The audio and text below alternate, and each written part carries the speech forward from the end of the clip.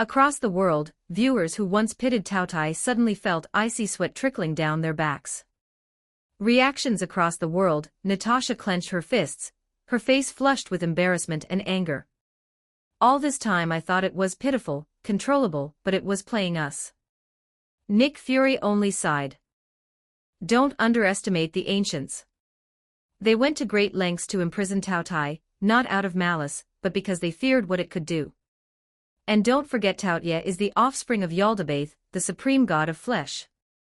That makes it his agent on earth. Natasha's expression hardened. A god imprisoned for ages. Of course it would go mad. The same applies to Taotai. Meanwhile, James' warning echoed in the minds of every watcher. The 6 descendants of Yaldabaoth, the supervisor, eventually broke the silence. Understood. But your mission is finished. While you worked in the east, our other doctors located the remaining 4 entities. James' eyes sharpened. And the results? We've gathered complete information on the 6 descendants of Yaldabaoth. A dossier appeared on screen. Its contents shook the Marvel world to the core. SCP-CN, 492, Dijiang, the embodiment of chaos, sealed in an ocean trench. It has drifted in darkness since the dawn of the universe. SCP-CN, 500, Taotai, a mythical beast imprisoned in abnormal space, capable of devouring entities and even concepts. But those were just the beginning. Gonggong, supreme divine entity of water. Once battled Emperor June for dominion, unleashing the 10 Suns catastrophe and the ancient flood. His rampage destroyed civilizations, including the abnormal culture group and the Night Sun Empire. The entire world gawked. Gonggong wasn't just a monster, he was a supreme god. At Stark Tower, Tony Stark nearly dropped his glass of scotch. Wait, what? Gods waging war in ancient times? He shouted, turning to Rhodey. This isn't mythology. This is cosmic-level insanity. Rhodey just stared, speechless. Natasha muttered, I thought the ones who sealed chaos and Taotai were strong enough. But Gonggong was a god on a completely different level. Nick Fury's temples throbbed. Ancient times hadn't been safer than now, they'd been far worse. Back then, wars weren't between armies but between gods. And Gonggong wasn't alone. Zhurong, supreme divine entity of fire. Unlike the others, Zhurong was said to be friendly to mortals. He fought alongside Emperor June against Gonggong, and after the legendary battle between Fuxi and Nuwa, he helped rebuild the universe. The live chat exploded. A supreme being friendly. This has to be a trick. No, wait, remember SCP-343. Even he coexists with humans at the Foundation. The revelation left everyone reeling. Natasha gaped at the screen, her emotions swinging wildly from betrayal by Taotai to disbelief at Zhurong's benevolence. Even Fury had to admit if humanity survived those times, it was likely because not all supreme entities were hostile. The missing 2. But then came the twist. The supervisor's voice grew hesitant. As for the other 2, Cheongqi and Tao Wu, they have not yet appeared. Their identities remain unconfirmed. James frowned. So the dossier is incomplete. Even so, the supervisor replied firmly, your mission is complete. Return at once. There's a larger problem. Larger problem. The words instantly caught the world's attention. If the supervisor of the O5 Council was calling it big trouble, then it had to be catastrophic. James gave a single nod. The screen went black. When it lit again, James was back at Site 17, where his journey had begun. The cafeteria was just as he remembered, same clattering trays, same cheap beer. Only Lois was missing from the table. European towns gone to hell, ZYN explained between bites. Abnormal surge. They sent a lot of field agents there. James nodded, thoughtful. ZYN leaned closer, curiosity gleaming in his eyes. So how was the Eastern Branch? I haven't been back in years. James paused, recalling the sealed horrors he had witnessed: chaos in the abyss, Taotia's prison, and the whispers of Gong and Zhurong. Finally, he answered, his tone heavy. Very strong. He wasn't exaggerating. Even the global headquarters would struggle to contain a supreme god. Yet the eastern branch held not one, but four of Yaldabaoth's descendants. Before Zyn could respond, rapid footsteps echoed down the corridor. James turned and saw 05-10 herself stride into the cafeteria. Her face was pale with urgency. We are in big trouble. Visit our Patreon for more. Heartsuit, get membership in Patreon to read more chapters. Extra chapters available in patreon.com/dragonscribe 31 Chapter 176. Chapter 176. A hell that should not exist in the human world, gods roam here. 12:10 words. Are we in big trouble? For the first time, the audience watching the live feed saw 05-10's face twist with visible irritation. She didn't waste time explaining. Without another word, she pulled James aside, handed him a thick containment file, and left. On the cover were the words, Project Name, Valley Harbor Item Hashtag, SCP, 1936 Object Class, Euclid. The live broadcast chat erupted. Euclid class? That doesn't sound too bad. Why would a Euclid class SCP make an 05 so anxious? The shock came not from the classification but from 05-10's reaction. Headquarters. Valley Harbor. Natasha Romanoff muttered, narrowing her eyes at the screen.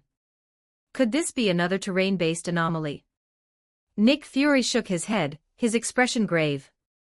Have you forgotten what Zyn mentioned earlier? Natasha glanced at him. A town with repeated anomalous accidents. Fury exhaled slowly. And now I fear those accidents are happening again, all in the same place. The thought triggered an unwelcome memory, the incident with Dr. Clef and the goddess's child. The unease in Fury's gut grew heavier.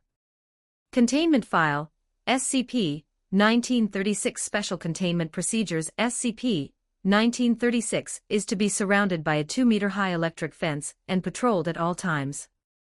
The anomaly covers a circular area with a diameter of 1 kilometer. Surveillance cameras will monitor all blind spots. No personnel from MTF 840 are permitted to enter SCP 1936 without explicit clearance.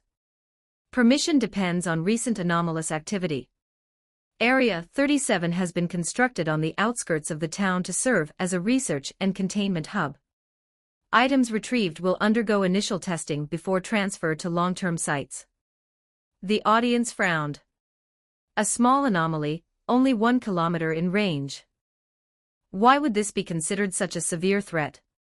What did the O5S know that the file wasn't revealing? The next section made the atmosphere grow heavier. Additional procedures: corpses recovered from SCP 1936 must be placed in strict quarantine. If deemed hazardous, they are to be incinerated immediately.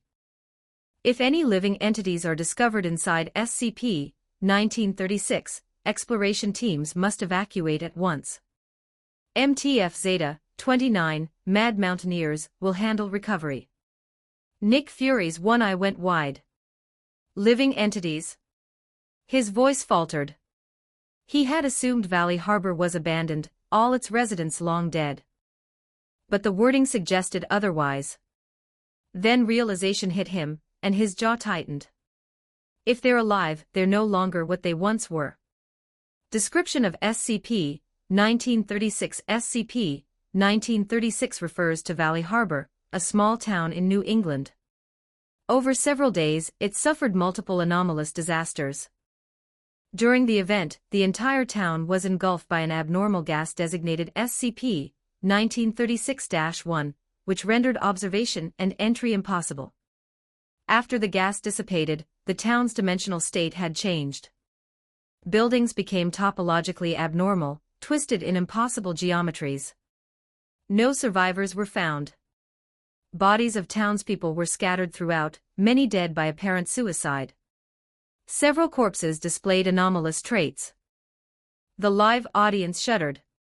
Stark muttered under his breath at the file's wording, dimensional state, topological anomaly. His eyes darted to Rhodes. Both men spoke in unison, SCP, 1983. The kaleidoscope-like spatial distortion, the warped structures, it was the same nightmare. And back then, James had nearly died neutralizing SCP, 1983. Anomalous discoveries. The file continued, organs functioning as radio transmitters, broadcasting up to 6 miles. Nearby, a small plant was discovered that emitted constant flames. A human torso fused into a wall. Explorers noted it shifted position slightly, oozing blood from a wound 15 centimeters above it. An elderly male corpse with eye sockets gouged out. Ash spewed endlessly from his orifices. Rows of corpses lined up along a street. Their flesh, skin, and bone had been removed through incisions on the forehead. Burn marks surrounded the wounds. The chat exploded in horror. A torso stuck in a wall. What is this nightmare? Even for the SCP Foundation, this is sick. It became clear why the file didn't say living humans, but living biological entities. Whatever remained inside Valley Harbor was no longer human. More anomalies. The file wasn't finished. At 1942 daily, several floating torsos manifested near the Johnson Public Library. They drifted southwest, mimicking a desperate escape, before vanishing after 3 minutes. The corpse of a young woman floated midair indefinitely, immune to gravity or outside interference. Even Natasha Romanoff, hardened assassin, paled at the mental image.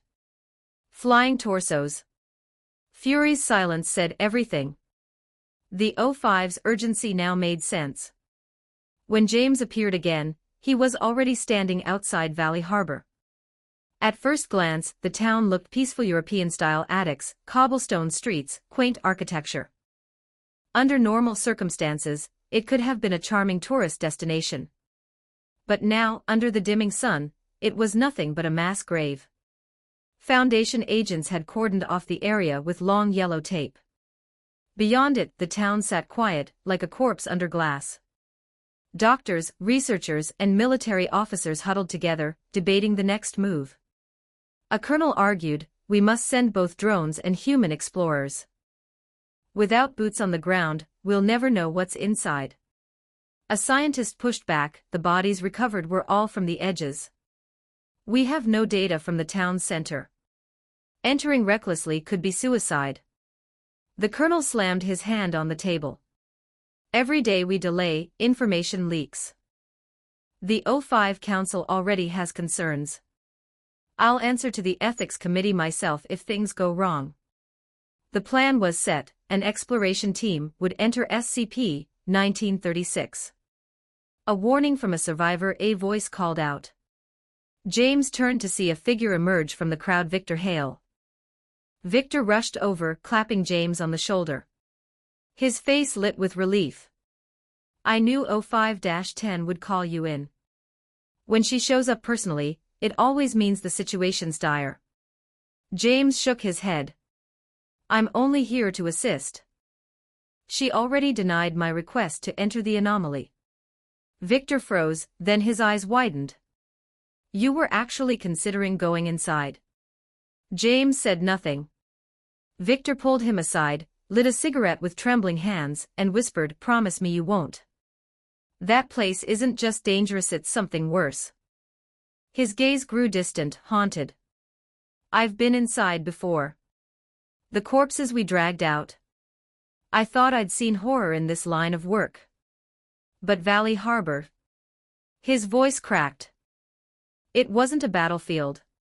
It wasn't even a massacre. It was hell. A hell that should never exist in the human world." Victor took another long drag, exhaling smoke as though it could carry his fear away. "We didn't fight enemies inside. There weren't any. The entire town was already dead." He clutched James's arm tightly. "You're a doctor. Do what doctors do. But don't walk into that place." James looked past him toward the quiet town. Bathed in the dying light of sunset, Valley Harbor sat still and silent. Not a bird sang. Not a breath stirred. The audience in the live broadcast could only stare, goosebumps rising on their skin. Because even through the screen, they understood this was not a place for the living. This was a realm of the dead. A hell that should not exist in the world of men. Visit our Patreon for more. Get membership in Patreon to read more chapters. Extra chapters available in patreon.com/dragonscribe31. Chapter 177, Chapter 177, The Shivering Mist, and the Supreme Protector of Humanity, Pangloss 2143 words. Victor Hale didn't say much after his warning, but the fear in his eyes told the audience everything. When the camera drifted back to the town line, the dusk looked colder than before, as if the light itself refused to touch Valley Harbor. A heavy-coated operations officer lifted a megaphone. Send UGV-1 into SCP-1936-1 for atmospheric and terrain recon. UGV-1, a squat, tracked drone that looked like a miniature tank, rolled forward. It carried atmospheric sensors, video/audio gear, and a tray of biological samples including brown house mice sealed in clear pods. A second drone, UGV-2, idled behind it with a more powerful radio relay, ready to shadow the first. The machine clanked past the yellow cordon and crossed into the fog-swept boundary the Foundation had labeled SCP-1936-1. Behind the tape, an assault group finalized Check 6 Piranha land vehicles fitted with environmental sniffers and turreted optics. James stood among them in hard armor. He didn't look like a doctor right now. He looked like he belonged on the sharp end. UGV-1 entering the anomaly. The tech's voice was steady but tight. Telemetry live. Important event, the first probe enters the boundary. First pass, the feed stabilized. Flat, empty ground extended in all directions, pale dust swept by a slow, restless breeze. The fog overhead wasn't uniform, it braided itself into thin red and blue filaments, pulsing like veins under skin. UGV-1 reports atmosphere is rich in sulfur, nitrogen oxides, and carbon oxides, the technician called out. Levels are irritating but not lethal for brief exposure. Biological samples show no immediate anomalous reaction. The officer exhaled. Visual remains flat and barren from 15 meters into about 2,000 meters. Beyond 2 kilometers, radio quality degrades, so UGV-1 will return to the edge. The drone traced a crescent and rattled back out of the fog. The line of vehicles idled, men and women in armor exchanged glances. The officer gestured and 2 D-class in bright orange coveralls climbed into UGV-2's cargo frame, D-512 and D-513, sealed into Level A suits and wired with biotelemetry. The drone ferried them across the tape. Important event. Human subjects crossed the boundary for a live exposure test. At the 1 kilometer mark, the officer gave the order nobody wanted to say aloud. D-513, remove your protective suit. They had told him earlier. He still trembled. But he obeyed. The cameras caught his exposed skin, gooseflesh rising as the fog's breath touched him. Medical telemetry, no acute adverse reaction, the medic reported after a beat. Slight respiratory change, comparable to smoke inhalation. Anything to report? The officer asked over comms. D-512's voice trembled. Featureless. Nothing moving. Request permission to return. When the 2 orange figures reappeared by the tape, alive, shivering, and wide-eyed, the entire perimeter let out a breath they didn't realize they'd been holding. Even the analysts watching from afar loosened their shoulders except for Nick Fury. His frown deepened. The safer it looks, Fury murmured, the worse it usually is.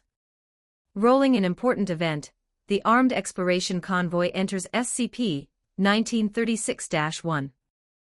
The 6 piranhas rolled forward in file, engines low, optics swiveling. Victor Hale drove lead in one column, James rode shotgun in the second vehicle, his radio pinned high on his vest. Victor flicked a look over. You told me your entry request got denied. James tightened the strap on his plate carrier. Mike's authority isn't as high as mine. Victor hissed a laugh that had no humor in it. You wear armor too well, document. You look more like a field op than I do. James cut a glance through the viewport. The fog had thickened into swaths that rose and fell like tides, visibility dropping to a few dozen meters. Above, the red and blue bands tangled and loosened like a slow-motion storm of ribbons.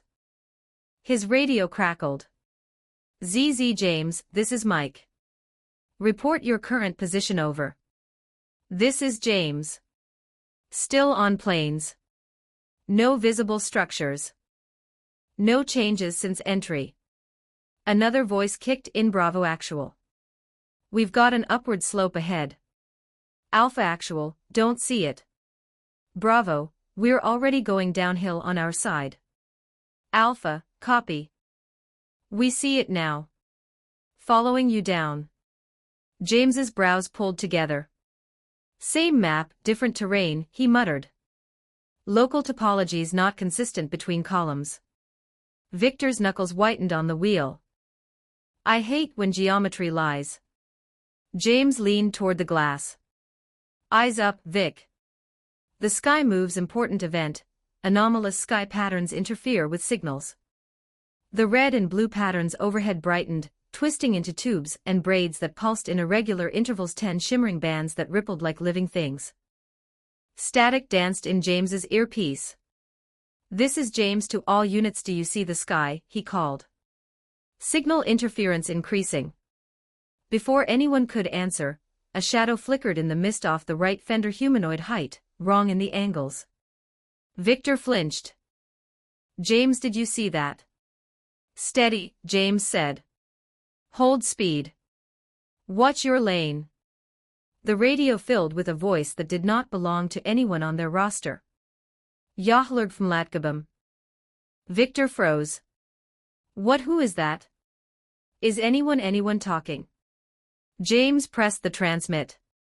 We're receiving interference, the voice cut through again, this time translated through the rattling carrier wave. Amen, may all pagans be buried in the abyss. A pause, then another line, frayed with static and hate. I hate him so much, let him die slowly, burning. Gunfire slammed across the net. Distant but sharp.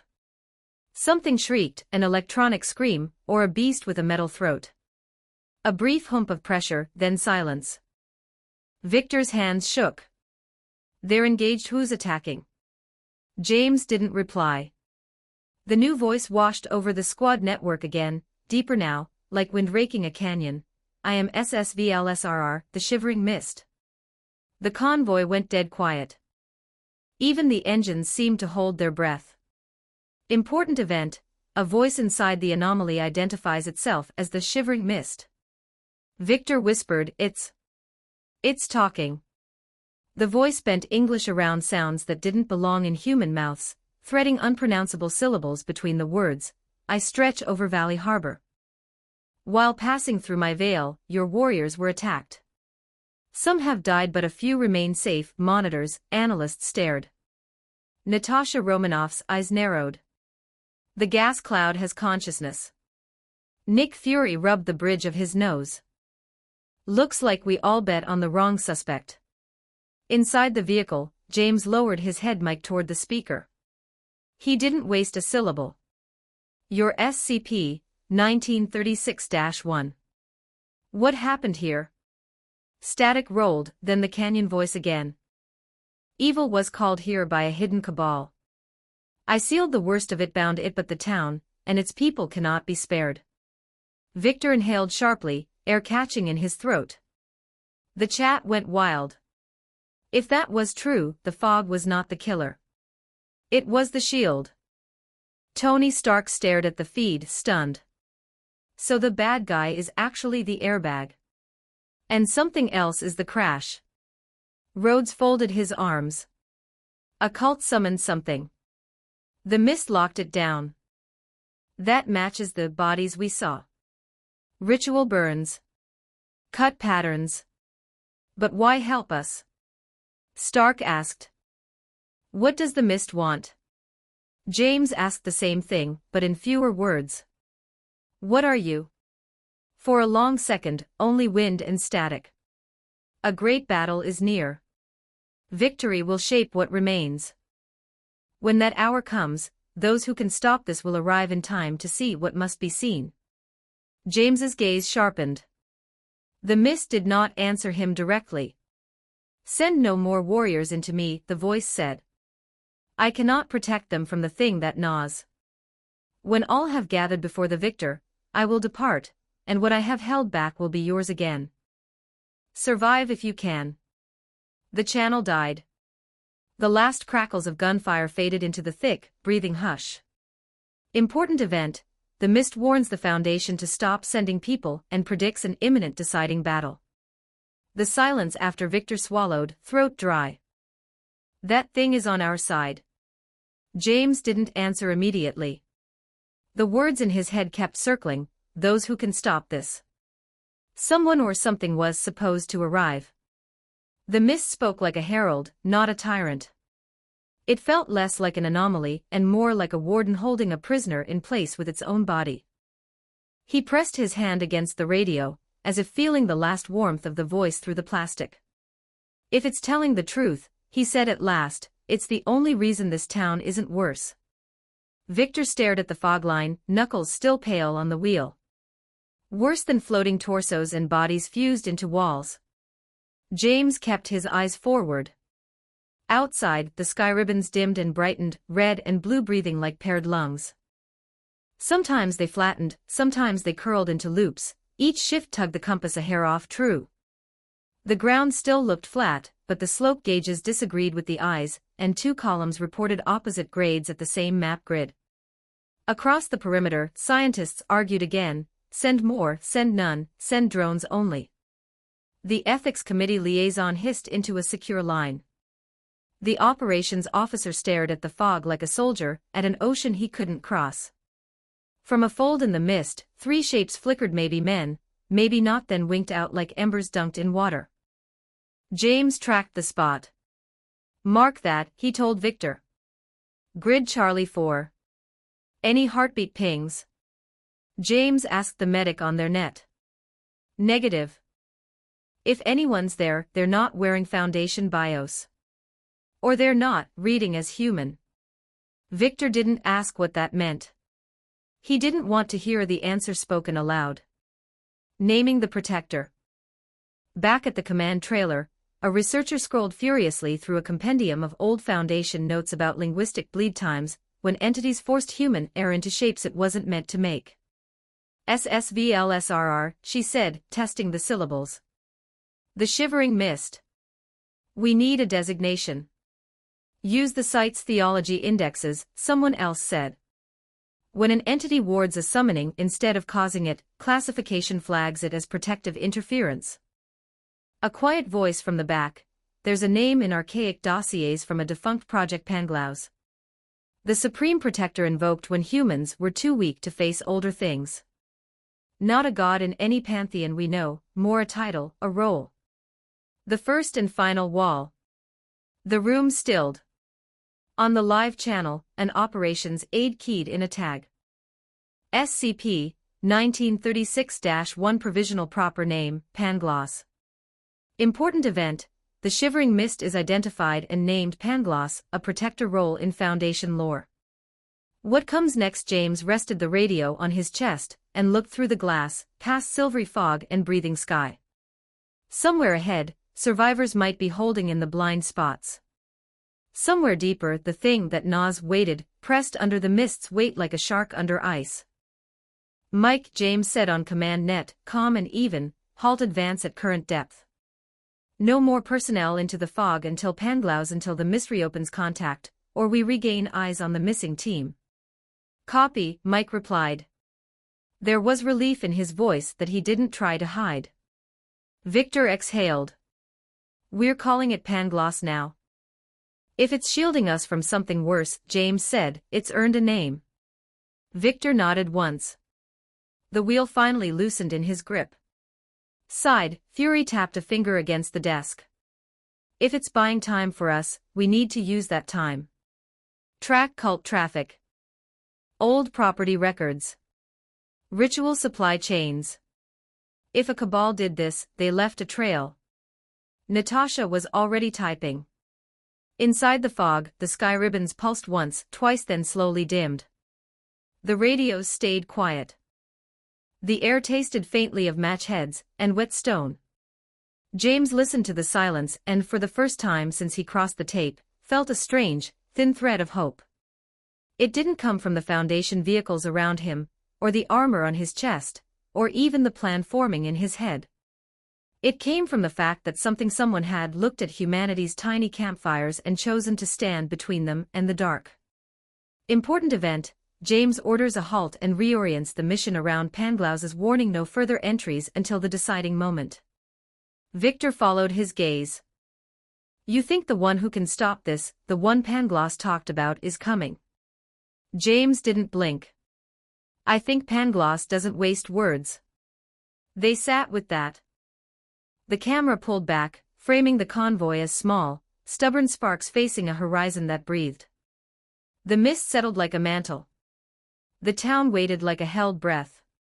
And somewhere beyond the next fold of fog, the deciding battle gathered itself, quiet and patient as a tide. Visit our Patreon for more. Get membership in Patreon to read more chapters. Extra chapters available in patreon.com/dragonscribe 31 Chapter 178. Chapter 178, Grand Karcist Ion vs Yaldabaoth, The Battle of the Supreme Gods. 2163 words. Agents looked at one another, unsure what to say. The briefing room lights felt too bright. The monitors felt too quiet. Natasha Romanoff finally spoke, her voice low. To be honest, I still find it hard to believe. She meant SCP-1936-1, helping humans, and that strange promise that someone could end the disaster. Had seen safe tools and controlled anomalies before, telekill alloy forged into blades, SCP-408 illusion butterflies following orders, even Iris SCP-105 working with MTF Alpha 9, last hope. Those were useful, yes, but they were passive or persuaded. This was different. SCP-1936-1 acted on its own. It warned James. It blocked further entries. It acted like a guardian. It felt. Nick Fury folded his arms. He appreciated help, but he cared even more about the one who could end it. Who was that? And how soon would they arrive? Far away, in Kamartaj, masters exchanged uncertain glances. Even the Ancient One looked thoughtful. An anomaly that appears only to protect humans, she murmured. Unbelievable, and yet here we are. Most anomalies she had encountered were either malicious predators or cosmic powers that could break a world with a thought. Compared to them, 1936-1 seemed like an angel. In the convoy, Victor Hale broke the silence in the cab. Do we keep going? James didn't answer right away. He peered ahead through the glass, then said, We're here. Important event. The convoy fully breaches the fog and reaches Valley Harbor's interior. The fog peeled back like a curtain and the town revealed its true face. What had looked like a quaint European village from outside was gone. In its place stood buildings made of meat. Streets were carpeted with limbs, and wet organs piled like refuse. Flies swarmed like rain. Yellow fat clung to walls. Black blood streaked every surface. The air stank of rot and iron. Victor gagged hard and leaned out of the window. He wasn't alone. Across the Marvel world, viewers recoiled, hands over mouths. Agents in the control room turned away. Two were hurried from the hall to throw up in the corridor. Even Natasha went pale. This is Valley Harbor, she whispered. Nick Fury's brow tightened. He had hoped, with 1936-1 helping, the scene inside might be less terrible. He was wrong. The help clearly served a different purpose, not to heal this place, but to stop it from spreading. He thought of flesh and hunger and ritual words that locked together like a trap. A name rose in his mind, Yaldabaoth, the god of flesh and chaos. If this was flesh shaping on a town-wide scale, that pointed at one thing, sarcasm. Important event, Fury connects the carnage to sarcasm and Yaldabaoth. Victor wiped his mouth, shaking. This is insane, he muttered. James handed him a bottle. Victor rinsed again and again, then yanked his mask up to cut the stench. Do we go in? James studied him. Can you hold it together? Victor straightened his back. Don't underestimate me. Then stay close, James said. They stepped into the slaughterhouse streets. Every step tore at sticky fat and slick plasma, boots peeling up with a sick hiss. James brought his weapon close and switched on his helmet camera. They took a corner into a small house at the southeast edge. The house had no right to be called that. Hooks of bone hung like light fixtures. Meaty walls pulsed faintly, as if trying to breathe. Victor stumbled, whispered a curse, and looked away from a heap of teeth growing like barnacles from a table. James moved methodically. On a windowsill, the only object without blood, a child's notebook. He flipped it open and read quietly. Dear Diary. Sticky's arm came out of the closet instead of the window. It was longer than before. It felt like smoke when I touched it and hurt my hand. I told Mr. Sticky I didn't want his unknown food. He got mad. He said it was important for hatching larvae. I was so hungry I ate a little. It was green and squirmy. I don't like Mr. Sticky very much. The live chat shivered. This wasn't a tantrum, it was a ritualized grooming of a child for sarkic purposes. Natasha's face tightened. Unknown food for larvae. Brainwashing by slow steps. Fury's voice was flat. Or the kid was born into it. James slid the diary into his pack. This town has been under sarkic control for a long time. Victor swore. I've seen one of their sites, he said quietly. I still smell it sometimes in my sleep. A small annotation flashed on the live overlay, sarcasm, a belief system built on the teachings of Grand Karcist Ion. Common practices include ritual cannibalism, human sacrifice, self-modification/strengthening, thaumaturgy, and dimensional manipulation. Kamartaj watched in silence. The Ancient One remembered James's briefing on SCP-3396. A new era arrived when Grand Karcist Ion overcame the creator Yaldabaoth. After 1,000 years of battle, Ion devoured the holy flesh. If that memory was correct, then Ion wasn't a rumor. He was real and he had once defeated Yaldabaoth. Which meant this horror might be more than a cult run wild. It might be the edge of a divine conflict. A supreme god opposing another. A rematch staged in a human town. Important event, the narrative points to Ion versus Yaldabaoth, a supreme clash behind the town's disaster. James and Victor headed back out. On the way, James paused at a wall where words had been gouged into gristle. I'm sorry I couldn't save you. Pangloss. Victor touched the carving with a gloved finger. Pangloss, he said softly. The mist. James nodded. 1936-1 had been here, leaving apologies stitched into organs and scrawled in public spaces. It felt like a sentinel that arrived too late to stop the first blow but in time to hold the line. They moved southwest, weaving through wet alleys where the ground rose and fell in wrong ways. At a broken storefront, James found a memo under a jar of spoiled fruit. The canned fruit is almost gone. But I guess that's the least of my worries. Tonight the screaming got worse. It sounded human at first, maybe Lily from next door, then it didn't sound human at all. I thought something tried the door. It was Reverend Hawshore passing the window again, howling so loud only the devil could understand. I looked by mistake. He has a lot of space inside. We have to leave. The big ones are almost here. I can hear them breathing outside. I am the voice and the voice is me. Victor swallowed. A lot of space inside. Not human anymore, he said. Reverend Sarkic Priest. James folded the memo away. We need more than notes, he said. We need eyes. They crossed to a collapsed gas station at the edge of town. Cameras were bolted under a buckled canopy. The housing was cracked, but the memory card was intact. Victor's voice brightened. Still powered. James tested a portable reader. The screen blinked and a file name populated, CAM, East, Loop 2139. Important event, recovering a working camera with recorded video.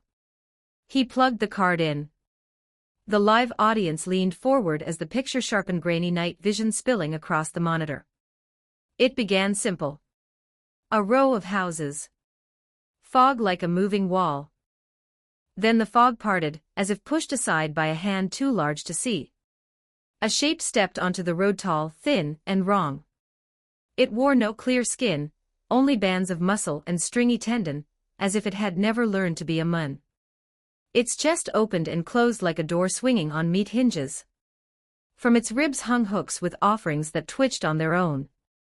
Behind it came something bigger, visible only in bends of light like a heat mirage that made the world tilt. The camera gain struggled, snowing the image with static. A low hum rolled through the speakers, so deep it shook the cart. Victor whispered, "What?" The first figure raised its arms. The rib hooks jingled. The air thickened. A thin chant threaded through the hum, half heard, half felt, shaping syllables a throat shouldn't shape. The road itself bulged. Meat grew from asphalt as if the town was a garden bed. A spine pushed up through tar. Maggots poured like white rain and burned into green when they hit the ground. A cross of bone formed in the center of the street, and hearts, too many hearts, began to beat inside it. A wind tore down the lane. But it wasn't wind.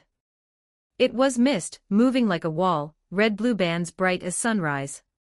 It hit the street and held a shimmering barrier. The hearts inside the bone cross stuttered and went still. Important event, Pangloss. The shivering mist visibly intervenes on the footage to suppress a growing ritual. On the far edge of the frame, something stirred behind the mirage. The picture warped, lines bending like wet reed. A hand, if it could be called a hand, pressed against the fog from the other side. It was too large. Too many fingers. It left a print of teeth in the air. Victor shut his eyes for a second. That's not human scale, he said. That's not even our geometry. The chanting man tried again. He carved into his own stomach and lifted loops of intestine high like a banner. The bone cross shuddered, trying to beat again. The mist thickened. The red and blue twined to violet, and the sound became a phrase not in any language most people knew, but the reader picked one line clean, a signature through static. I bind the door. The bone cross collapsed into dust. The hearts burst like rotten fruit. The chanting man screamed a word that burned the audio into hard white. Yaldabaoth. The mirage behind the mist flexed like a beast dragging against chains. The whole frame bowed inward. The image froze. The log jumped forward 3 minutes. Now the street was empty, no priest, no cross, only a line burned into the asphalt like a seal. The fog held its line. The mirage had pulled back, but the pressure remained, like a depth you could feel in your bones. Victor let out a breath he didn't know he'd been holding. So the cult called to Yaldabaoth, he said, voice hoarse, and Pangloss slammed the door. James rewound 10 seconds, slowed the frame, and paused at the moment the priest screamed the name. The face was a mask of joy and agony. In the gaps where eyes should be, there was only space. He straightened. This isn't just a nest, he said. It's a summoning ground. They tried to thin the barrier to let something larger lean through. Victor rubbed his neck. And Pangloss keeps holding it. Back at S, Fury tapped the table. 2 conclusions, he said. First, 1936-1 is actively suppressing Yaldabaoth's entry. Second, the cult still has operators inside the town. If they keep feeding the ritual, this will never stop. Natasha nodded tightly. Then who is the one the mist said could end it? Kamartaj answered in whispers none of them could hear. The Ancient One watched the paused image mist hard as crystal, a shape like a god grinding its teeth on the other side, and she remembered the oldest war, Grand Karcist Ion versus Yaldabaoth. 1,000 years of struggle. A victory bought with devouring. If Ion was real, if he still moved in the world. Important event, the story frames the looming clash as Ion versus Yaldabaoth, a supreme confrontation echoing ancient victory. James ejected the card and slid it into a protected pouch. "We have proof," he said. "Pangloss is the warden. Yaldabaoth is at the door. The cult is the hand on the latch." Victor glanced at the street. Somewhere in the distance, a low breathing pressed against the air like surf. "So what do we do?" James tightened his sling and looked into the fog, where the ribbons pulsed like veins. "We buy time. We find the cult's anchor points. We break their chains." The radio crackled, brief static, then nothing. For a heartbeat, Victor thought the mist might speak again. It didn't. Perhaps the warden was done talking, now that it had shown them. James turned back to the ruined station. "There may be other cameras," he said. "More angles. More proof." They pushed through the littered lot, past a toppled ice chest, and a pump split open like a ribcage. James pried another chem free and checked its housing. Inside, another tiny card sat waiting, a single green LED blinking like a heartbeat. He slotted it into the reader. The screen flickered. A new label appeared, CAM, South Docks 0017. Time stamp, 017. The darkest hour before dawn. The picture resolved, and the audience leaned in again only to go still in their seats. Visit our Patreon for more. Get membership in Patreon to read more chapters. Extra chapters available in patreon.com/dragonscribe 31 Chapter 179. Chapter 179. The primordial fire burned the old world of the children of night. 1632 words. At first, the picture on the live broadcast seemed ordinary. A quiet town stretched out under the pale light, lined with modest shops and gas stations. Inside a convenience store, the cashier smiled politely as she handed a plastic bag to a customer. It was the kind of normal, mundane scene that made people lower their guard. But in the very next heartbeat, normality shattered. A thunderous bang ripped through the shopfront. The windows burst apart, glass raining down in glittering shards. The cashier froze, her plastic bag dangling in the air. The customer blinked in confusion. Neither of them had time to react before the horror came. Something squeezed through the broken window. It was monstrous, twisted, vile, and grotesque beyond comprehension. Its fanged jaws gaped open, releasing a nauseating roar that vibrated through the speakers of the live stream. The creature's body was the size of an adult human, but filth clung to it like a second skin. Fleshy tentacles sprouted from its torso, twitching and curling in obscene motions. The cashier's lips parted in a trembling scream. The customer stumbled back, paralyzed. For a split second, the audience watching the feed across the Marvel world held their breath. And then came the screams. The sound cut like knives into the minds of everyone watching. This twisted flesh beast had an impact more visceral than dismembered bodies or bloodied corpses. Its sheer unnaturalness, the way its tentacles writhed with mindless hunger, rattled even hardened souls. The audience gasped in horror as the creature began to move. The customer was the first to act. Shaking off paralysis, he turned and bolted for the door. He almost made it. A tentacle lashed out. Flesh tore with a sickening rip. In a single strike, the monster cleaved the man in two. His head shot across the screen like a basketball hurled with brutal force, vanishing beyond the camera's frame. His body collapsed, blood spraying in a crimson arc. The shop became a slaughterhouse in seconds. The cashier ducked behind the counter, sobbing and trembling. But the monster climbed effortlessly over the counter, dragging its tentacles across the floor. The camera lens tilted, showing only flashes of red and writhing limbs as the attack continued. The cashier's screams filled the broadcast, at first piercing, helpless. Then came only the grisly sounds of tearing flesh, splattering blood, and bone cracking. For 30 long seconds, the screen was drenched in nothing but scarlet. To the viewers, that half-minute stretched like a century. By the time silence fell, the store was no longer recognizable. It was nothing but gore. Headquarters, the agents watching were pale as ghosts. Every spurt of blood on the screen made temples throb. Even the battle-hardened Natasha Romanoff turned away, retching as she muttered, "Damn it, this thing, it has to be the work of the Sarkic cult. Those lunatics should burn in hell." Nick Fury, who had seen the worst horrors the world had to offer, clenched his jaw. His expression was grim. He realized now what Sarkicism truly meant. Its horror wasn't just ritual or ideology, it was raw, unrestrained cruelty. The creature wasn't contained like an SCP, it was wild, savage, and merciless. But then something stranger happened. From the edge of the footage, a man appeared. He strolled into the frame like a figure out of time, an older gentleman in a bowler hat and waistcoat, carrying himself with the poise of another century. His calm demeanor clashed grotesquely with the carnage around him. Yet the moment he appeared, the video began to distort. The screen flickered, static bled in, and his face blurred until the camera could not capture it. At one point, his features were replaced entirely by a geometric triangle embedded in skin. Whispers erupted. "Who is that?" One agent stammered. Nick Fury's single eye widened. A familiar name flickered in his mind. Clef, the enigmatic operative known for his ability to escape recognition on any recording. But Fury quickly shook his head. No, it wasn't Clef. This was someone else. Perhaps a Sarkic priest. The creature reacted violently.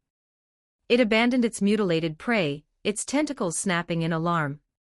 The air thickened with tension as the monster turned toward the stranger. And then, impossibly, the man's body warped. Several articulated appendages burst from his form, gleaming in the half-light. He wasn't helpless at all. He was a mutant. The fight began. The flesh monster lashed forward, its tentacles crashing against the man's appendages. Instead of retreating, the man advanced a step. The moment his jointed limbs touched the monster, the creature shrieked in unbearable agony. Its roar shook the walls. Blood boiled off its skin. Then shockingly it tried to flee. The mutant didn't let it. He seized the abomination and hurled it into a wall with thunderous force. Plaster shattered, stone crumbled, and the monster was blasted straight through the shop wall and out into the street. The feed crackled. The ceiling itself began to bulge unnaturally, as though something colossal pressed from above, and then the video abruptly cut to black. The audience reeled.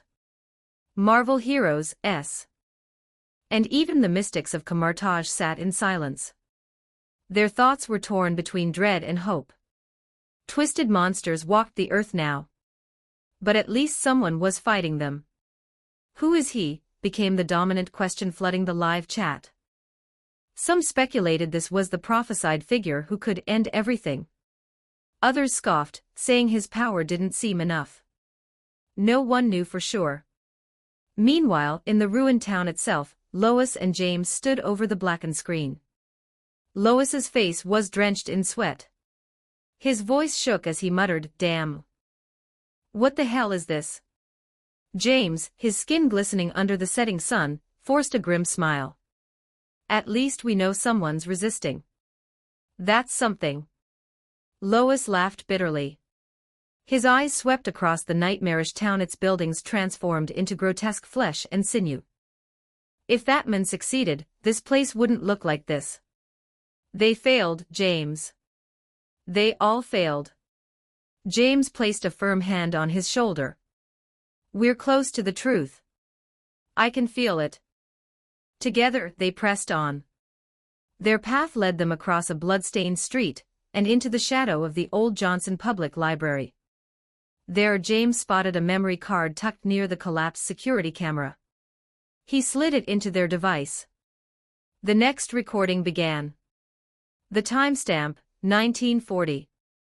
On screen, a car swerved into frame at reckless speed. It slammed into a light pole outside the library. Sparks burst, the lamp shattering. And then something impossible emerged. A ghostly, translucent entity drifted out of the broken lamp. The car's passengers scrambled out, running for their lives. The entity hovered in midair and pursued. For minutes the chase went on, the phantom gliding but never quite catching them. Until it changed color. Until the sound came, a sonic boom, a blue shockwave. The wave surged outward, striking the fleeing survivors. One by one, their bodies shimmered, turned transparent, and vanished into nothingness. Their screams echoed long after their forms were gone. In Stark Tower, Tony Stark spat an expletive. "You've got to be kidding me. Ghosts in the street lamps.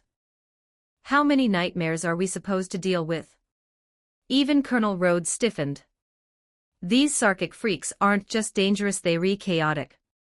They've got no limits. Back in the recording, the phantom dissolved, leaving silence. Lois's throat was dry. He lit a cigarette with trembling hands, muttered a curse, and stared at James. Where to next? James's eyes shifted to the horizon. There, bathed in the unsettling red glow of sunset, stood a church. Its silhouette was painted in colors that should have been beautiful, but here looked grotesque, its flesh-coated walls twisting in the light. James's voice was calm but heavy. "The church. Whatever truth we're looking for, it's there." Lois gripped his gun tightly. "Then let's finish this." The two approached carefully, avoiding the street lamps where ghosts might lurk. Strangely, the path remained clear, no monsters barred their way.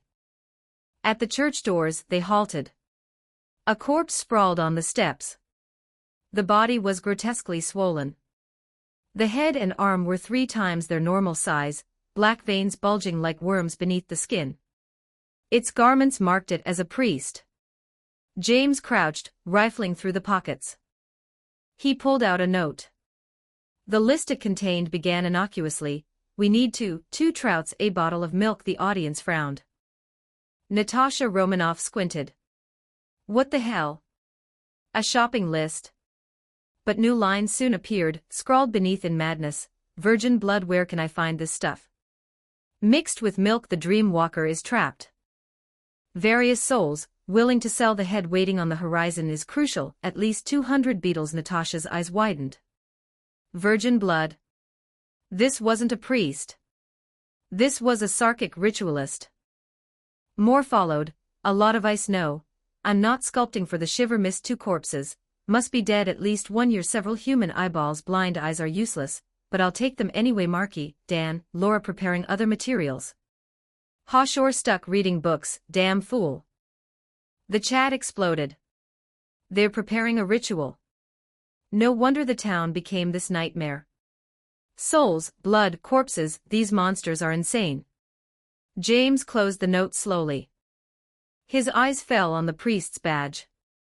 The words gleamed faintly, "Victory Society." Lois spat on the corpse. "Victory Society. More like twisted lunatics." He kicked the body twice for good measure. "Wait," James interrupted. His gaze sharpened. He tore open the priest's bloody robes. Inside the corpse's abdomen lay a burnt book, resting in gore, its pages faintly glowing. The audience watching went utterly silent. Visit our Patreon for more. Get membership in Patreon to read more chapters. Extra chapters available in patreon.com/dragonscribe 31 Chapter 180, Chapter 180, The Battle of the Supreme God. 1403 words. The victor will walk on the wreckage of humanity, and return clarity to those who persevere. Blood had dried across the fragile pages, clumping in dark red layers so thick that most of the book's contents were unreadable. What little could be seen was haunting half-burned fragments of the inner cover, lines of words scorched yet still clinging to life. The border of the mortal world is wrapped in SSVLSSR, and this trembling fog will attack the world on the day of awakening. This fog will cover all things, hindering those who wish to resist the awakening, and sealing the great victor of the Trinity. The three who dwell in the center of the mortal world are the great victor of fire, the great victor of cold, and the great victor of thunder. They shall bring destruction upon one another, and their true names are carved into unreadable runes on unknowable stones. The words projected across the live stream screen. For a moment, the audience, billions watching across the Marvel world, fell utterly silent. Then, as though some invisible signal had been given, chaos erupted. The audience reacts. Wait, what? One voice in the chat scrolled past 100 others. The shivering mist will attack humanity. Didn't it just protect us? 3 victors. Fire, cold, thunder. Who the hell are they supposed to be? No, this has to be wrong. Are these the gods behind everything? Shock turned into dread. Even the bravest voices in the chat began trembling with uncertainty. The revelation left even the hardened veterans of espionage rattled. Natasha Romanoff slapped the table in frustration. This is insane. We thought the mist was on our side, now it's the threat. And what's with this cultist riddle garbage? Her tone was sharp, but behind her sarcasm was raw unease. Nick Fury didn't answer immediately. He repeated the 3 names under his breath: fire, thunder. His one eye narrowed, his mind racing through every classified file, every ancient myth S.H.I.E.L.D. had ever archived. At Kamartaj, the Ancient One sat in stillness, yet her voice trembled. She whispered the names again and again like a mantra: the great victor of fire, the great victor of cold, the great victor of thunder. But even her centuries of knowledge offered no connection. Could it be that these were gods so old they had never walked the world before? Gods even she had never recorded. The thought alone made her face pale. If there were beings greater than the records of all sorcery, then humanity was at the mercy of the unknown. The revelation expands. The screen shimmered, and new lines emerged. Around these 3 victors gather the spectators of the great battle. Most will descend into this realm. DJRR, the dark god of street lamps, blind guide to his flock, will leave gifts on bent lampposts. DJLP, the swarm of flies, will pour from the mouths of those he loves and hates, each a token of his devotion. Eenie, the piercer, will free his faithful by splitting the tyrant's skull. The doomed cabbage shall devour traitors of the vegetable lord. Zin, messenger of Marp, will lead his butterfly legions against those who lie dreaming among silver flowers. The voice of time, though invisible, will leave behind yellow runes and bury its name in the mortal world. The name scrolled in endless madness. The dark god of street lamps. The piercer. The doomed cabbage. The voice of time. The audience's initial disbelief shattered. What began as curiosity was now replaced by raw, gut-level terror. This wasn't just an anomaly, this was a divine war. Stark Tower Tony Stark stood frozen, words catching in his throat before exploding into profanity. You have got to be kidding me. Rhodey, usually the calmer presence, looked grim. Any one of those entities would be world-ending on their own. Yet here they were, all converging upon one single place: Valley Harbor.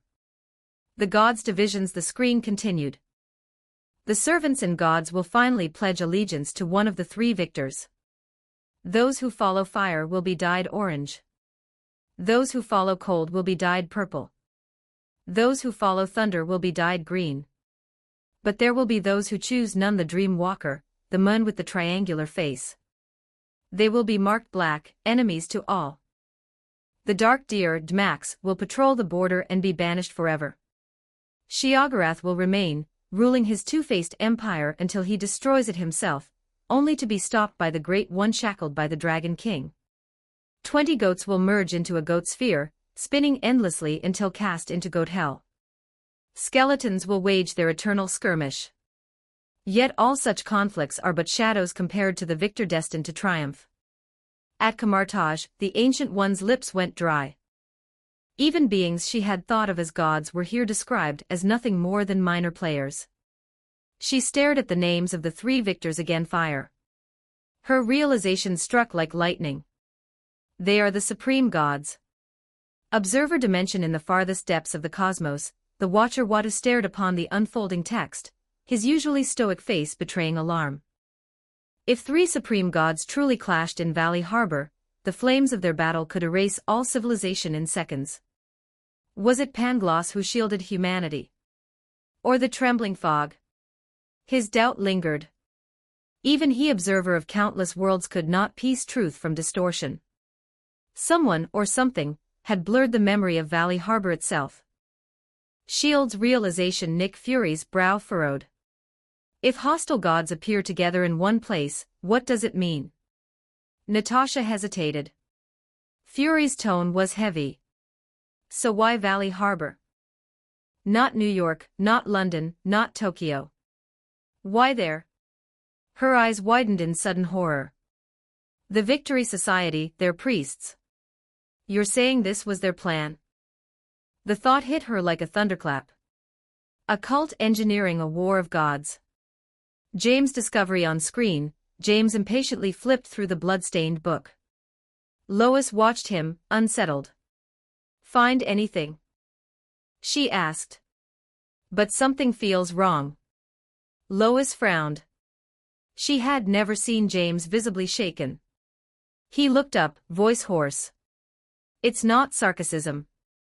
Lois nearly choked. Not sarcasm. Look around you. Flesh everywhere, the whole town a butcher's nightmare. Who else could it be? James' gaze was steady, deadly serious. They may be involved, but Ion and his Sarkic cult aren't the protagonists here. His next words struck Lois like ice. This disaster belongs to the three supreme gods: fire, cold, and thunder. Valley Harbor is their battlefield. Lois staggered back, her entire body numb. The diary of the dead. James found a corpse twisted in impossible geometry. The Geiger counter screamed until he activated a reality anchor, forcing space back into shape. On the body, scraps of diary pages clung together. I set out for Valley Harbor. Godfrey aided me, though I knew he wanted me to fail. I took all the books I could, though I couldn't find the 7th volume of the Exile dossier in Assad. The container burned my hand when I touched it. James was late again, always late. I must endure. Lois sneered bitterly after reading, devoted to work. Fighting for their cause. These fanatics slaughtered thousands for their goal. The next page chilled them further. The ritual to the broken god demands blood sacrifice. I thought anesthesia might help, but the ritual forbids it. The child is dead. It's done. He would thank me if he knew it's for everyone's good. And finally, the words that silenced all hope. The victor will walk upon the wreckage of humanity, returning clarity to those who endure. Yet I doubt James' true motives in this cause. The cult of the broken god. The live stream audience erupted again. The broken god. Yaldabaoth. Whispers spread like wildfire. If Yaldabaoth rose, flesh would devour all. The broken god's faithful would lose everything.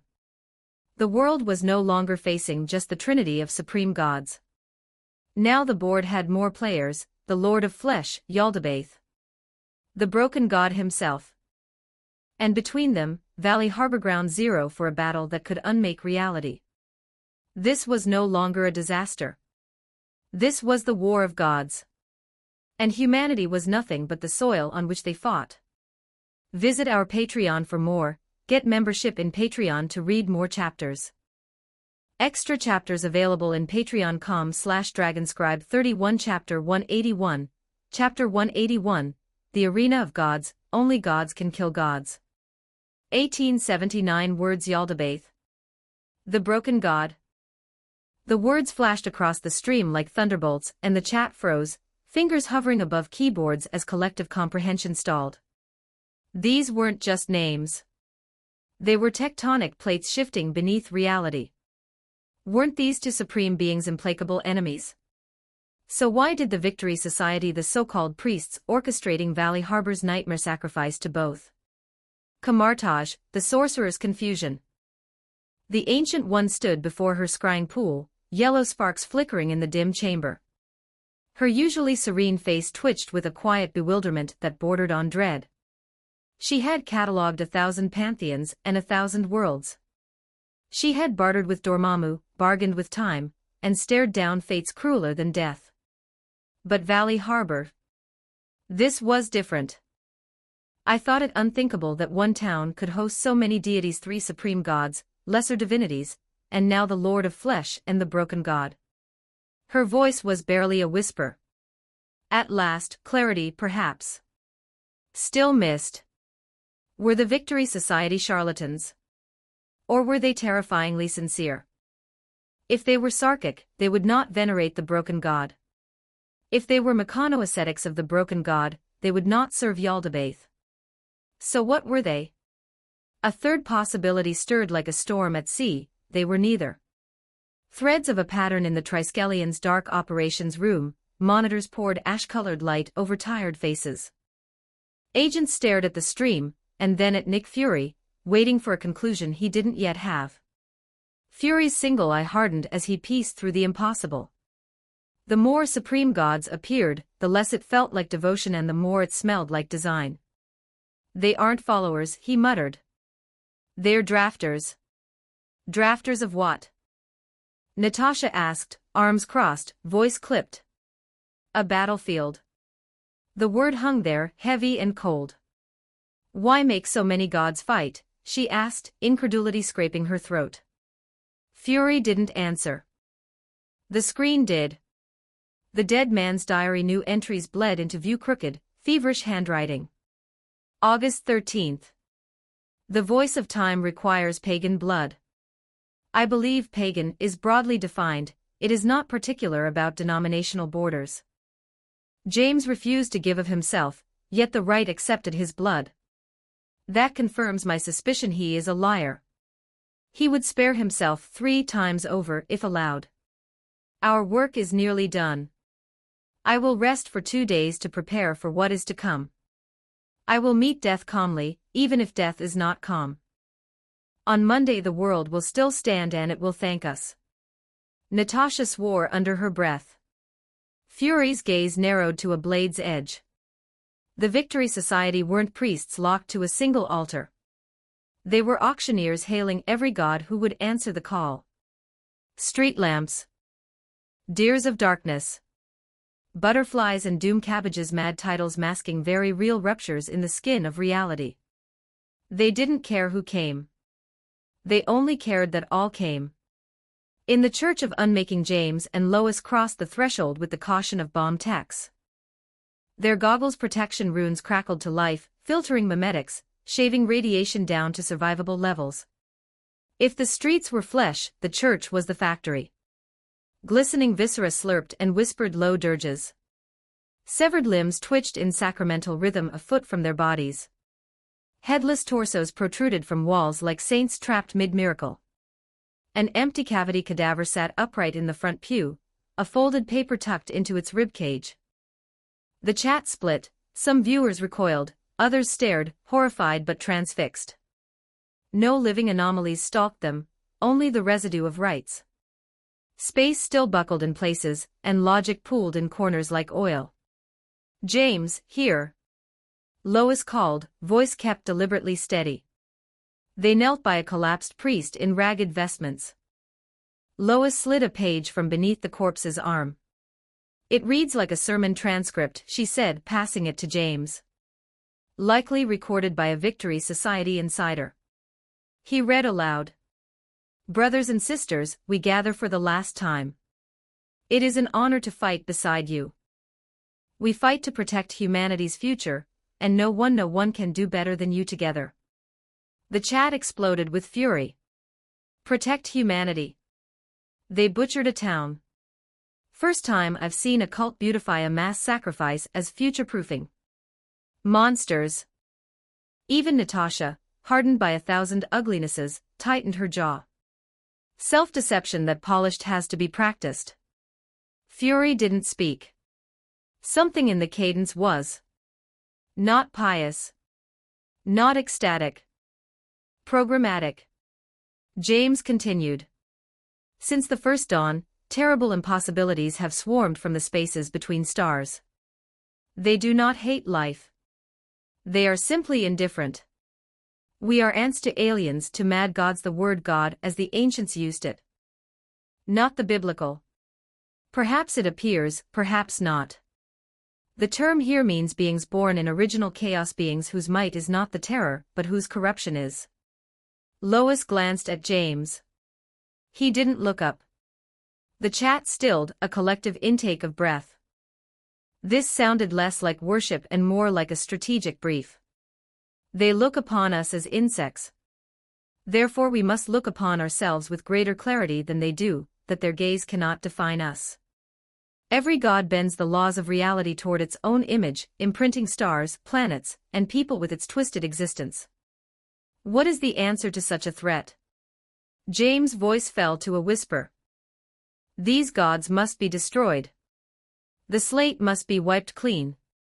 The church seemed to grow colder. Even the viscera quieted as if listening. We cannot do this. Humans cannot. 10 gods cannot have 10 masters. We cannot kill gods. We cannot. Only gods can kill gods. Revelation, the plan of the Victory Society. The words hit the world like a meteor. The chat went blank, then burst into a roar. Only gods can kill gods. The line repeated in 1,000 voices. First in disbelief. Then in dawning horror. Natasha pressed a fist to her lips. They are trying to kill gods with other gods. Fury finally exhaled, slow, controlled. They built an arena. He could see it now, the pattern washing clean all noise, the scattershot invocations, the sacrificial geometries tuned to multiple pantheons, the deliberate interleavings of memetics and physics and prayer, not to enthrone one deity, but to drag them all into one killing floor. Valley Harbor wasn't a sanctuary. It was bait. A coliseum for divinity. Bolded realization, the Victory Society engineered a convergence summoning rival gods into the same confined reality, well, forcing them to clash until only one remained. Humanity, unable to lift a hand against gods, would compel gods to lift hands against each other. Through God, Fury said grimly, kill God. The horror wasn't merely the plan's cruelty. It was its coherence. And God helped them its success. Multiple gods had already answered. The Trinity of Victor's fire, cold, thunder. The Lord of Flesh. The broken God. Minor deities crowding the margins, DJR the street lamp guide, Eni the piercer, Zin of Lepidoptera, the voice of time, a dark deer, a two-faced emperor who would undo his empire and be stopped by a prisoner of the Dragon King. Even the absurd goats spinning to goat hell were signals in a ritual lattice far vaster than any one mind. This town had been measured, cored, and caged, an engineered crucible disguised as catastrophe. The world's outcry, oh my God, they wanted a god fight. Valley Harbor wasn't a battlefield. It was an arena. Only one god leaves. The rest die. Is that what they mean by saving us? The chat's fury bled into awe, then back into fury. The idea was a razor you couldn't put down, even as it cut deeper. Bolded truth, the priests believed the world would thank them on Monday. The Ancient One's reckoning. She stood motionless, staring through the page, through the pool, through the walls of Camartage. Sorcery couldn't reach where this plan lived, only will could. Not the will of a species, the will of a cult willing to burn itself down to weld gods into a single killing machine. Humans cannot kill gods, she whispered. But an idea can. She clutched her cloak tighter. Which gods entered the ring? Which god won? Her mind raced to the others who might know, Wada might have watched, but even the watcher's sight can be occluded by a being like Pangloss, or by the voice of time. Memories had been blurred. Something had rubbed the world's eyes. And yet the words remained. Proof carved in blood and ink. The sermon's end. James read on. The priest's voice filtered through the anonymous scribe grew calm, almost tender. We will bring them here and bind them. We will bind them until rivers of blood run, until only one remains. There is only one God, the victor. The victor will return to its origin and consolidate the formation. But chaos births gods relentlessly. Twisted angels and demons will return, again and again. So we will remain vigilant. We will choose new victors, one by one. We will leave wounds in creation and creation will heal. Always it heals. Lois' fury drained, replaced by a numb, reverent terror. They're not boasting, she said quietly. They're committing. The chat's suspicion collapsed under the weight of conviction pressed into every line. It didn't matter if the theology was nonsense. The method wasn't. The method worked. Bolded conclusion, Valley Harbor was chosen, built, and offered an arena where gods would slaughter gods until a single victor remained, who alone could depart. James lowered the page. His hands shook despite the anchor stabilizing them. Stand firm like our predecessors. Hold on as the ancients held at Sodom's gate, and every gate since. Our task must be finished. Fortune blesses the fearless step. We shall unite with the inanimate, enter the somnium aeternum. May we be forgiven. The transcript ended. Silence filled the nave. Somewhere, a sack of flesh popped with a wet sigh. The anchors hummed softly, stubborn sanity in the face of cosmic theater. Lois swallowed. They're insane, she whispered, but they're consistent. James didn't reply. He stared at the pulpit where so many throats had uttered so many impossible names, where so many hands had carved geometry into stone and bone alike. When he finally spoke, it was barely sound. Pangloss. The name drifted like ash. What the world now knew, the Victory Society weren't mere cultists. They were architects of an interpantheonic death match. Their thesis, humanity cannot kill gods. Only gods can kill gods. Their method, sacrifice to as many deities as possible, bind them in one locale, and force a terminal conflict. Their promise, on Monday the world will still stand and it will thank us. Their cost, a town turned into an autopsy of reality. Rivers of blood. An arena built from people. Across screens and sanctums and situation rooms, every watcher felt the same terrible click as the last gear slotted home. Bolded revelation, Valley Harbor was never a random calamity. It was a deliberate, engineered arena of gods. Only one question mattered now. Which god walked out of the ring? And in the hush that followed James' whisper, another, what price did Pangloss pay to let the world forget? Visit our Patreon for more, get membership in Patreon to read more chapters, extra chapters available in Patreon. com/Dragonscribe 31 Chapter 182, Chapter 182, The Battle of Three Supreme Gods. 2275 words, the threshold to join the war.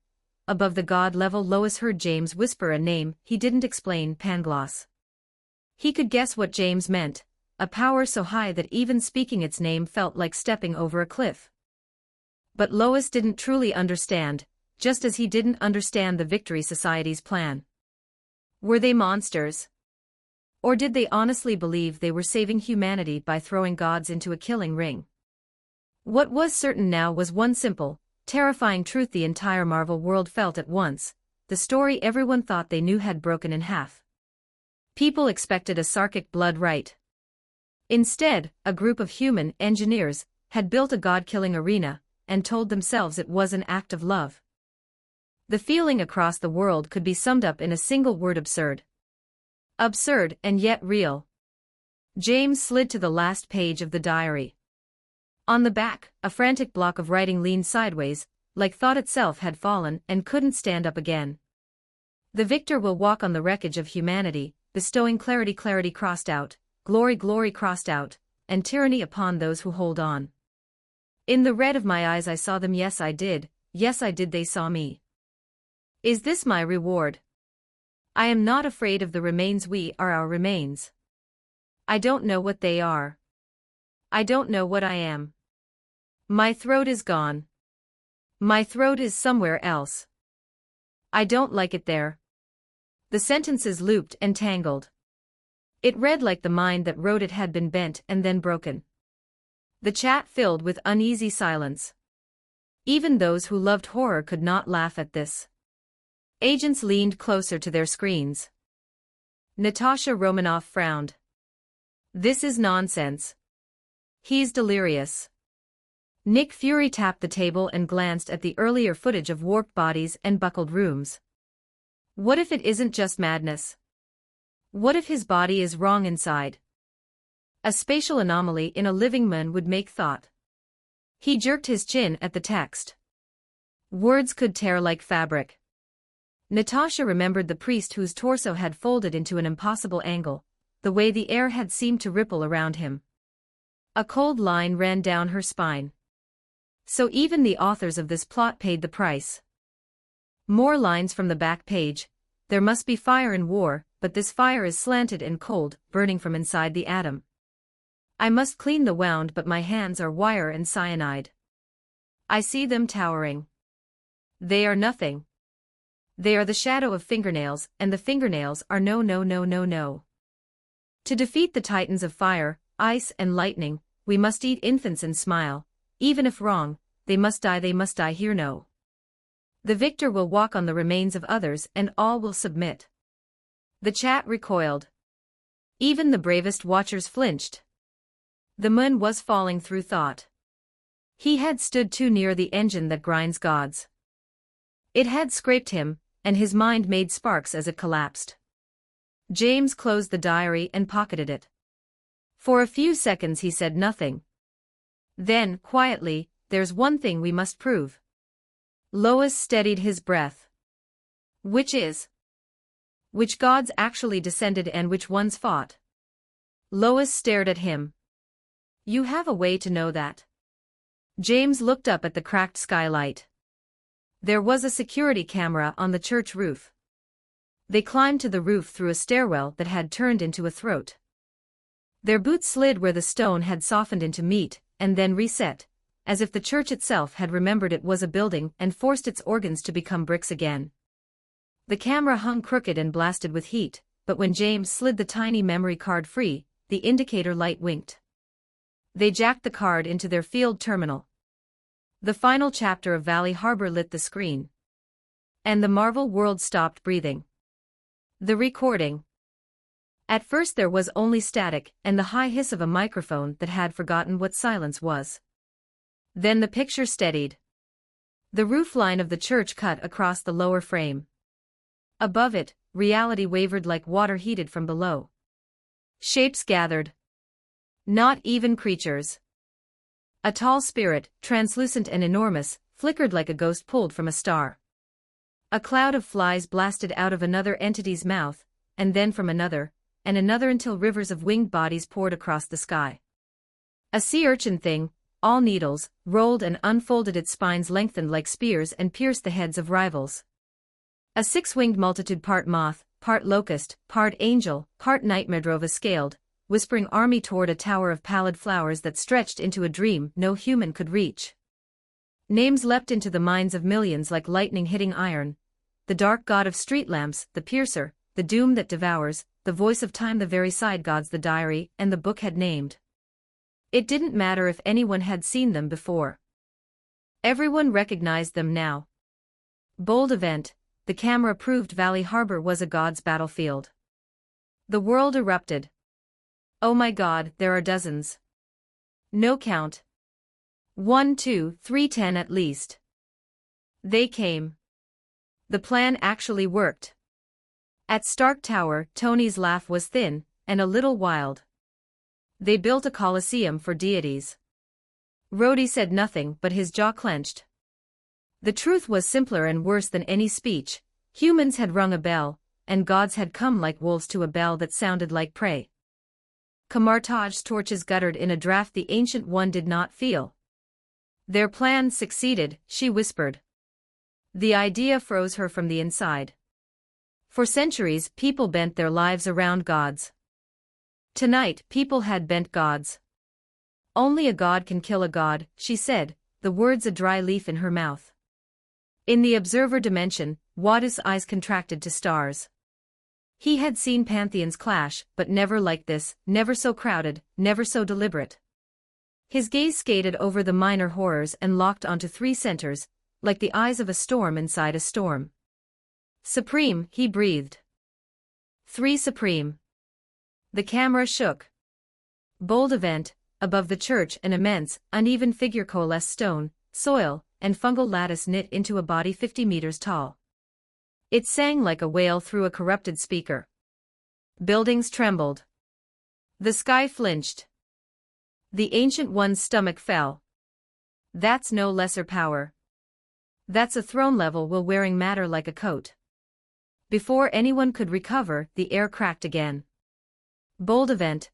A second entity appeared crystalline, radiant from a core too bright to look at, releasing a 15-second howl that felt like the first sound the universe ever made. The flies scattered. The needles recoiled. Armies of wings fled. The Sorcerer Supreme who had bargained with dimensions and stared down tyrant demons swore without meaning to. What's this? She stopped. Her eyes widened. Two supreme. There must be the third. Natasha pressed closer to the screen, breath held. Fury leaned in slowly, as if closeness might change what he saw. He had watched mutants and monsters break cities. He had not watched gods panic. The picture fizzed and crawled with noise. The Geiger counter on the terminal began a steady scream. Space jittered on the screen so hard that the pixels themselves seemed to try to crawl away. Bold event. A third presence arrived, but the image could not hold it. Every frame glitched into salt and lightning. The audio sank into a low hum that felt like a hand closing around the heart. The video continued for a minute more, then cut. The card spat itself from the port, as if the plastic had grown nerves and decided it had suffered enough. No one had seen the third supreme clearly, but no one doubted it was there. Across the world, shock turned to a kind of fierce, fearful joy, the joy of knowing even if the knowledge hurt. Three supreme gods had taken the field at Valley Harbor. Threshold, who may enter the arena? News anchors shouted, then hushed, then shouted again. Commentators tried to build ladders of words that would reach the height of what they'd seen. Most fell short. Ran models and burned out processors. The mystic orders cast dice and shattered them. The Foundation, somewhere below ground, tightened anchors and turned keys. And a truth rose from the rubble of guesses. Bold doctrine revealed. To participate in the Battle of Valley Harbor, a being had to stand above the god level. Mortals could not enter except as fuel, walls, or wounds. Supersoldiers. Sorcerers. Shaken to sand. Only if they could wear the word God, and not have it fall off. This was a threshold event. The arena rejected anything that could die the easy way. That was why the streets had turned to flesh and turned back. That was why the priest's mind had torn like paper. The ritual had not only summoned gods. It had raised the floor of reality inside the circle. If you entered and you weren't god class, the rules rewrote you as material terrain, bait, collateral. The Victory Society had not only called gods to a ring. They had built a ring that only gods could stand in without breaking. Nick Fury stared at the analysis like it was a snake that had learned to type. So the threshold, he said, low, wasn't just distance or access. It was rank. They built a lock only a god's key can turn. Natasha's mouth flattened. And people were the metal they smelted that lock from. Kamartaj bell chimed. The Ancient One closed her eyes. A field that promotes divinity and degrades mortality. Someone engineered a hierarchy wedge. Effective. Watu, alone with the silence of his office of forever, completed the thought no one else wanted to say aloud. Such an arena doesn't choose the best god. It chooses the god most able to end the others. Bold consequence, only one leaves. Aftermath of seeing. Lois realized his hands were shaking and forced them still on the terminal case. Sweat had broken across his shoulders, cold as ice, hot as fever. He looked at James. Are you? James' eyes were depth dark, quiet, endless. The field anchor on his belt hummed like a small, brave animal. He didn't answer at once. He watched the empty screen like it might still tell him something new. He listened beyond the hum, as if the low note of the Third Supreme still trembled in the bones of the town. "I think the victor already walked," he said at last, voice low. "We're alive. That means someone won." The field dropped. The world healed as much as it could. Lois swallowed. "Which one?" His voice broke. "Which god won?" James slid the dead card into a pouch. "We don't know. Someone blurred it. The Watcher couldn't see. The Sorcerer Supreme couldn't name. That's not normal. That's curation." He paused. "Maybe Pangloss." Lois tasted the name and found it bitter. If it was Pangloss, did it spare us? Or did the voice of time spare us by hiding us? Or did the trembling fog SSVLSSR draw a curtain? Does it matter tonight? James asked. He wasn't being cruel. He was being practical in the way of a man who knows where the floors end and the drop begins.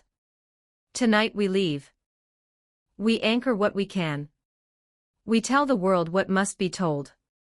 A long, ragged silence settled. Below them, Valley Harbor exhaled. The wind stumbled through gutted streets. Somewhere a sign creaked. Somewhere a phone rang and rang and rang, though no one would ever pick it up. What the world understands now: bold truth, Valley Harbor was an engineered arena, where only God-class beings could truly fight. Bold truth, 3 supreme gods entered. 2 were seen. 1 was only felt, but it was there. Bold truth, the Victory Society's plan worked. They forced gods to kill gods. Bold warning, the field that allowed the fight rejects mortals. Step in as a person, you exit as stone, meat, or a memory. Bold riddle, the world stands. Someone won. Someone erased the details. Lois steadied his breath again, eyes still on James. "Are we leaving?" James looked toward the broken horizon. The last light of day drew a thin, red line across the edge of the world, like a mouth that had closed over a scream. He nodded once. Bold decision, they would leave the arena's scar and carry the proof. Because if a ring could be built once, it could be built again. And next time, the threshold might be lower. Next time, the arena might not spit the world back out. James shouldered the pack, the diary heavy inside. "Move," he said, and they moved down the stair, through the nave that had tried to become a stomach, out into the air that had finally remembered how to be air. Somewhere far above, something old and bright watched them go. Or perhaps it didn't. Perhaps it had already turned away. Victors seldom look back. But the arena remembers everyone who enters. And the threshold remains, waiting for the next hand that dares to lift it. Only a god can kill a god. Only the living can decide whether to build the ring again. Visit our Patreon for more. Get membership in Patreon to read more chapters. Extra chapters available in patreon.com/dragonscribe31. Chapter 183, Chapter 183, Battle of the Gods. Pangloss grants you protection. 1561 words. The setting sun hung low in the sky, painting the world in shades of blood and fire. Golden light wove itself into threads of crimson across the heavens, spilling down on the ruined town of Shanguangang. To anyone watching, it was as if a vast net of gold and scarlet light had descended from above, trapping this broken place within a cage of twilight. The streets, littered with flesh and blood, were silent.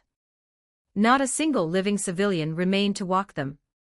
Only fragments of ruined houses, shattered glass, and the metallic stench of iron filled the air. Lois trailed behind James, his breathing ragged, his nerves stretched taut.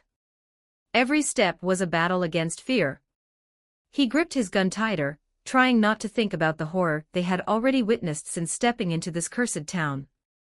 His lips were dry, and he licked at the sweat running down to them, wishing it would wash away the taste of dread.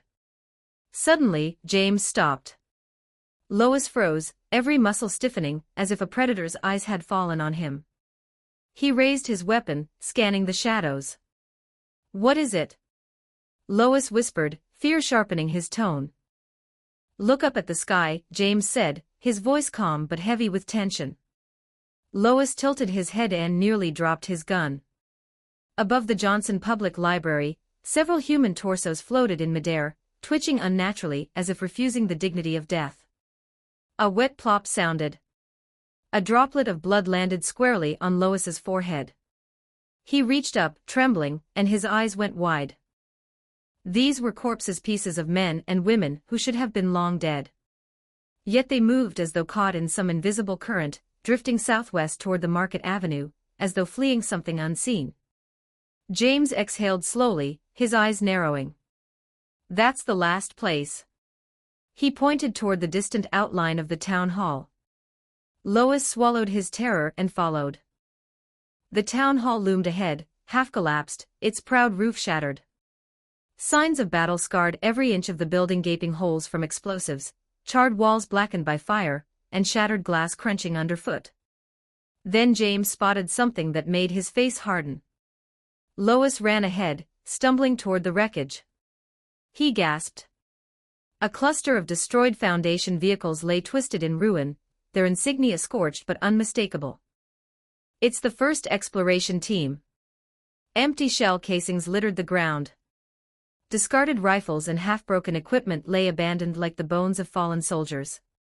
The only comfort was the absence of bodies. But here in Valleyport, that was hardly good news.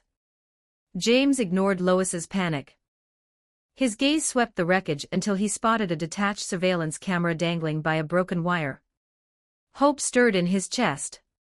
He retrieved the memory card and slotted it into a handheld device. The screen flickered to life. The video showed the front of the town hall already devastated, the great entrance gone, replaced by a circular glowing anomaly. The light shimmered, shifting across the spectrum from deep blue to violent violet. James instinctively glanced at the real entrance. It was quiet now, no glow, no sign of that luminous vortex. But the footage told a different story. Gunfire erupted from the speakers.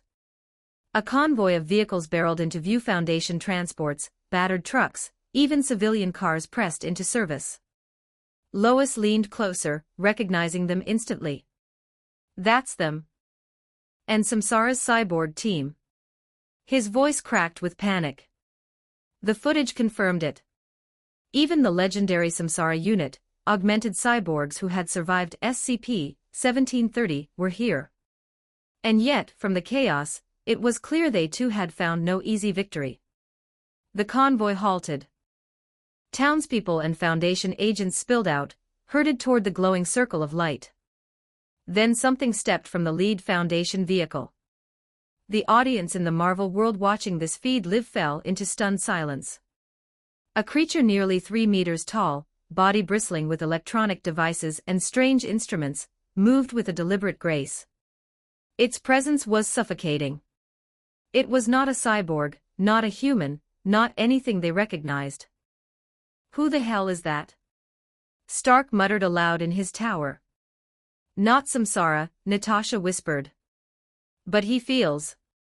On screen, the being worked at one of its strange devices, twitching as though fighting an unseen force. Before anyone could comprehend, a skin-like monstrosity leapt from the town hall's roof, descending on the crowd. Panic erupted. Foundation soldiers and robotic units opened fire, but bullets and energy blasts barely scratched it. The thing latched onto a townsman's head and the giant creature moved. With terrifying speed, it ripped the parasite free, hurled it to the ground, and unleashed a torrent of flame. The air ignited in a roar of fire. The skin thing writhed, shrieked, then crumbled into ash. The crowd fell silent. Townsfolk stared with trembling awe as the being gestured for them to step into the glowing anomaly. One by one, civilians entered, followed by Foundation personnel and their robotic escorts. Finally, only the giant remained. Before stepping through the light, it raised its flamethrower and etched words into the stone above the entrance. Then, with a final motion, it vanished into the glow. The feed cut. Silence gripped both the watchers on the ground and the global audience. Then, voices erupted. Who is this creature? Why protect the Foundation? Is this the existence that ends everything? In Kamartaj, the Ancient One rose to her feet, her normally serene face pale with recognition. Her whisper broke the silence, Supreme God. Even cloaked in protective devices that masked his divinity, she could sense it. This was no machine, no soldier. This was a supreme being, one who had chosen to stand with humanity. She could scarcely believe it. Could a god truly ally with the Foundation? Could it be that this supreme god was a helper? Back at the ruins, James and Lois stood frozen before the town hall. Above the ruined entrance, the words burned into the stone glowed faintly. Pangloss grants you shelter. The Marvel world erupted. At Stark Tower, Tony gaped at Rhodey. Pangloss? Wait, are you telling me that eye-shaped entity James mentioned before was this guy? It's gotta be, Rhodey muttered. But a supreme god protecting humans? That's insane. In Kamartaj, the Ancient One sighed, her voice heavy with centuries of knowledge. It is him. The Foundation's ally in this war. Nick Fury's single eye narrowed. A friendly supreme god? That's unheard of. Yet beneath the awe came questions. What had happened to the people who entered the light? Were they saved or taken elsewhere? Lois, wide-eyed, whispered, could it be that the giant was Pangloss himself? James shook his head. Even he couldn't piece the puzzle together. Before he could decide whether to enter the hall, the intercom at his belt crackled. ZZZT James, this is Mike. Do you read me? This is James, he answered quickly. Relief tinged his voice. Thank God, Mike said, coughing. Where are you? What's the situation? We're at the town hall. Stay there. We're on our way. James blinked. You came into SCP 1936-1 is fading. We pulled the first team out already. Damn this place, it's a slaughterhouse. Mike gagged mid-sentence, the sound of retching echoing through the radio. Lois smirked despite himself. Guess someone can't handle the sights. 10 minutes later, as the last rays of sun bled across the ruins, mobile task force soldiers emerged from the mist, their armor gleaming. The Marvel audience watching the feed breathed in unison, relief washing over them. Though James and Lois had avoided the twisted monsters rumored to infest Valleyport, the oppressive dread of this place had been suffocating. Every shadow whispered of death. Every silence carried the weight of doom. At last, the town faded away, like smoke on the wind. When the scene cleared, James stood back at the Foundation site, beside 05-10. The elder overseer's voice was solemn. The mission ended before it even began. Pangloss was there from the start. He reminded us of Daleport, and entered alongside Samsara during the first exploration. James's eyes narrowed. Pangloss. A rare friendly supreme being, 05-10 said quietly. Unlike others, he protects. He rescued the townspeople during the War of the Gods. He has left messages before warnings, guidance. He stands with us. James murmured, eyes distant, he is simple and humble, yet his love stretches to the edge of the universe. He gazes into the abyss of hell itself, and still shows compassion to the weak. The supervisor beside them stared, stunned. 05-10's voice cut coldly, without him, the War of the Gods here would have ended the world. We classified it as an XK-class scenario. He alone prevented it. The live chat across the Marvel world exploded. Wait, he was really a supreme god. And he saved humanity. Pangloss. I can't believe it. A god who actually cares. For the first time, there's hope. James opened his mouth to ask why he, of all people, had been dragged into this nightmare. But he didn't. And 05-10, perhaps deliberately, didn't ask why James alone could walk into Daleport's cursed gates. The answers would come later. For now, they all shared the same truth: humanity had survived the War of the Gods only because Pangloss chose to protect them. Visit our Patreon for more. Get membership in Patreon to read more chapters. Extra chapters available in patreon.com/dragonscribe31. Chapter 184. Chapter 184. Is the Black Moon howling? All members of the O5 Council are mobilized. 1328 words. For a moment, the room was utterly silent. O5-10's shadowed figure lingered on the screen, staring at James with an unreadable expression. The overseers were not people one expected to show emotion. Detachment was their shield, secrecy their armor. Yet, in this fleeting moment, there was hesitation in the way O5-10 looked at him. James didn't press the matter. By nature, he was never one to ask questions that failed to spark his interest. But just as he was turning to leave, O5-10's voice broke through the stillness, halting him. The Department of Paranormal Archaeology has made a discovery recently. James blinked in surprise. The words weren't only unexpected for him, they stunned the global audience watching the live broadcast. Paranormal Archaeology Department, he repeated, his brows knitting together. The viewers flooded the chat with their own questions. Would the overseers actually involve James again with this mysterious department? Was he being pushed into yet another dangerous anomaly? Fortunately, O5-10 clarified. They have uncovered a lost civilization, one that may fill in the gaps of our knowledge. The Sumerian civilization. The name hung heavy in the air. Sumeria. James murmured to himself.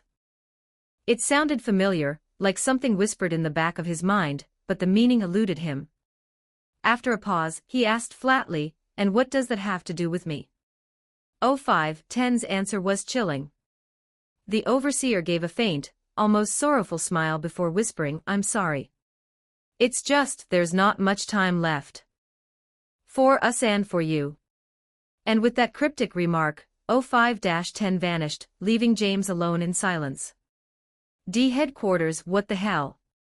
Natasha Romanoff crossed her arms, glaring at the monitor. Why can't these damn Riddlers ever say things straight? Nick Fury, standing beside her, gave a grunt of reluctant agreement. Coming from me, that says a lot, he muttered.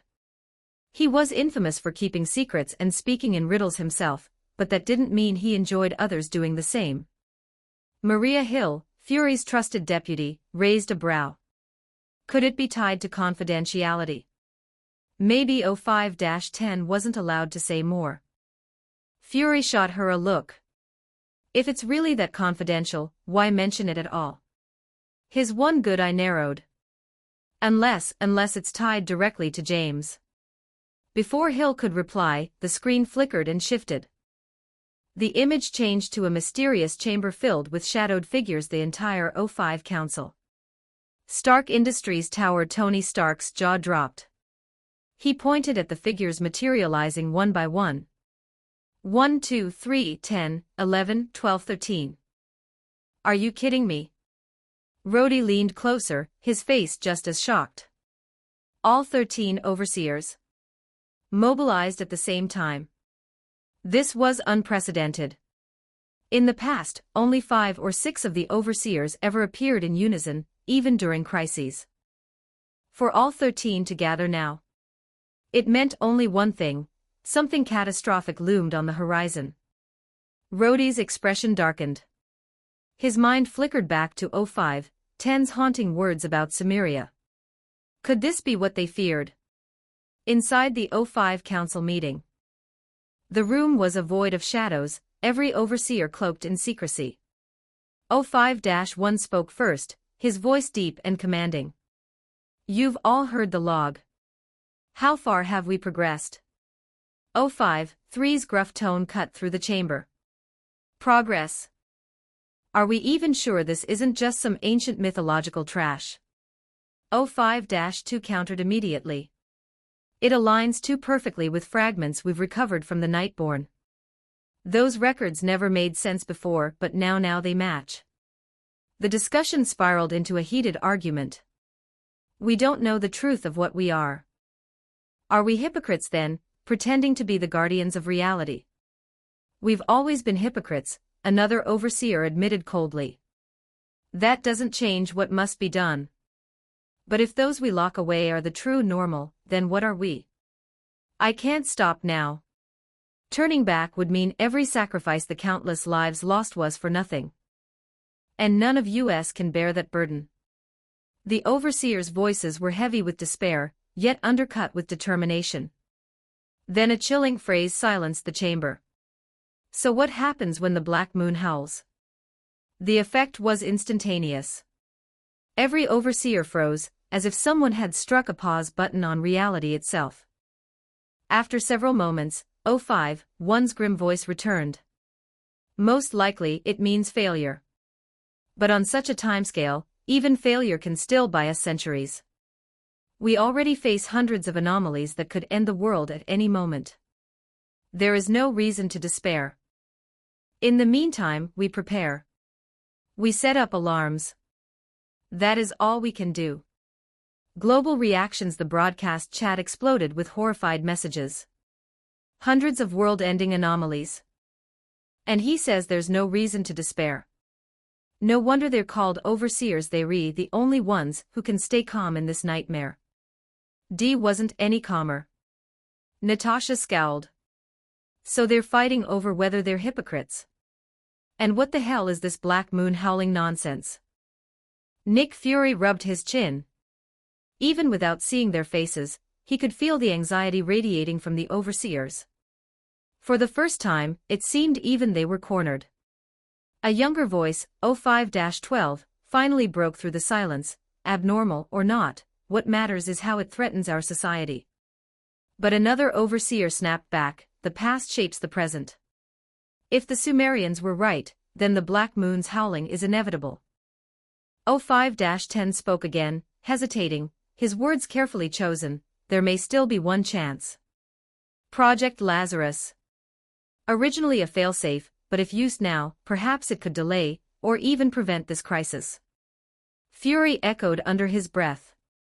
His instincts screamed that James was somehow at the center of this. James was just a researcher, granted, an exceptional one, but still human. How could one man stand against the apocalypse? Before answers could come, the feed abruptly cut to black. Site 17 cafeteria. The familiar cafeteria bustled with the usual clamor, but James remained quiet at his table, lost in thought. Lois slid in beside him, holding a beer. She leaned forward, eyes sharp. James, tell me straight. Is the black moon howling? James ignored her, calmly taking the drink. Lois pressed again, well. Does it howl? Before James could respond, ZYN sprayed beer foam at Lois in irritation. For God's sake, stop pestering him. I'm sick of hearing about this. Lois wiped her face with a grimace, muttering curses, then lowered her voice. They say the black moon howling is the code name for an overseer plan. Something big. You heard anything?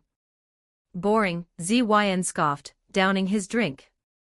But James's eyes flickered with quiet thought. Lois perked up again. The Paranormal Archaeology Department rumor has it they found something tied to the Sumerians. A project so massive the whole department's working around the clock. But even with my level for clearance, I can't access the details. ZYN nearly choked. And they're still locking you out? Then it's overseer level only. Lois's frustration burned. Which means this is bigger than anything we've faced recently. James remained silent, but his gaze sharpened. Later that night, back in his dormitory, James sat down heavily. His terminal screen blinked with a new notification. Foundation terminal online. Please enter your credentials. His pulse quickened as he logged in. Hello, Doctor, you have one new message. Overseer instructions. The warning flashed across the screen. Unauthorized access would result in mandatory amnestics, demotion, or termination. Only James was authorized to continue. He leaned forward, confirming. Biometric scans ran one after another, facial recognition, retinal scan, palm print, even the RFID chip implanted beneath his skin. Each beep of confirmation brought him closer. At last, access was granted. The message appeared. It was just one sentence, but it was enough to send shockwaves through the live broadcast audience. High-level researcher James, you are now authorized to access SCP-2719. Visit our Patreon for more. Get membership in Patreon to read more chapters. Extra chapters available in patreon.com/dragonscribe31 Chapter 185, Chapter 185, O5 Council Riots. 1,370 words. There were no explosions, no secret weapons, and no world-ending announcements. Just a single, short sentence, and it was enough to stun the entire Marvel world. A simple project number, yet it carried a weight that sent a chill through every agency, hero, and villain watching the live feed. Even James, seated in front of the secure terminal, looked puzzled. The designation sounded familiar, but he couldn't recall why. Frowning, he clicked the link below to access the classified file. And then, something strange happened. The moment he clicked in, the project number began to flicker and twist, transforming into a chaotic jumble of letters and numbers. The Object Class column glitched, showing an error message in red. Object Class, critical error at D09E2AD9, handle_not_ found. The entire live broadcast chat froze in confusion. What the hell? Is the file broken? Why's it flashing like that? Is this part of the SCP's containment method? Did James just trigger something he shouldn't have? No one had ever seen an SCP file behave like this. Still, James's curiosity got the better of him. He hesitated, then clicked again to open it fully. Immediately, more text appeared on the screen. The first line alone made everyone hold their breath. Special Containment Procedures, SCP-Redacted is a Damrune-class cognitohazard. All personnel, regardless of clearance level, must not be exposed to this document's contents under any circumstances. This warning cannot be dismissed without dusk-level authorization. If you have opened this file by accident, close it immediately and clear your browsing history. No disciplinary action will be applied. The agents at S headquarters went silent. Natasha Romanoff frowned. Did I just read that right? Doomsday-class cognitohazard. Why was James allowed to open this? Even Nick Fury looked unsettled, his single eye narrowing. No way the overseers would make a mistake like that. It's got to be a security bluff to scare off unauthorized users. Natasha crossed her arms, unconvinced. You think this is just a scare tactic? Fury exhaled slowly. It better be. But neither of them looked confident. Back at the terminal, James stared at the flickering warning. His instincts told him to close it immediately. But the message from the O5 Council with Level 5 clearance had explicitly instructed him to open this exact project. After a moment's hesitation, he continued scrolling. Since its creation, only the Special Containment Procedures section of this file has been edited. The rest cannot be altered or deleted due to the permissions of the original author and anomalous restrictions. Access restrictions cannot be reliably enforced. Notify support immediately. Your workstation is contaminated with dusk-level cognitohazard. Turn off your monitor and undergo amnestic treatment. James's expression darkened. Even the overseers can't delete it. It wasn't just a warning, it was an admission of helplessness. The chat exploded again. Holy crap, it says the overseers can't modify it. This isn't just a security measure, this file is alive. James, close it. But before anyone could react, the file's next section appeared.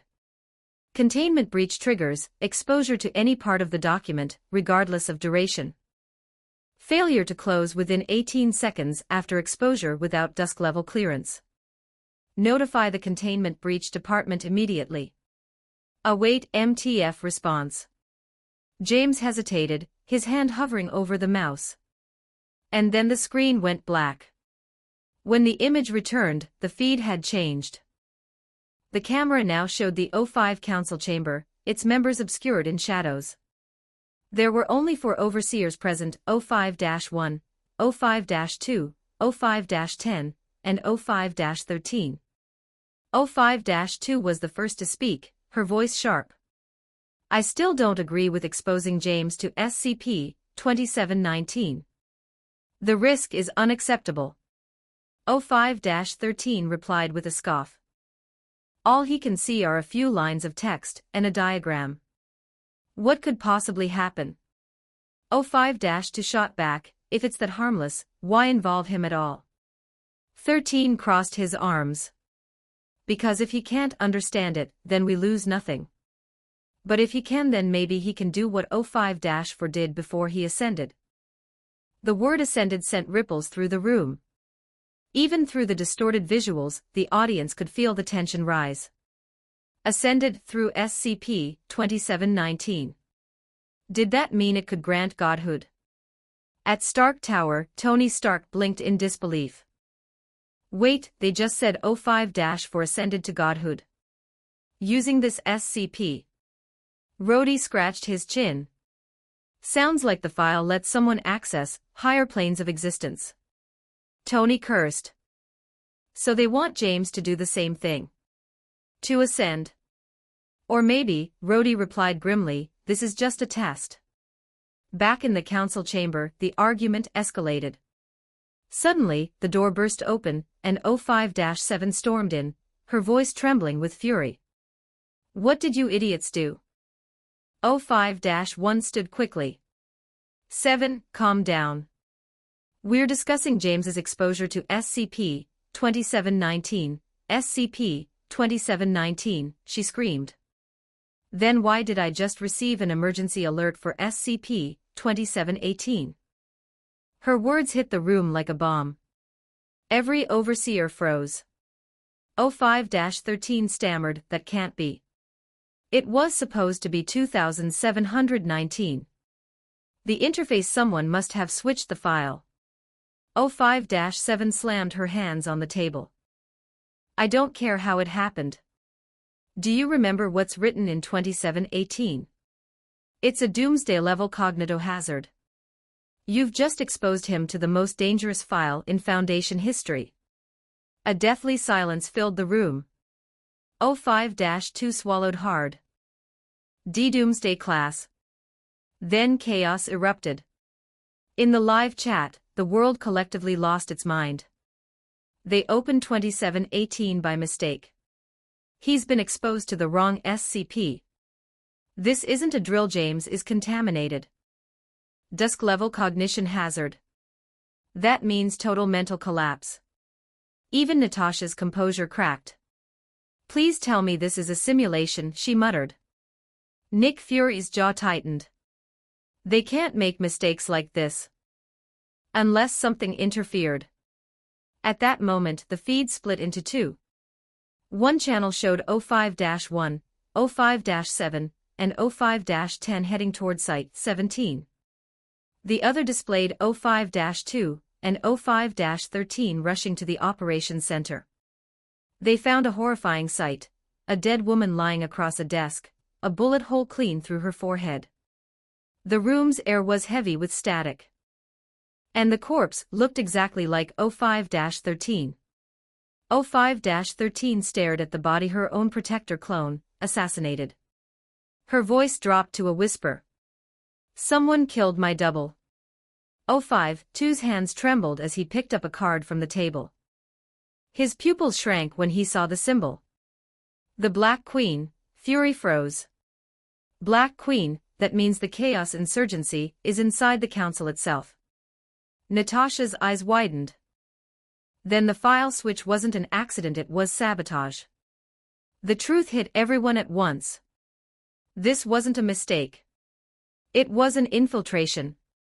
Someone had intentionally made James open SCP-2718. And that meant one thing. He was now viewing a file capable of erasing reality itself. As the council scrambled to contain the disaster, the perspective shifted back to James. He had no idea that his simple click had thrown the O5 Council into chaos. The screen flickered again, displaying a new attachment, Damarung_eyes_only. He clicked it. Agent Directive: the containment breach has been mostly controlled by automated systems. To finalize containment, restart your terminal.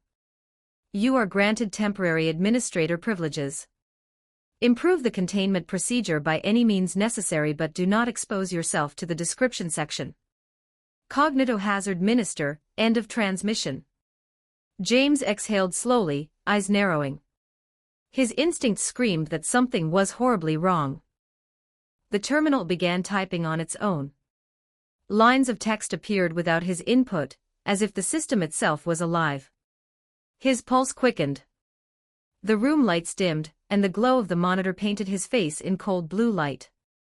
Then, without warning, new paragraphs began appearing automatically.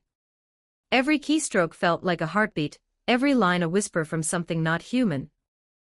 When James's eyes fell upon the next sentence, his pupils dilated. Whatever was written there, it was enough to shake him to his core. The O5 Council was in panic. The world held its breath. Somewhere deep beneath reality, something old and unspeakable began to awaken. And James had already seen too much. Visit our Patreon for more. Get membership in Patreon to read more chapters. Extra chapters available in patreon.com/dragonscribe31. Chapter 186. Chapter 186. Afterlife. The O5 Council executes James. 1319 words. The message at the top of the file was stark and unsettling. As noted above, this document defied all deletion instructions. It could not be removed from the database without causing severe concurrent downtime of other critical systems. And beneath that came another warning. Containment measures will therefore be to minimize the probability of accidental user access as much as possible. Can't delete. Seeing this, the audience of the live broadcast finally understood why a document carrying a cognitohazard had been left in the Foundation's database. It wasn't negligence. It wasn't defiance. It was because deletion itself would break other critical systems. The nature of the cognitohazard, but understanding didn't erase their unease. What exactly was this so-called cognitohazard? And why was James, a man with no direct stake in the Foundation's inner politics, staring at it on a glowing monitor? Lines of text scrolled across the screen. An uninterrupted host process ID 9000013 will repeatedly change the ordinal number of this document to guide random access. When two document numbers are swapped for administrative reasons, both entries vanish from the directory until the cycle ends. A breach can only occur if a user with directory privileges loads the master list at the exact right moment, ignores the need-to-know principle, clicks on the link, ignores the warning, and reads past the first paragraph. It was a blunt but elegant strategy. The Foundation had hidden this file by constantly renumbering it, a digital shell game. But the side effect was equally blunt. During that cycle, the SCP article temporarily disappears until it reappears under a new ID. And then came the most chilling line: O5 has approved this side effect as an acceptable consequence of containment. You are ordered not to verify this through the chain of command, or to confirm that no other living person is aware of this process or this authorization. Attached at the bottom was an inline O5 signature. Marvel Agents React S briefing room. The agents stared at the screen. No wonder the project number keeps flashing, Natasha Romanoff muttered. It's literally being swapped in real time. Nick Fury's one good eye narrowed. So the Foundation is fighting its own file by hiding it inside another file. Cute trick. This was no ordinary SCP. From the jargon, even Fury could infer a few things.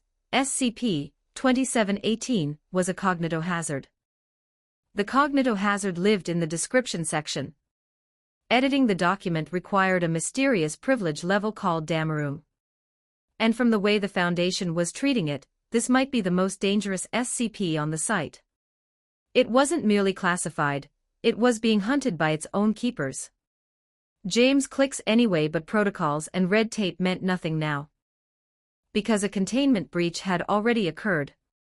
Because someone had just clicked past the warning at the exact wrong time. That someone was James. On screen, James sat at his desk, unplugged his computer, and yet the monitor still glowed, still scrolled, still whispered. He tried calling for help more than 10 times. No one answered. And then he exhaled, set his phone down, and turned back to the monitor. If the file's introduction was true, he had already been exposed to the cognitohazard. Instead of waiting for death, he murmured to himself, I might as well keep reading. The audience watching the live stream held its breath. Inside Damarung, the next section of the file unfolded like a trapdoor. A red banner at the top, Damarung, eyes only. A note appeared, as if from the last editor of the archive, the entire killing machine must be thrown away immediately. My predecessor built and installed one with obvious flaws. I'd rather have a standard inoculation ban than a donkey kick. If this meme didn't kill you, I apologize for not killing you in time. It was half confession, half suicide note. The message wasn't just about procedures. It dripped with fear. Whoever had last edited this file had clearly been contaminated, perhaps dying as they typed. Back in New York, Tony Stark stood in his tower, arms folded. It's confirmed, he said aloud. Black Queen espionage led James to SCP-2718. He scowled at the screen. But why isn't James showing any symptoms? This is supposed to be a cognitohazard. The feed showed James sitting upright, eyes calm. No tremor. And then the feed jumped again. The recording begins. A new file appeared, this one labeled simply, Description, Begin Recording. No click was needed. The audio began automatically, a chair scraping. Then a woman's low voice, My name is Miriam Prather. I have been 05-7 for 77 years. I will stay for about 7 minutes. That is not enough time for me to craft appropriate special containment procedures. I leave that to you. The live stream audience erupted. Natasha gasped. Why is the overseer's voice in the file? Nick Fury's jaw tightened. So far, we still know too little about SCP-2718. But the file continued. Revelation, the 2 ways of resurrection. 05-7's voice became more measured, almost academic. By virtue of my position, I have witnessed 19 distinct and anomalous methods of bringing the dead back to life. Science, magic, ritual, call it what you like. Strip away the theatrics, and there are only 2 true methods. The first, replication. Through cloning, simulation, or replication, the mind and body persist as if they had never died. The second, time. Through space-time interference, the object's structure is rewound, its death undone. The audience went dead silent. And then the chat exploded, 19 ways. Resurrection is routine for the 05 Council. Is 05-7 herself 77 because she cheated death? Time travel. Are you even the same person after that? Even the hardened agents at S were stunned. The hard truth, death is still a mystery. 05-7's voice continued, these 2 methods share 10 key features. Chief among them, the resurrected will never remember the experience of death. After 24 million years of collective speculation, humanity still has no reliable first-hand knowledge of the afterlife. We have other sources, yes. But in light of recent events, I believe the SCPs we have questioned over the years have deceived us. Deliberately. We found an exception. The file ended there, the rest blacked out. Panic and speculation. The chat scrolled faster than the eye could follow. So anyone who reads this file is infected. Isn't this a containment breach triggered by James? Are the 05 Council going to execute him? Or just wipe his memory? Even Fury's hand hovered over his earpiece. He was weighing the same options. Execution or amnestics. Clean slate or clean kill. On screen, James's face remained calm, his eyes clear. It wasn't until the recording began that his eyes flickered. But he stayed put. He didn't look away.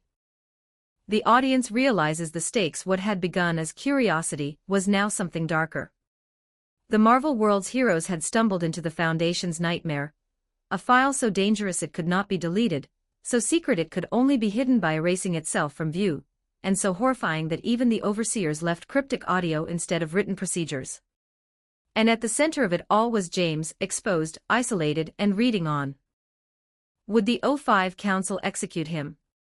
Would they wipe his mind? Or would James, somehow immune, become the first living person to bring the truth of SCP-2718 into the open?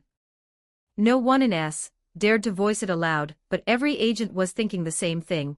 This wasn't just a leak. This was the first crack in the Foundation's wall. And as the screen faded to black, one word echoed in Fury's mind: afterlife. Visit our Patreon for more. Get membership in Patreon to read more chapters. Extra chapters available in Patreon. com/Dragonscribe 31 Chapter 187. Chapter 187. O5 comes back from the dead and seeks immortality from God. 1485 words. Visit our Patreon for more. Get membership in Patreon to read more chapters. Extra chapters available in Patreon. com/Dragonscribe 31. Use the discount code AA555 while upgrading or became a member in Patron. Camartage, the sanctum of mystics. The ancient halls were quiet when the light curtain rippled into existence. The Ancient One stood motionless, her expression calm yet deeply contemplative. But when she heard the final sentence from the Foundation's transmission, her composure faltered. Exception, she repeated under her breath. Could it be that someone was perfectly resurrected? Even as the Sorcerer Supreme, master of the mystic arts, the concept of true resurrection was beyond her comprehension. She had manipulated time itself using the time stone. She had seen countless futures, altered fates, and defied entropy. Yet even she could not reverse death. Death is the law of the universe. Even gods are bound by it. And now, the SCP Foundation, an organization that defined rationality and secrecy, claimed to have done the impossible. 6 months ago, we resurrected Roger Sheldon, formerly O5-11, through anomalous means. The calm voice of O5-7 echoed across the screen. Her words sent waves through every corner of the multiverse, through S, the Avengers, Wakanda, Camartage, and even the depths of Asgard's archives. She continued explaining in an unervingly matter-of-fact tone. The theory existed for decades, but due to complexity, danger, and cost, we never used it until necessity forced our hand. O5-7's voice dropped slightly, almost regretful. Roger Sheldon was the youngest overseer to die, aged 73. He had 2 eccentric habits that others in the council forbade after his death. First, he refused augmentation. He rejected every form of life extension available to us. Second, he often vanished for weeks without contact, taking vacations in strange, isolated places. When he had a stroke 18 years ago, he was alone on Espanola Island, in the habitat of the sea lizards. Headquarters, silence reigned. Monitors flickered and agents froze mid-report. They can resurrect the dead, one agent whispered. Even hardened veterans like Maria Hill stared at the screen in disbelief. To them, the overseers of the Foundation were myths, shadowy gods hidden behind curtains of bureaucracy. If they could now bring each other back to life, then what limits did humanity still possess? Wait, Natasha murmured, sharp eyes narrowing. If they resurrected him, why do they call him former O5-11? Nick Fury's one good eye darkened. 2 possibilities. Either Sheldon resigned after returning, or he died again. And Fury could not ignore the connection to one haunting name, SCP-2718, the file describing a fate worse than death. Could this resurrection be linked? It took us 14 years to find his remains, O5-7 went on. We never stopped searching for 2 reasons. He carried a key, something irreplaceable. And in his mind, he held a password no one else knew. Without it, our systems would collapse. By the time we recovered him, the Galapagos sun and storms had reduced him to bones and tendon. We gathered what was left of him in broom bags. Then we attempted something never done before, reconstructing his body as a complete quantum model physically, chemically, electromagnetically. Down to every heartbeat, every neural spark. When the words quantum reconstruction appeared on the screen, Tony Stark's glass slipped from his hand. 14 years dead and they just rebuilt him, he muttered. For once, Iron Man sounded less like a genius, and more like a child staring at forbidden fire. Could he use that same power to see his parents again? The Foundation's tale continued. We only wished for him to awaken long enough to speak to give us the password before death claimed him again. But we exceeded all expectations. Roger Sheldon was perfectly reborn alive, young, healthy. The Marvel world fell silent. Then came the eruption. Billions of viewers watching the global live stream lost control. They actually brought someone back after 14 years. Perfect rebirth, that's not science, that's a miracle. If that existed, I could see my family again. Even the Avengers could not deny the ache of envy behind their awe. Back at S, Fury scanned the faces of his agents. Natasha's eyes shimmered. Even hardened warriors had ghosts in their hearts. He understood them too well. But he also whispered under his breath, there's always a cost. At Kamartaj, the Ancient One folded her hands tightly. Is this the power of God? A young apprentice asked, voice trembling. No, the Ancient One said softly, shaking her head. Even God cannot wield such power without consequence. Her gaze lingered on the projection. Where others saw hope, she saw disaster. If the balance between life and death collapsed, the universe itself would unravel. If resurrection became common, reality would devour itself. 057's voice returned. He resumed his post among us, fully restored. We rejoiced. He received medical enhancements, hired staff for protection, and began showing compassion for containment staff. He who once ignored the suffering of D-class personnel now condemned their sacrifice. The overseer's voice darkened. At that time, none of us were alarmed. We should have been. The warning tone sent chills down every listener's spine. The joy of resurrection suddenly felt like the prelude to something dreadful. Fury clenched his fists. Something went wrong. He muttered. This resurrection was perfect. And he was right. 057's next words froze the air. He hid something from us, the root of all problems, nature itself. When we asked about the afterlife, he said he remembered nothing, just like everyone else. We believed him. 2 months ago, he came to me again with a question. The overseer paused. A faint sound of water poured into a glass. He asked whether, during his absence, we had acquired any piece, a relic, a tool that could grant immortality. The audience gasped. Immortality. After resurrection, he still sought more. We can extend life indefinitely, but not truly make one immortal, 057 explained. Each resurrection destabilizes the quantum self. Consciousness collapses the longer it binds to matter. Everything that lives must one day die. That is not magic nor science, it is law. Hearing this, even the most naive watchers exhaled in relief. The world's natural order remained intact. But the relief was short-lived. 05-11 refused to accept it. He wanted eternity. He wanted to defy the very structure of the universe. And so he sought help from an external entity. He reached out to what we call an APE, an ultimate pluripotent entity. At that word, the Ancient One's eyes widened. Her soul trembled. She whispered. He turned to a god for immortality. She had faced gods Hela, Dormammu, even the Celestials. Every pact with divine power carried an unbearable price. To think that a Foundation overseer, of all people, would seek favor from one was sheer madness. But 057's voice did not stop. Her next words drained the color from every face in Kamartaj. He claimed the entity answered. That it offered him a way to exist outside the cycle of death entirely. A chilling wind passed through the temple. Candles flickered. Even the air felt heavier. The Ancient One's face turned pale. She understood now.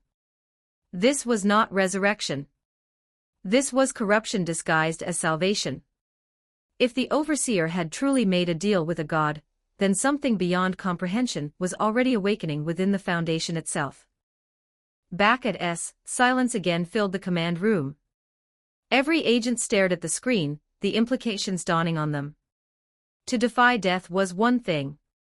To barter with divinity for immortality, that was to invite a god into the human world.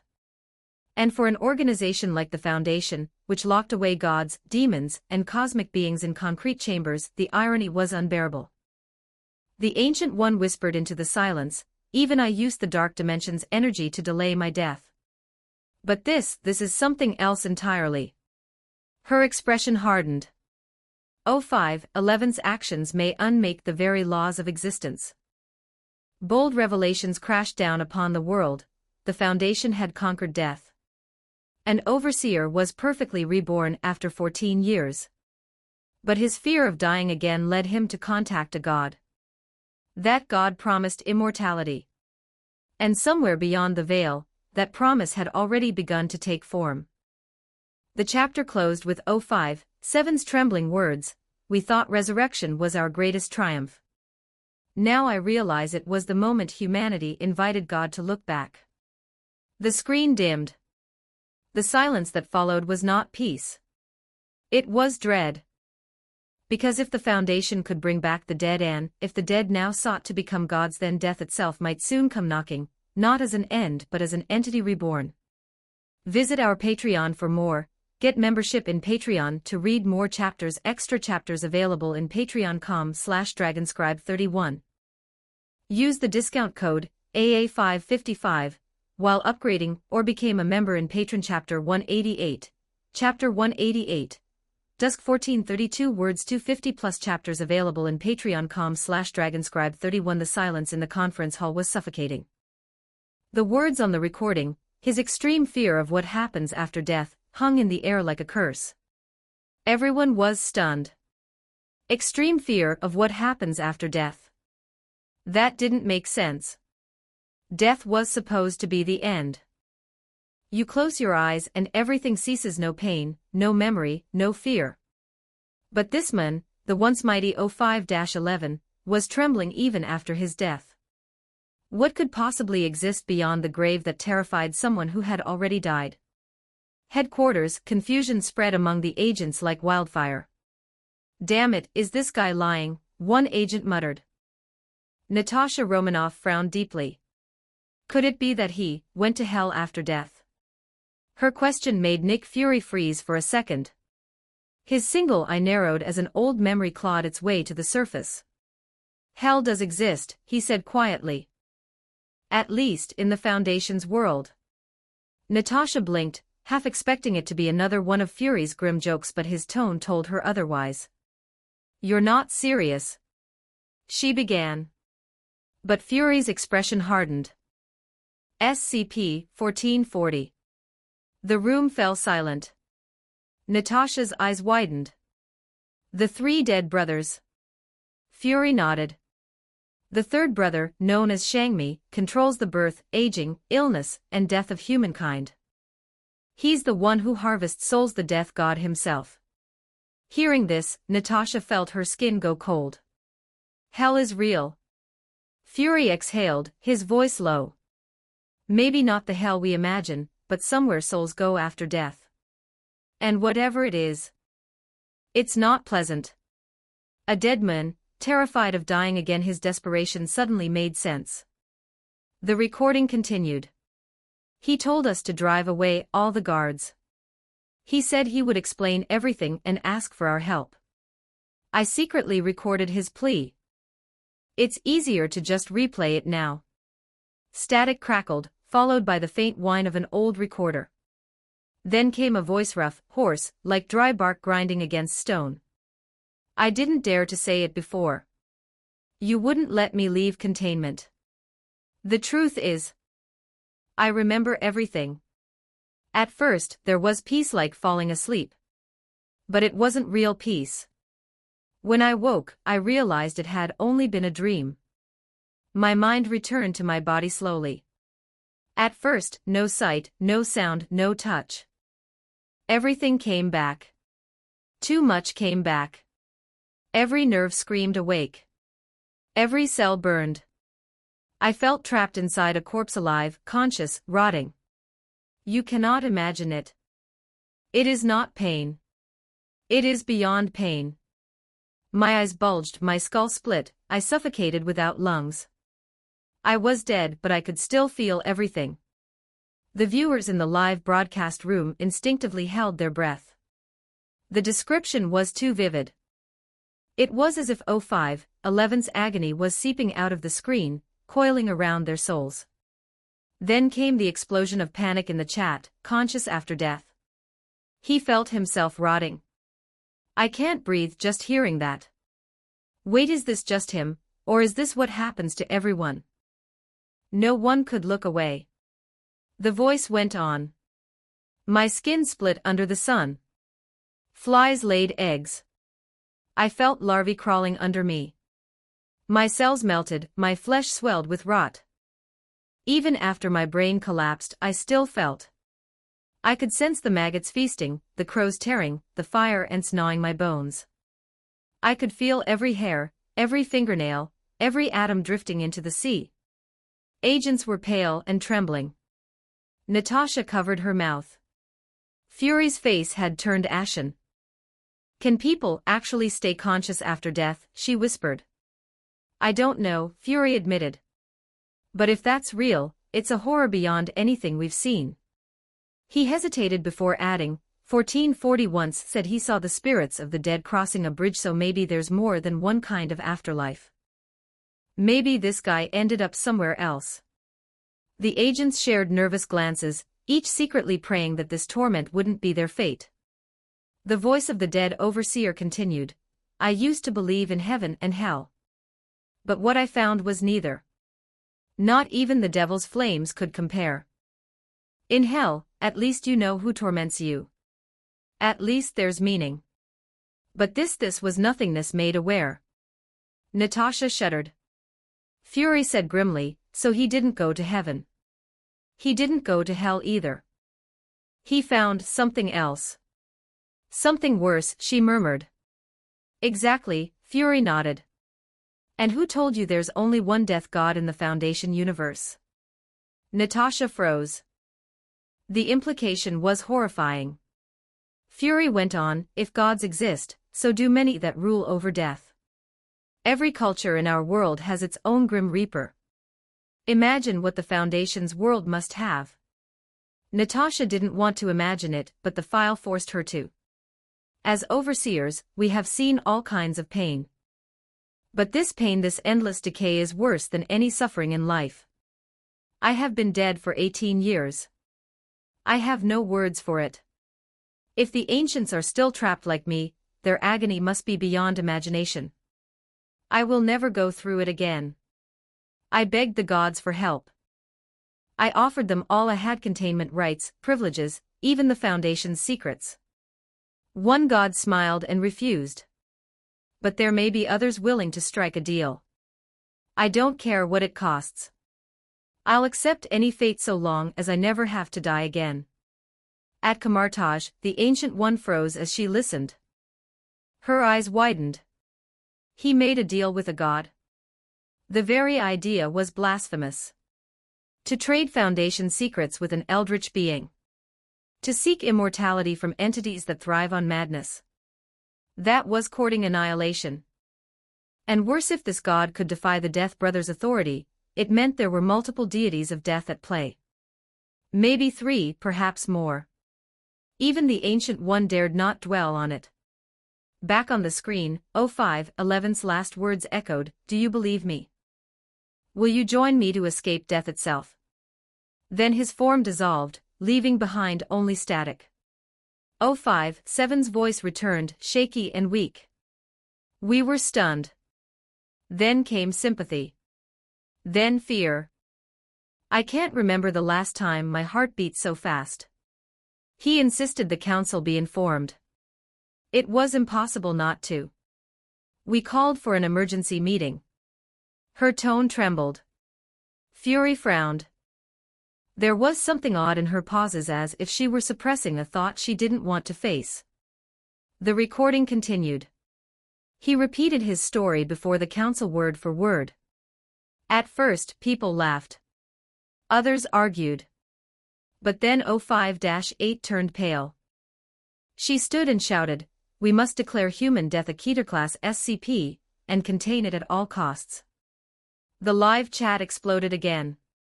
Contain death? They've lost their minds. Do they think immortality is safe? Inside Stark Tower, Tony rubbed his temples. That's a cognitive hazard. Rhodes looked at him. You mean they've been infected? Tony nodded slowly. Whatever this recording carries, it's spreading through words, through thoughts. The more they talk about death, the deeper it sinks in. They're trying to contain death itself because they can't stop feeling it. It was the perfect weapon, a dusk-level cognitive hazard, capable of collapsing rationality itself. On screen, 05-7 coughed again. My head is spinning. I can't focus. His story, it keeps replaying in my mind. Her voice trembled. 05-4 began laughing. 05-9 screamed. And then 05-11's words echoed in everyone's head. There is no rest. Only decay. The lights in the conference room flickered. Dozens of Foundation staff collapsed, their minds consumed by the cognitive plague. The council fell one by one. Some clawed their throats, trying to stop themselves from breathing. Others begged unseen gods for mercy. Then, everything went black. The live stream glitched. The sound of static filled the air. Then, a single phrase appeared on the flickering screen. Dusk-level cognitive hazard confirmed. 05 council status, terminated. In the stunned silence that followed, Fury whispered, they didn't just die, they erased themselves. Natasha swallowed hard. And if this hazard crosses into our world? Tony Stark finished grimly, then every human mind becomes its containment chamber. Outside, thunder rolled across the sky. The world felt heavier, darker. And somewhere deep in the unknown, the concept of death itself began to stir. The Foundation had tried to contain death. Instead, death contained them. Chapter 189, Chapter 189, SCP-1789 words.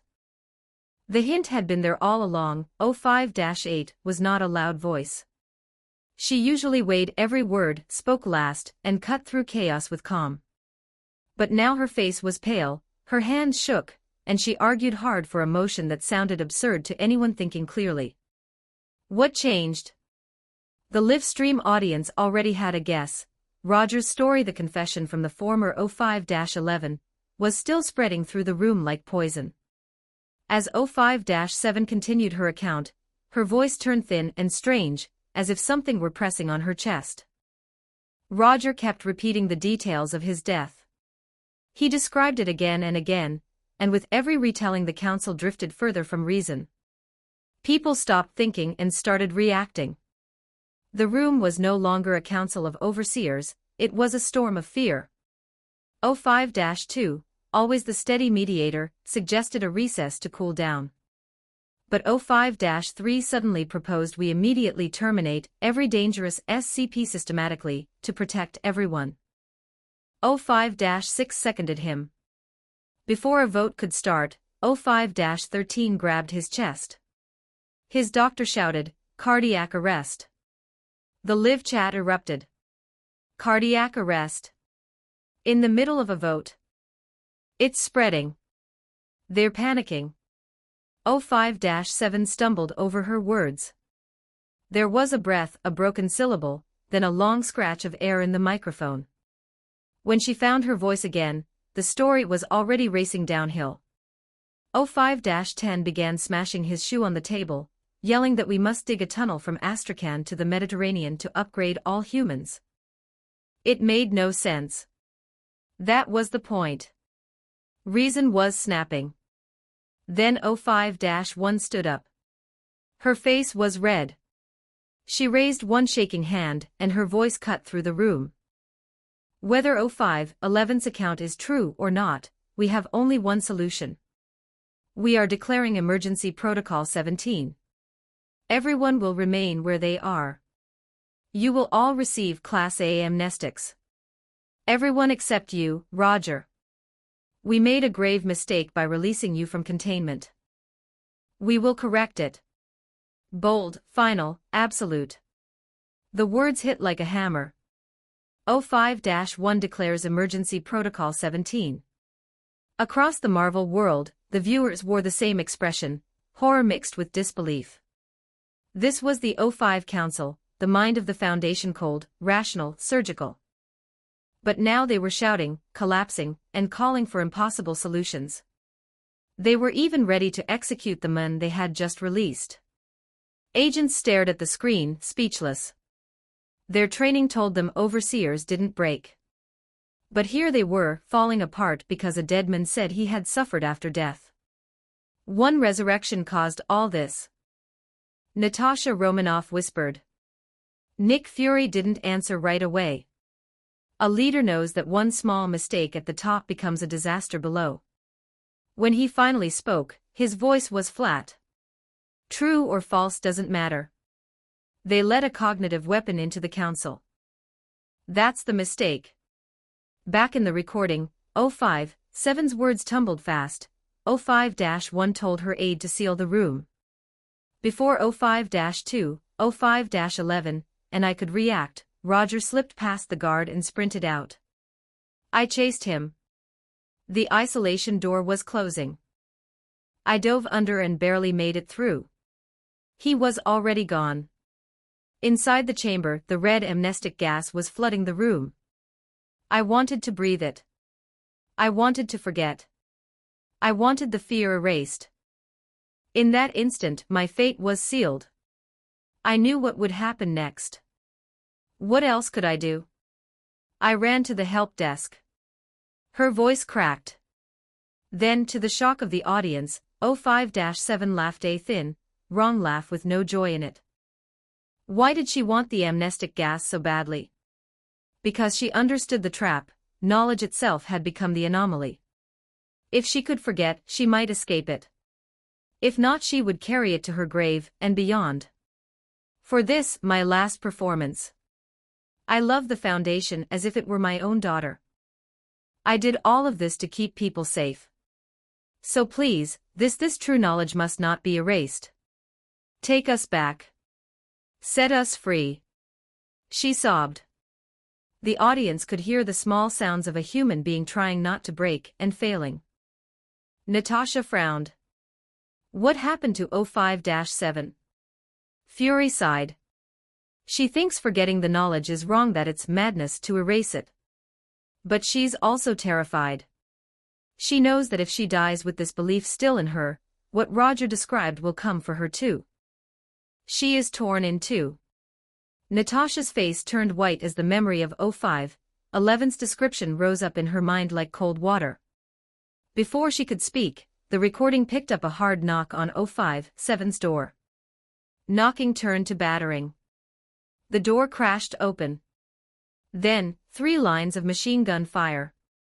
Short, trained bursts from 3 angles. Shouts followed, "Clean up! Cleaned up!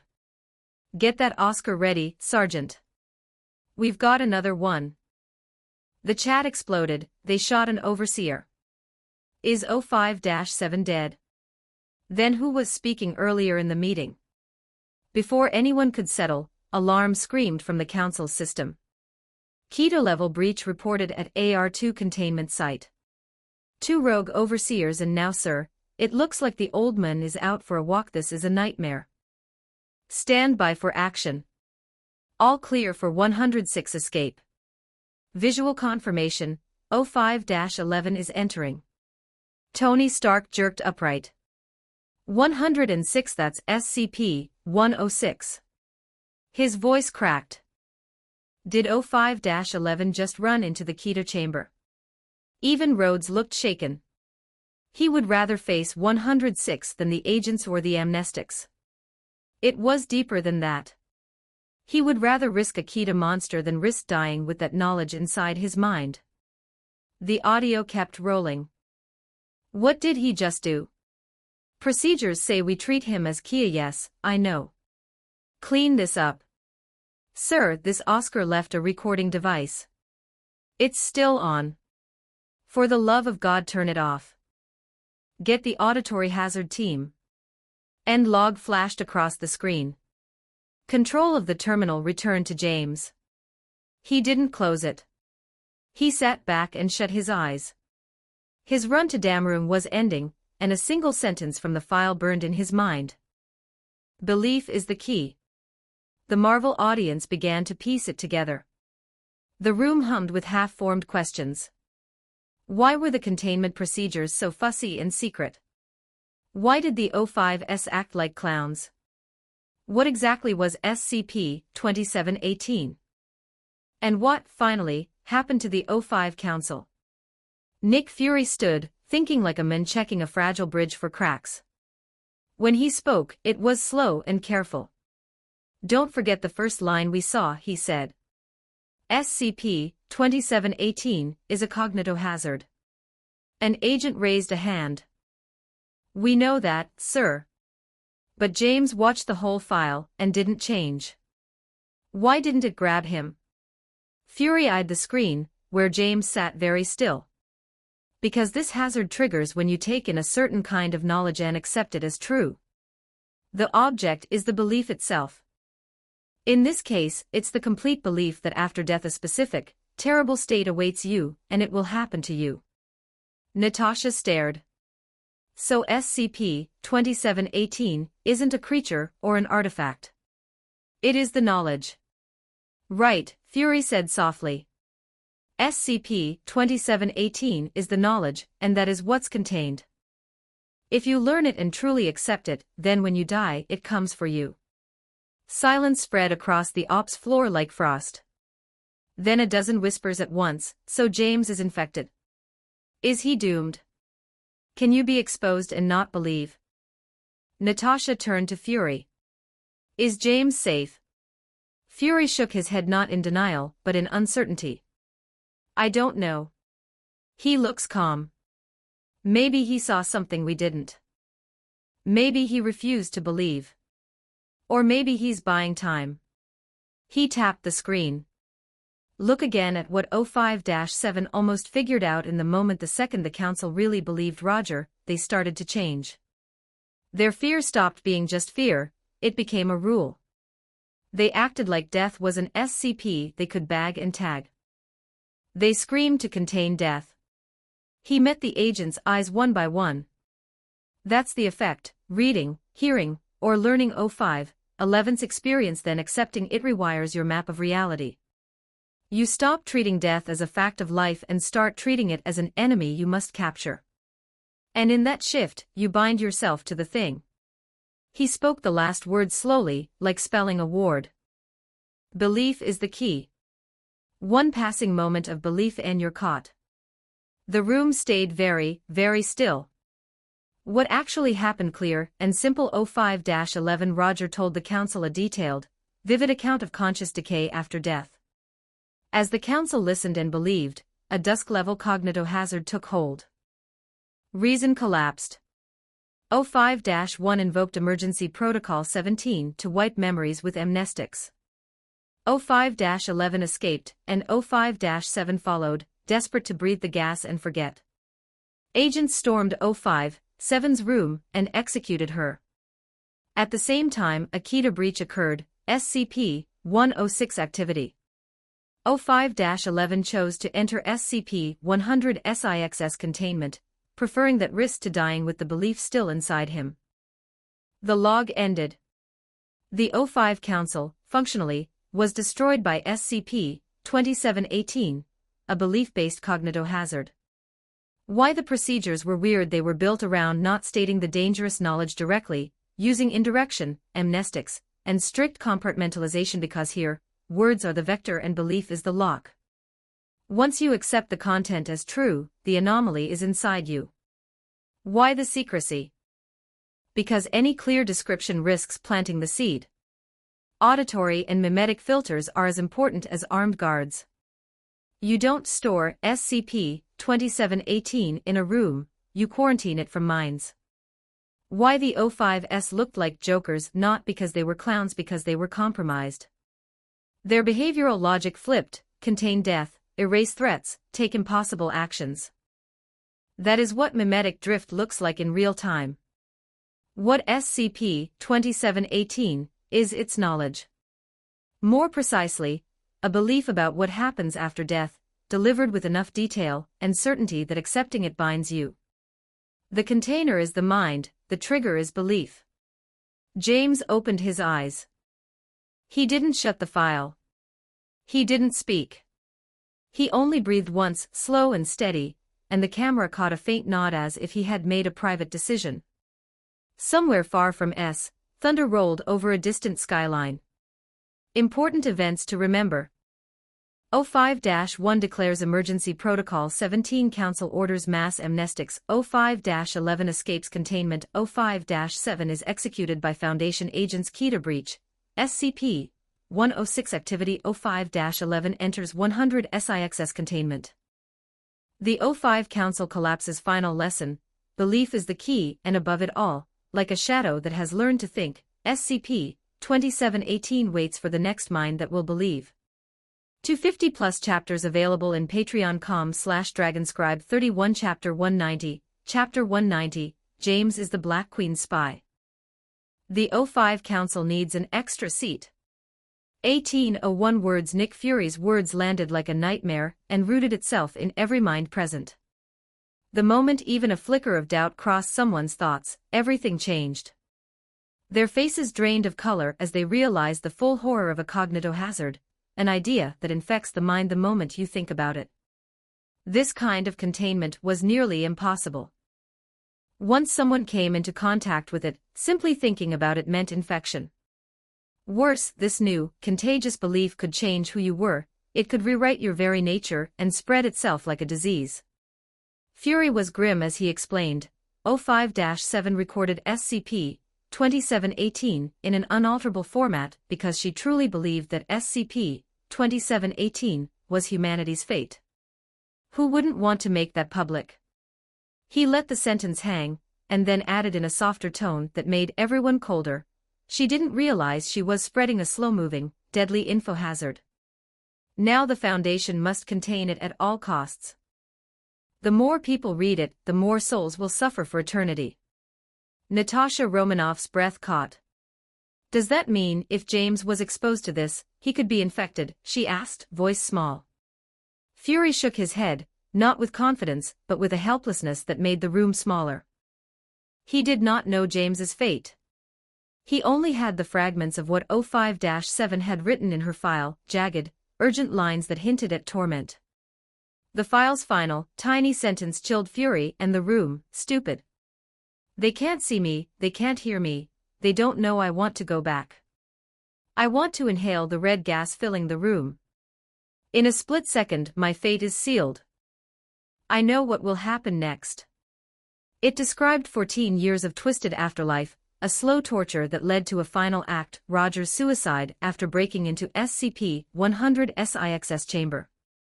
Fury's theory, ugly and wild and possible, was that the O5 had bound a password to O5-11's soul. That bond kept his consciousness linked to something beyond death after his body fell to dust. In other words, they had reached for the afterlife and paid for it with their peace. That knowledge, the knowledge of what comes after, might be a forbidden thing. It might be the reason their souls were trapped, the reason their deaths led to endless pain. Fury didn't cloak his fear in metaphors. He suggested that O5-11's experience after death might be tied to SCP-106 itself, that SCP-106 could have become, in effect, the embodiment of whatever the O5 had bargained for. SCP-100 SIXS containment chamber might have become O5-11's prison and refuge at once, a place that used the anomaly's properties to keep him present forever. Whether it was the cost of seeking immortality or the price of probing the afterlife, the O5 had paid dearly. The agents watching the briefing were pale and silent. The file's descriptions of the afterlife, so alien to the Marvel world, where there was no foundation safety net, made everyone tense. They could not imagine being resurrected or saved. The unknown bred a low panic. What if that is what awaits them? Some of that thought twisted into terror. Fury forced a smile to steady the room. There's a theory that your original beliefs determine your afterlife, he said. That what you believe in life shapes what comes after. The agents blinked at the simplicity of it. Fury added with a rougher smile, so don't worry, our world doesn't have the Foundation's containment objects. We don't share their cursed artifacts. Yet Natasha cut in, voice like steel under worry, maybe we should be more worried about James. The statement changed the mood. If James had been exposed, what would the O5 do? The Council had killed O5-7 after all. Why would they show mercy to a researcher who had seen too much? At that exact moment, the screen went black with a heavy knock pounding through the speakers. The live feed showed security pounding on a door. The room leaned in. Researcher. Open the door immediately. The knocks came faster, more violent. The security team's shout made the broadcast tighten. When the door opened, the security guard's fist missed its mark and stumbled. Guns were raised. Hands up. Don't move or we'll shoot, the guards barked. On the screen, James raised his hands slowly and calmly. He did not resist. The sight inflamed the live audience watching the feed. Comments poured in. Why are they treating James this way? He's the victim, not a criminal. How can the Council do this? Fury and Natasha watched the feed with clenched jaws. Are they going to execute James like they did O5-7? Natasha demanded. Fury answered without certainty. Probably not. For one thing, O5-7 is still an O5 on paper. And two, James shows no sign of infection. If they did something extreme, the ethics committee will step in. The sight of James calmly complying soothed some tension, but the broadcast showed more than guards. Standing outside were O5-1, O5-7, and O5-10, with a smattering of supervisors behind them. ZYN and Lois, colleagues and friends, watched with worry. A security guard nodded to O5-7. She rose slowly and fixed James with a cold stare. Have you read the file in the email? She asked. James nodded. Lois and ZYN went taut with excitement. Lois moved toward the group but ZYN held him back. O5-10's face tightened.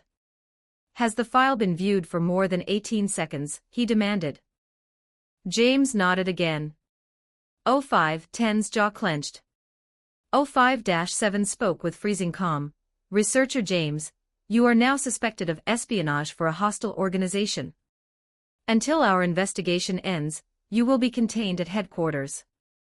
Those words were poison in the air. Lois erupted. He pushed past ZYN, defiance flaring. Are you serious? James is a top researcher. You can't just detain him like this.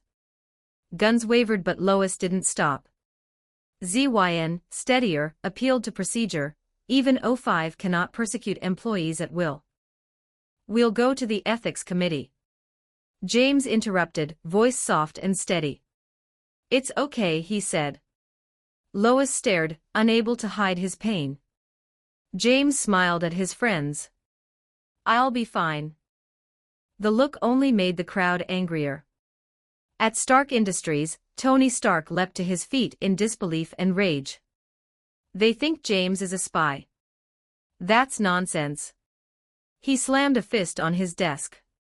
Colonel Rhodes, watching the feed, pointed out a small but telling detail. O5-10's hand had been sending subtle signals to James during the debrief. Rhodes said what everyone wanted to hear, this smells like a cover-up. Tony paced, anger tempered by a cold truth.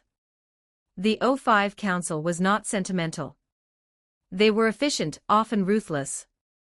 They made decisions without concern for kindness. That realization did not make the detention easier to accept. The feed followed as the O5s led James away. Though he was a public figure now and well known across the Foundation, his capture sent murmurs down hallways. "What's wrong with O5? They took the icebergman," someone hissed. Others swore they would stand up, march to the ethics committee, fight the council. But fear and the weight of the O5's power kept most voices low. The live comments blended anger with helplessness. People wanted to act. They just did not know how. Then the scene shifted abruptly. The screen showed a familiar, cold meeting room where 13 supervisors sat in rare complete attendance. Silence sat like a heavy thing between them. After a long beat, one of them, C, spoke in a low voice, "So the child is infected with a doomsday-class twilight cognitohazard." O5-7 answered with sharp pauses. "So far, there is no sign of infection in James," but 4 asked. "Since there is no sign of infection, and it's been confirmed that the Black Queen's espionage activities don't involve him, why continue to pursue him?" 4 asked, incredulous. O5-2's sneer backed him up. O5-7 was not easily dismissed. "You know the threat of that object better than I do," she said, looking at the room. "You know James's value to the Foundation." Before the argument could explode, O5-1, old, measured, terrifying in his stillness, raised a hand and set the room quiet. "The Black Moon crisis is approaching," he said. The casual tone made everyone turn to listen. "We don't have time to find the right seed. Tell him our plan. If he's willing to work with SCP-2719, let him try to reach transcendence." He paused, letting the words settle. Then he said what made the hair on many necks rise, "Perhaps the O5 Council needs to add one more seat." The suggestion hung like a thunderclap. The idea of adding another O5 was not a casual administrative matter. It meant power, responsibility, and possibly, danger. It meant changing the council itself to include James, or whoever might be chosen, into the highest circle that had already felt the cost of forbidden knowledge. The room's quiet reflected 1,000 shifting calculations. Some faces showed hunger, another seat was influence to be gained, a new player in the balance of secrecy. Others looked hollow, seeing only the price that had been paid for knowledge that should never be owned. The question cut to the core: who among them would take a seat if it meant they might share O5-11's torment?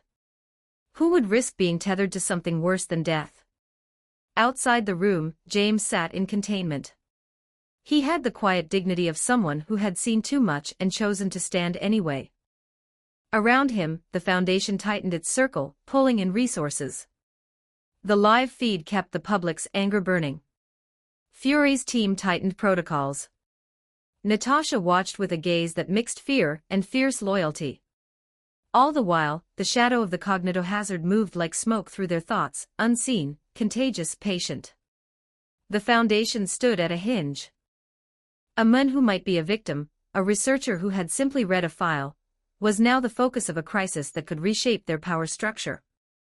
The O5 Council considered adding a seat and offering a chance at transcendence through dangerous cooperation with SCP-2719. The decision would not only decide James's fate, it might decide what the world would become if such knowledge could spread. And somewhere in the depth of those cold rooms, someone whispered a truth no one wanted: once certain doors are opened, there may be no closing them again.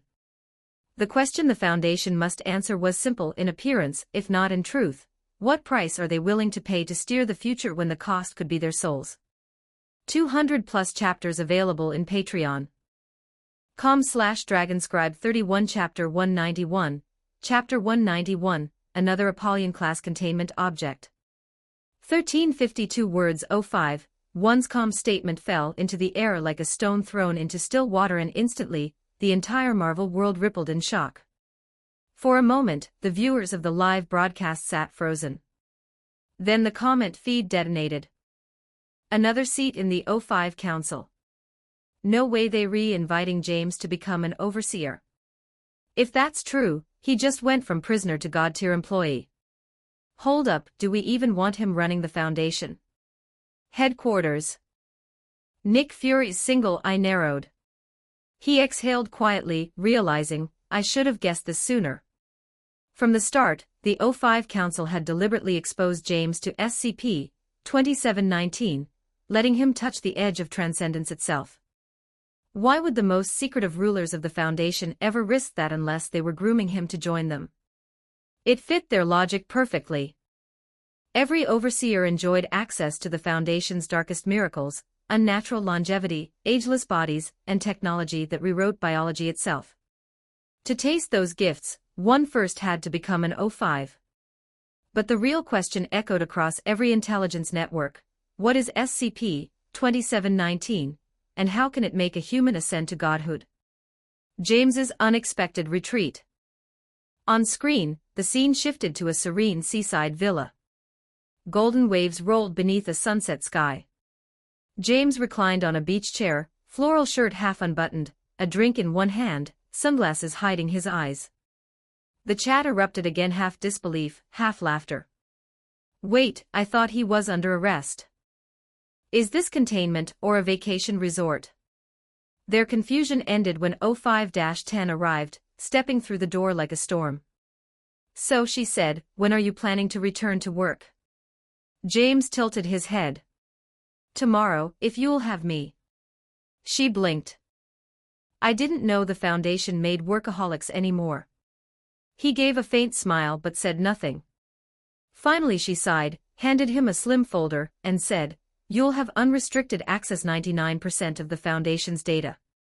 All we need is for you to take one more step. James opened the folder. The first line read, Proposal, Appointment TO05 Council.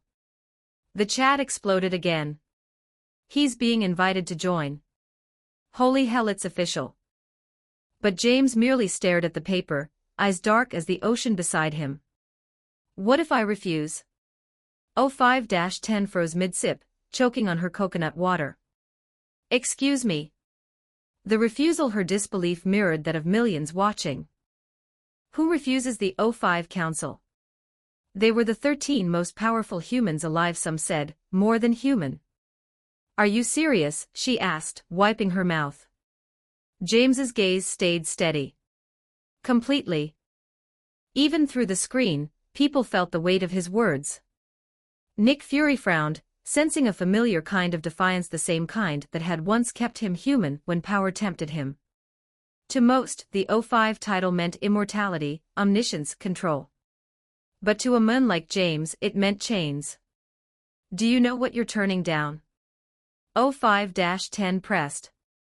An O5's lifespan can stretch beyond centuries. You could witness the death of stars. James answered softly, and in return, lose what's left of my soul. You call it privilege, I call it the price. For the first time, even O5-10 had no words. Reflections in the shadows. Situation Room, Natasha Romanoff frowned. I don't get it, she said. Didn't he want freedom and authority from the start? The O5 seat gives him both. Fury shook his head. No, Romanoff. It gives him control, not freedom. He remembered his own climb to director. Power had cost him the right to be anything else. Perhaps James saw that truth sooner than most. Some people live to rule. Others live to fight against rules. And those like James, they live only to test themselves. A walk into the sea later, as the sun bled into the horizon, James rose from the sand, brushing dust from his palms. O5-10 stood behind him, SCP-2719 held tight in her grasp. Do you realize what you've just thrown away? She shouted. You rejected transcendence. James didn't look back. The path through SCP-2719 was sealed by O5- for themselves. That stopped her cold. How could he know that? He'd never even seen 2719. She splashed forward, the surf soaking her trousers. What happened to you, James? Was it SCP-3396-P that changed you? He faced the sea. Everyone has their secrets. In that fading light, 05-10 realized how little she truly understood this man. She bit her lip, then finally sighed. What will you do now? James looked over his shoulder. Depends on my next assignment. After a pause, she muttered only one sentence then go study SCP-001. She turned and disappeared into the mist.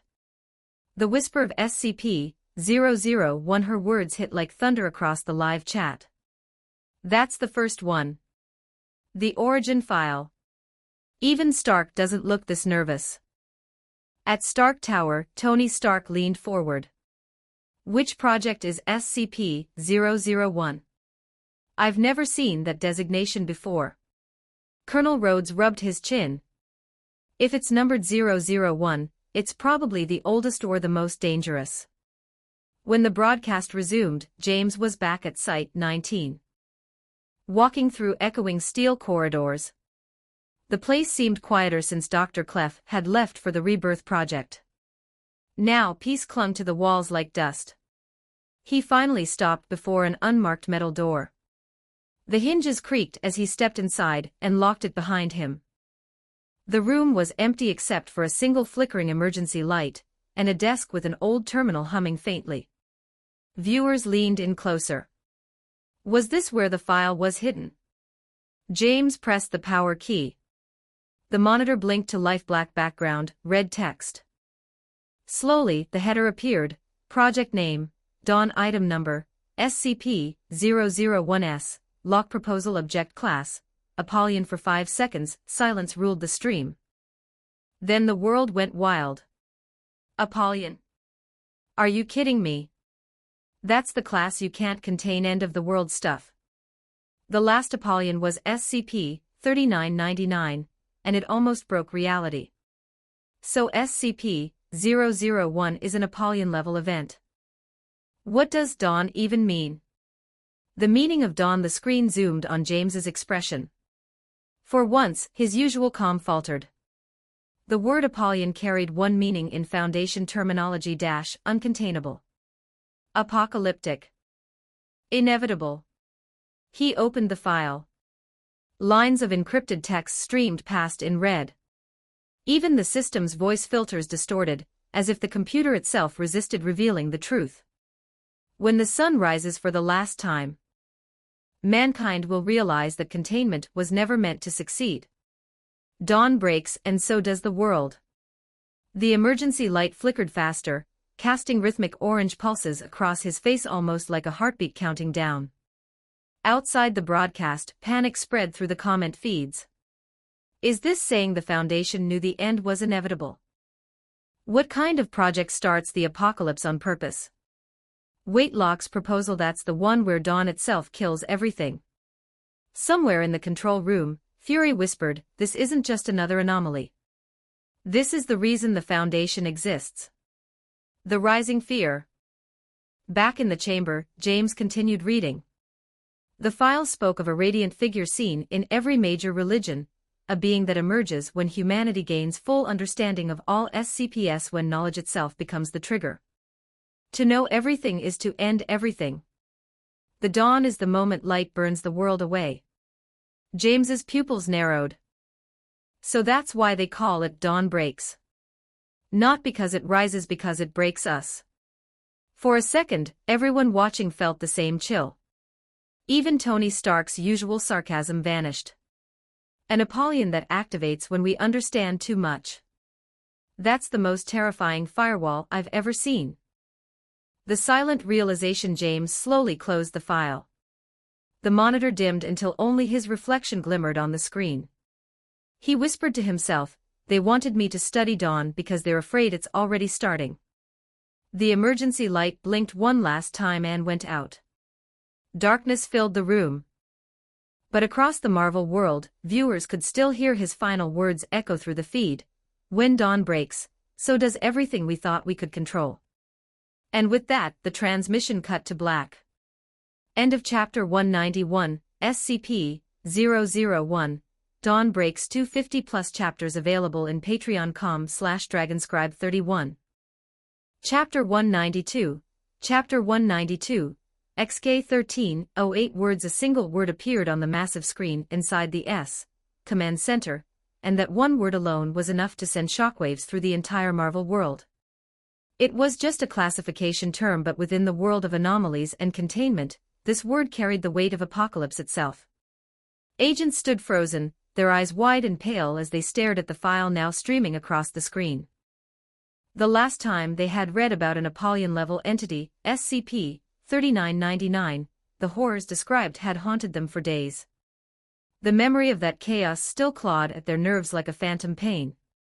And now, another one had appeared. Even though everyone in the room knew that containment level didn't necessarily equal power after all, SCP-343, classified as merely safe, claimed to be God himself still. Apollyon meant something far worse. Apollyon meant the end. Nick Fury's single eye narrowed as he recalled the definition from memory. Apollyon-class objects are those which cannot be contained. Their emergence directly triggers irreversible K-class end-of-the-world scenarios. Once activated, salvation is impossible. A faint tremor passed through his hands as he clenched his fists behind his back. The screen flickers inside a dimly lit chamber elsewhere. James sat calmly before a computer terminal. His reflection shimmered faintly in the black glass of the monitor. Lines of text appeared. Dawn, the cruel star of the solar system. At first, everyone assumed this was merely the beginning of the SCP-001 file. But instead of a straightforward report, the file began with something else entirely: a strange, almost narrative description. You have discovered an entrance tunnel hidden in a cave about a mile off the main road. The tunnel door is open. You don't need a key card. There's a smell here. It smells like them. I hope they're gone. You've gone too far to turn back. The eerie words rippled across the screen. A sticky trail of dirt was described, winding inward toward darkness, too viscous to be mud, too thick to be blood. Inside the observation room, silence fell. The agents exchanged uneasy looks. The tone felt too real, too present. What is this supposed to be? Natasha Romanoff asked, frowning. Is this really SCP-001? Even Fury hesitated. SCP-001 was supposed to be the origin of everything, the first anomaly ever catalogued. Yet this didn't read like a scientific report, it felt like someone's diary. Still, he leaned closer. You can still receive a distress signal. It started broadcasting yesterday. Whoever sent it, you hope they're still alive. Your footsteps echo in the corridor. Each step multiplies into dozens, like voices spreading through the dark. You are not alone. Over at Stark Industries, Tony Stark squinted at the same stream of text on his screen. Is someone trolling us? He muttered. Colonel Rhodes crossed his arms beside him. Looks more like a text adventure game, Tony. Yeah, but with less fun and more horror, Tony replied. And this isn't just any file, it's labeled SCP-001, an Apollyon-class event. The story continued to unfold. A trail leads you to an office, the signal source. The lock's broken. Something blocks the door. You push it open. Something rushes from the corner to your left. You don't see what it is. You think, dog. But it drops from the ceiling. People in the global live broadcast froze. Every line matched James's exact surroundings: the same chair, the same emergency light, the same circular room. The audience erupted into confusion. Wait, why does the place described in the file look exactly like where James is sitting right now? This isn't a coincidence. This is freaking me out. Even Fury felt the cold knot of dread tighten in his chest. What kind of file reproduced reality as it was being read? When fiction becomes reality, the moment that thought crossed his mind, a faint footstep echoed from James's screen. Snap sizzle, snap sizzle. It sounded heavy, dragging. James stiffened. He turned slowly toward the sealed door behind him. And at that exact second, the text on the computer updated itself in red letters. You hear footsteps outside the door. The first step falls heavily, the second drags slowly. The room full of agents gasped collectively. Fury's heart leaped into his throat. It was as though the screen were reading reality or worse, writing it. Even he couldn't deny it anymore, the events on the monitor were synchronizing with the world in real time. Is it possible, Fury whispered, that reading this file makes it real? No one answered. Snap sizzle snap sizzle. The sound grew closer. Then silence. The orange light from beneath the door flickered once and vanished. The light seeping through the crack is blocked by a shadow. Verifying. Verifying. You hold your breath, praying it just passes by. Time stretched painfully. Then snap. The footsteps faded away. A collective breath of relief swept through the global audience. The room James sat in was still intact. The horror had passed, or so it seemed. When the computer finally flickered back to life, a new heading appeared. Automated Safety System Notification Code 235 ASSN 235. An error occurred while retrieving the current iteration of the SCP-001 file. You are viewing version number 3. SCP-001 Object Class, Apollyon. At last, the crowd relaxed slightly. The familiar structure of an SCP entry returned. But questions piled up. Version number 3. Were there multiple versions of reality? Special containment procedures. Due to its nature, SCP-001 cannot be contained. Survivors of the SCP-001 incident must seek refuge in secure facilities, preferably Site-19. Those who know the location of the O5 Council should inform the administrator immediately. Individuals exposed to SCP-001 are to be considered losses. No retrieval attempts are permitted. A faded photograph accompanied the text. At first glance, it was the sun, but twisted, deformed. The core glowed white, but the outer edges bled crimson across the entire sky. Natasha's face turned pale. That's the sun, she whispered. Why does it look? Under the photo was a caption, photographed by an unknown survivor, minutes after SCP-001 activation. Fury's expression darkened. The implications clicked into place. The sun. SCP-001 is the sun itself, he muttered. A chill swept through the entire command center. If that were true, then the anomaly wasn't just global. It was cosmic. He kept reading, voice trembling. For those who have lost family or children, I am deeply sorry. But you must hold on. Humanity may still have a future. Come to Site-19. We need all the help we can get. Learn to embrace darkness, my friends. We are afraid of light. The administrator. The final line froze Fury in place. Embrace the darkness, fear the light. He repeated softly. Suddenly, everything clicked into horrifying clarity. The light of the sun, once the source of all life, had become the agent of annihilation. A new paragraph appeared, jagged with corrupted code. Description: SCP-001 refers to the sun following an event labeled System Error, EC-172. Within 24 hours of this event, approximately 6.8 billion human casualties were recorded. The phenomenon has been classified as an XK Delta class solar singularity scenario. For a long moment, nobody spoke. All over the world, every connected screen displayed the same file. News anchors froze mid-sentence. Stark sat motionless, whiskey forgotten in his hand.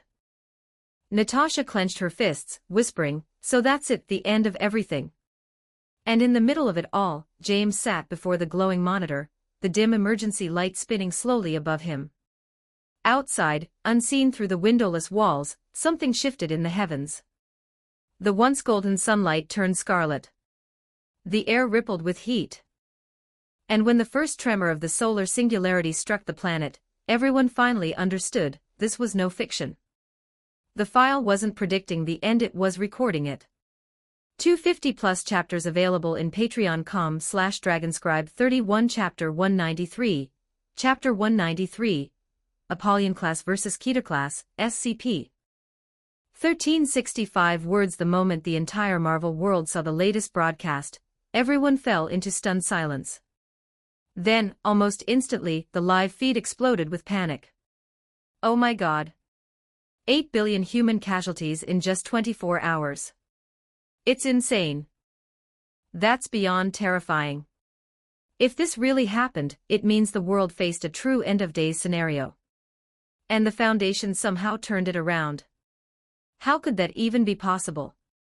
The chat feed was flooded with disbelief and horror. The Ancient One's realization at Kamartaj, the Ancient One's usually calm expression froze. Her eyes locked onto the glowing words on the screen, XKA Class Solar Singularity Scenario. Her fingers trembled. The blood drained from her face. 8 billion deaths in one day, just from a single XK Class event. That's madness. Even for the Marvel world, which had faced alien invasions and cosmic wars, such numbers were unimaginable. Yet somehow, the Foundation had endured this nightmare and survived. Otherwise, James wouldn't still be sitting calmly before his terminal right now. Then, a dreadful thought struck her. Her heart skipped a beat. The sound of those strange footsteps from earlier echoed in her mind. A horrible realization took shape. If everything in the SCP archives corresponded to reality, then the Foundation's containment reports weren't fiction, they were history. The Watcher's shock. In the depths of the observer dimension, even Wada the Watcher couldn't hide his alarm. 8 billion dead. That's a blow no civilization could survive. He whispered. He read the words on screen, muttering, "Solar Singularity," and sighed deeply. SCP-001's effects are not caused by ultraviolet radiation, but by visible light 390 to 700 nanometers. Moonlight also carries the same property. When exposed to sunlight, organic organisms begin to liquefy from the point of contact. The process continues until the organism is entirely transformed, resembling melting wax. Despite the physical change, the organism does not die during the process. After transformation, these entities designated SCP-001 take on a gelatinous form, often retaining distorted traces of their original shapes. Stark Industries, fear and confusion at Stark Tower, Colonel Rhodes gaped at the display. Exposure to light liquefies people. And they don't die. The transformed beings turned into something else alive, but no longer human. Worse still, the containment procedures made it clear. Individuals exposed to SCP-001 are to be considered losses. No euthanasia is to be attempted. Testing confirms SCP-001-A instances are relatively safe for consumption. Rhodes almost dropped his coffee. That's psychotic. Tony Stark muttered darkly, desperate people take desperate measures. Headquarters, agents stared blankly at their monitors, still reeling from the XKA Solar Singularity scenario. Now they faced another nightmare. The screen described an abnormal change in visible sunlight, melting humans into living, hostile sludge creatures. 95% of the global population perished within hours. Nick Fury clenched his fists. So this is why SCP-001 was classified Apollyon. Totally uncontrollable. Natasha Romanoff's voice was barely a whisper. But the world's fine now, right? The Foundation fixed it like the time they repaired the timeline collapse from SCP-3999. Fury shook his head grimly. But that doesn't erase what really happened. Her lips tightened.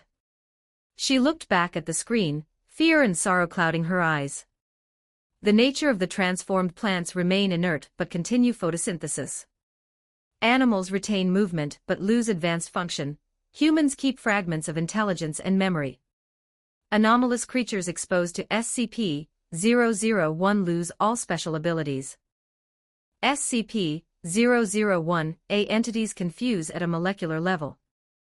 Their combined mass grows infinitely, forming ever larger clusters. No upper limit. Someone murmured in the live stream chat. Panic spread again.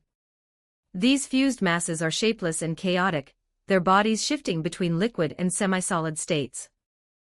Limbs constantly emerge and sink back into the surface, endlessly absorbed by one another. They move using pseudo-appendages, dragging their biomass like crawling shapeshifters. At that instant, the audience remembered the strange footsteps heard earlier outside James's door, the heavy step, then the dragging shuffle. Their hearts froze. Could it be the creature outside was an SCP-001-A? James remains unmoved. The screen cut to James, sitting calmly in his dimly lit room. His expression didn't change. The flickering light reflected off his eyes as he read the files. Even though those footsteps echoed earlier, even though the place he sat in looked identical to the one described in the SCP files, he remained perfectly composed. His quiet composure calmed millions of viewers watching across the world until the next line appeared on screen. Plus open attachment, audio log access granted. A faint hiss of static filled the room. The subtitles rolled like an old text adventure. You open the file. A harsh burst of static crackles through the speakers. Your pulse quickens. Another click as the microphone stabilizes. A shaky voice follows. This is Dr. Logan Igata, Level 3 researcher. Everyone leaned closer. At first, they had believed SCP-001 was just another mysterious file, maybe even a riddle. But now, it became terrifyingly real. The trembling voice continued, trying to sound professional. Since Site-46 is compromised by several infohazards, we activated blackout protocol. We're cut off from the Foundation's main network. I'll keep updating this log if we receive new intel. She paused. The good news is, we're still receiving transmissions from other sites. Some people are alive. Some are fleeing to Site-19, others are fighting the A-types. We're just waiting, hoping to survive. Connections forming. Natasha frowned. So this is a real-time audio log from researchers trapped after the SCP-001 outbreak. Nick Fury was more focused on one name. Site-19. The same place James is in right now. Could it all be connected? The feed continued. Red text appeared on the monitor. She sighs. Igata's tired voice echoed again. We had a containment breach a few days ago. A rogue humanoid anomaly released half a dozen Keters and fled. They made it about 5 feet out of the tunnel before melting into thick soup. I saw it on the surveillance feed. A few seconds later, they started moving again. The chat exploded once more. She said half a dozen Keter class were released. And they melted immediately. That means even Keter-level anomalies, the most dangerous and resilient, were destroyed in seconds. That's impossible. The Apollyon-class anomaly had just erased the Foundation's strongest entities with sunlight. The Ancient One's horror back at Kamartaj, the Ancient One whispered hoarsely, unbelievable. Though the Foundation's classification only indicated containment difficulty, it was common knowledge that Keter-class objects were powerful beyond reason, immortal beasts, godlike entities, or unstoppable forces like SCP-682 or SCP-2317. Yet SCP-001 had reduced them to liquid in moments. She closed her eyes. Is true destruction. The log continues. The researcher pauses. A match strikes. A breath of smoke follows. I'm in the designated smoking area though, who even cares anymore? She muttered weakly. There aren't many of us left. I'm in my office, Jerry and Director Phillips are in the barracks, Clyde and a few D-class locked themselves in the armory. And Ari, she's been there since the incident. I should go check on her. Her tone softened. Ari was her lover. For a fleeting moment, her voice carried warmth. She managed a small laugh as the two exchanged words over comms, a brief spark of humanity in the endless dark. For those watching, that fragile connection was almost comforting. But then something changed. The lights on the monitor flickered. A low static hum deepened. The air in James's room thickened like syrup. The calm atmosphere shattered in an instant. The silence before horror. James slowly looked up from the screen. The live stream audience held their breath. From somewhere beyond his door came a wet dragging sound, growing louder step. The same sound described in the logs. Every viewer, every hero, every agent, every mystic froze. On the display, Dr. Agata's voice stuttered. "Wait, what's that sound? Ari, is that you?" Static roared. Then nothing. Only silence. And in that silence, a faint reflection passed across James's monitor, something moving behind him, liquid and human-shaped. The screen turned black.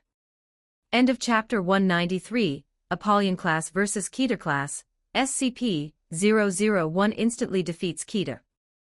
250+ chapters available in patreon.com/dragonscribe31.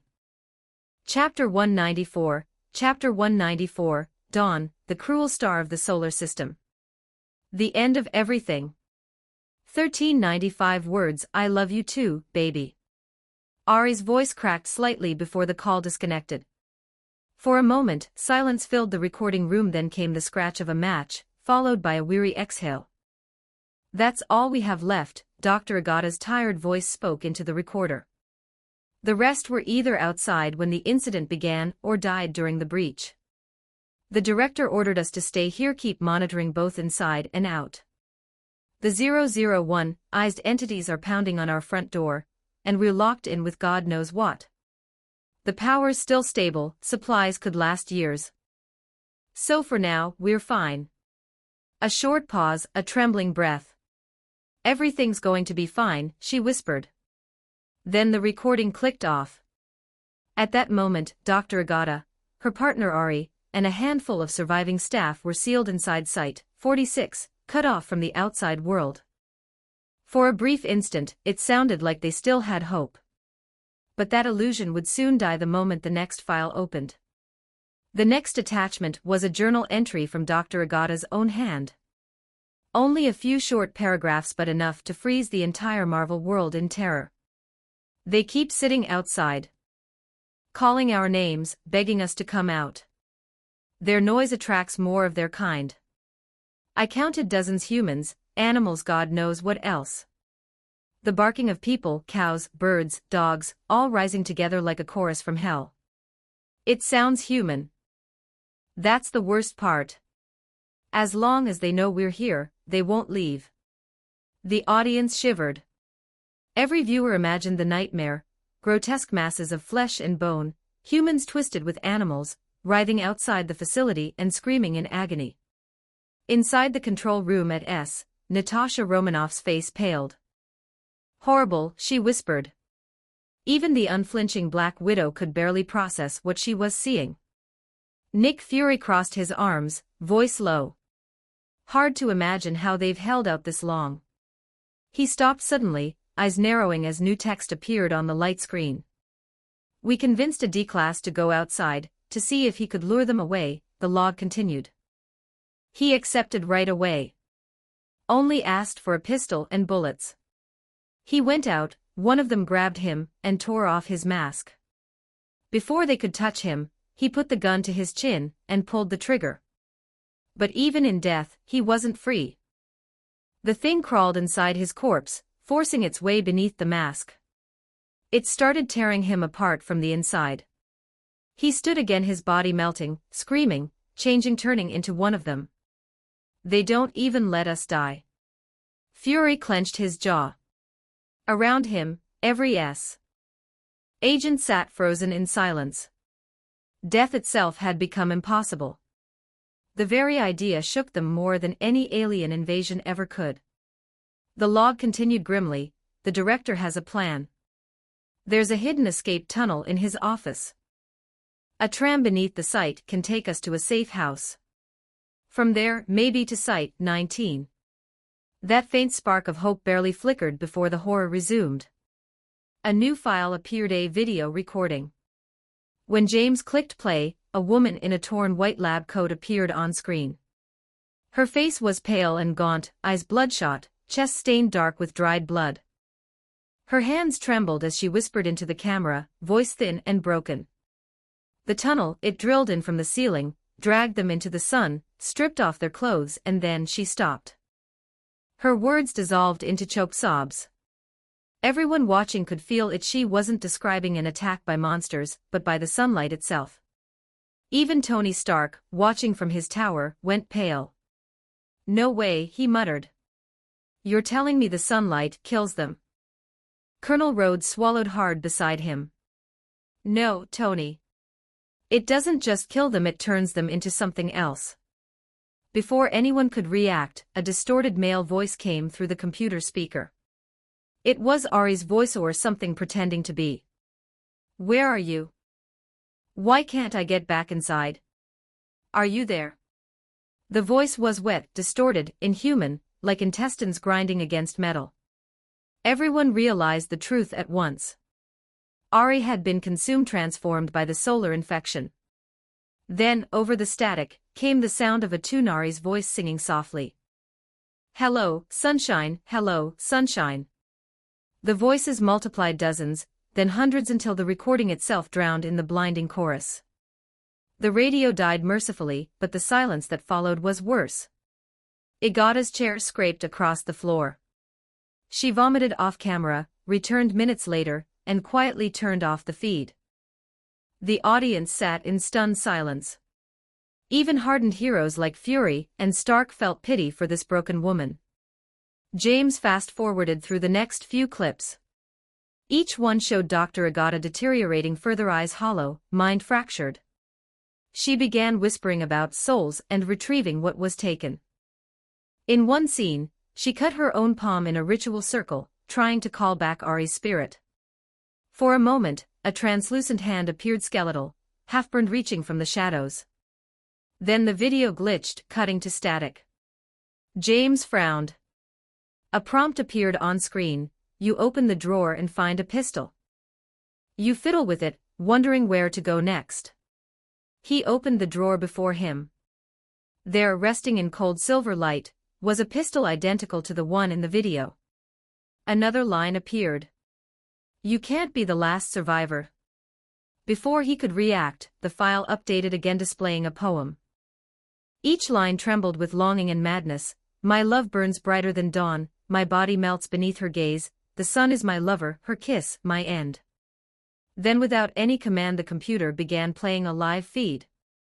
The screen showed a blazing scarlet sun rising over a crimson landscape. Everything beneath it, earth, buildings, sky, seemed to melt. Then the image shifted. Live feed: 1 foot behind you. A thin, black left hand enters the frame. The ring finger is missing. The live chat exploded with panic. "Oh my God, look behind him. There's a hand. Behind James." Countless viewers screamed as the shadowy hand crept closer on screen. But James didn't move. He didn't draw the pistol. He simply watched, calm and expressionless, as the hand touched his shoulder and vanished like mist. He knew it was an illusion all along. Footsteps, wet, dragging sounds. Screams in the corridor. "They're coming." A thunderous knock rattled the door in real time. Still, James remained perfectly still, his gaze unwavering. Faces press against the glass, human and not. Flesh seeps under the doorframe, reforming eyes and fingers. The wood creaks.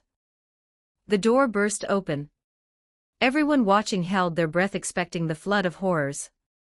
Instead, a man's gentle voice entered the room. The entire chat froze. Then messages flooded in disbelief. Was that a security guard?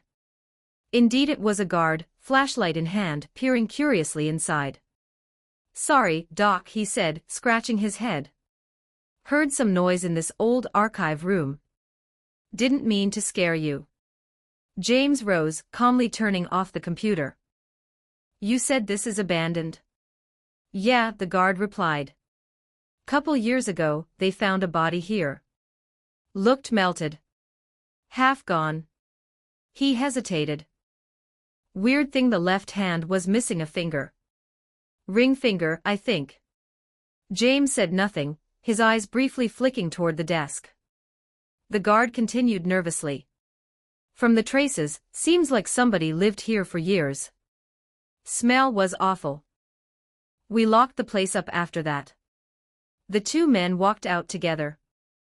The heavy door swung shut behind them with a soft metallic click. Inside, the room fell silent again. The emergency light on the ceiling spun lazily, casting a dim orange glow that pulsed every few seconds as though the room itself were breathing. Then, without warning, the computer screen flickered to life once more. The power light blinked steadily. The cursor moved by itself. A new file appeared, the cruel star of the solar system. For a moment it seemed to wait, breathing, thinking before the words slowly appeared line by line across the monitor. She rises for all, burns for all, devours all. Her light is life, her light is death. When the last shadow falls, the sun will sing. And as those words faded into static, the faint sound of Ari's voice returned, soft, distant, and endlessly repeating, "Hello, sunshine." 250+ chapters available in patreon.com/dragonscribe31. Chapter 195. Chapter 195. SCP-1319. Words. The emergency lights flickering across the screen cast a crimson glow that seemed to ripple through every heart watching in the Marvel world. The flashing red light carried a strange pull, unease, awe, curiosity, all blending into one collective silence. When the screen finally went completely black, the silence deepened instead of fading. No one dared to speak. Inside the command room, agents exchanged confused glances. The classified file they had just watched defied logic, turning everything they knew about reality upside down. One of them murmured, breaking the tension, "Is that? Why does it feel like we just watched a horror movie?" Natasha Romanoff folded her arms, brow furrowed. A horror story. Then how do you explain what that security guard said at the end? Nick Fury's one good eye stayed fixed on the now dark monitor. "I'm not ruling anything out," he said quietly. "Something about that file feels too vivid to be fiction. I'm inclined to believe it really happened." Natasha frowned. "Then you're saying SCP-001, the Dawn Project, is real? How do you explain the world still standing?" Nick could have argued back, but he didn't.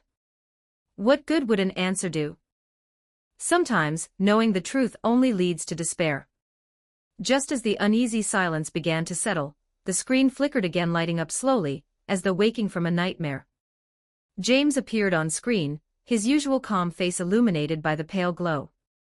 Opposite him stood 05-10, one of the highest-ranking overseers of the Foundation. "How is it?" she asked coldly. "Does SCP-001 Dawn live up to your imagination?" Her tone dripped with sarcasm. Clearly, she still resented that James had refused the O5 position. Ignoring the bitterness in her voice, James asked directly, "So, Dawn breaks, it really happened?" 05-10's sharp eyes softened slightly. "Or maybe it happened in a parallel world." "Parallel world?" James echoed. "I don't think I need to explain that concept to you," she replied icily. "Yes, we exist in a multiverse. How many parallel worlds there are no one knows." As she spoke, her tone darkened. Take SCP-1730, for example, Site-13, still a complete mystery. Or SCP-2935. An entire dead world. The live-stream audience in the Marvel Universe went wild. "Wait, multiverse? Hold up, she just said dead world. This is insane, so there are countless versions of reality." Natasha turned to Fury, eyes wide. "So anomalies can appear across parallel worlds too?" "Looks that way," Fury muttered. "And that's definitely not good news." Maria Hill, quiet until now, added, "Don't forget SCP-1730. The Foundation in that parallel world contained a godlike entity, the Stag." Fury froze. "You mean the same entity that looked like a flaming angel? Then that version of the Foundation might be even stronger than ours." He turned back to the screen, uneasy. James, still facing 05-10, asked, so SCP-001 is just a proposal? Yes, she said calmly. We have many SCP-001s. The statement caused another uproar both in S and across the Marvel world. At Stark Tower, Tony Stark stood abruptly. More than one version of the apocalypse. Colonel Rhodes stared grimly. Even one SCP-001 was enough to break the rules of reality. What could the others be? Tony exhaled sharply. If each SCP-001 is as powerful as Dawn Breaks, we might be talking about entities on the same level as Galactus, the Crimson King, or even the starfish from outer space. 05-10 continued speaking with quiet authority. Once you become an 05, you can choose to oversee any of the 001 projects. But James simply shook his head. 05-10's gaze hardened. Still refusing, she muttered. After a moment of silence, she changed the topic. You've submitted another application, she said. This time for a project involving space-time and extradimensional research. James nodded calmly. That reminds me of your last one, she said sharply. First memory studies, now space-time. What's next? Parallel universes. Time travel. James met her stare silently. Her irritation only fueled the audience's curiosity. Natasha whispered to Fury, she's not wrong. He's moving through every type of project like he's searching for something. Fury grunted. The question is what? On screen, 05-10 pulled out a new document and slid it across the table. As you wish, she said. SCP-3001, Red Reality. James took it carefully. If you can, 05-10 added coldly, submit a research summary once you've finished. There'll be no punishment. The cryptic warning made the audience uneasy. Why phrase it like that if you can? As the file opened, the title appeared clearly, item number, SCP-3001 Object Class, Euclid. Name, Red Reality. Agents exhaled in relief. At least it wasn't Keter or Apollyon. Maybe this one wasn't so bad. Special containment procedures. To prevent accidental entry into SCP-3001 again, the Foundation will upgrade all existing reality distortion technology to block the formation of Class C broken entrance wormholes. Anyone studying SCP-3001 must hold at least Level 3 clearance and obtain special authorization from Sites 120, 121, 124, or 133. Natasha frowned. So SCP-3001 is a space that can be reached through some kind of wormhole. Fury nodded slowly. Seems like someone's already been there. The word again is the problem. The next section confirmed his fear. Description: SCP-3001 is a paradoxical non-dimensional parallel, or pocket dimension, accessible through the accidental formation of a Class C broken entrance wormhole. The audience in every corner of the world went silent again. At Stark Tower, Tony leaned forward, eyes glinting with scientific curiosity.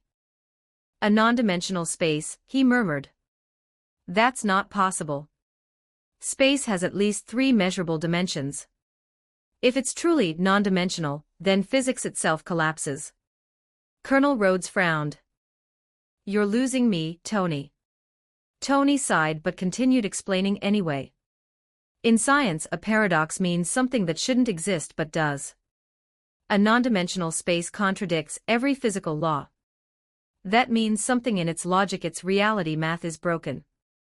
He pointed toward the glowing text. And calling it a pocket universe suggests it branched off from ours. Like a bubble detached from water, it exists, but it's no longer part of the main ocean. Rhodes rubbed his temple. So basically, a cosmic mistake. Exactly, Tony said. A red, empty mistake. He smirked faintly. I love science. The next lines on the file made everyone fall silent again. SCP 3001 contains almost no matter and possesses a Hume level of approximately 0.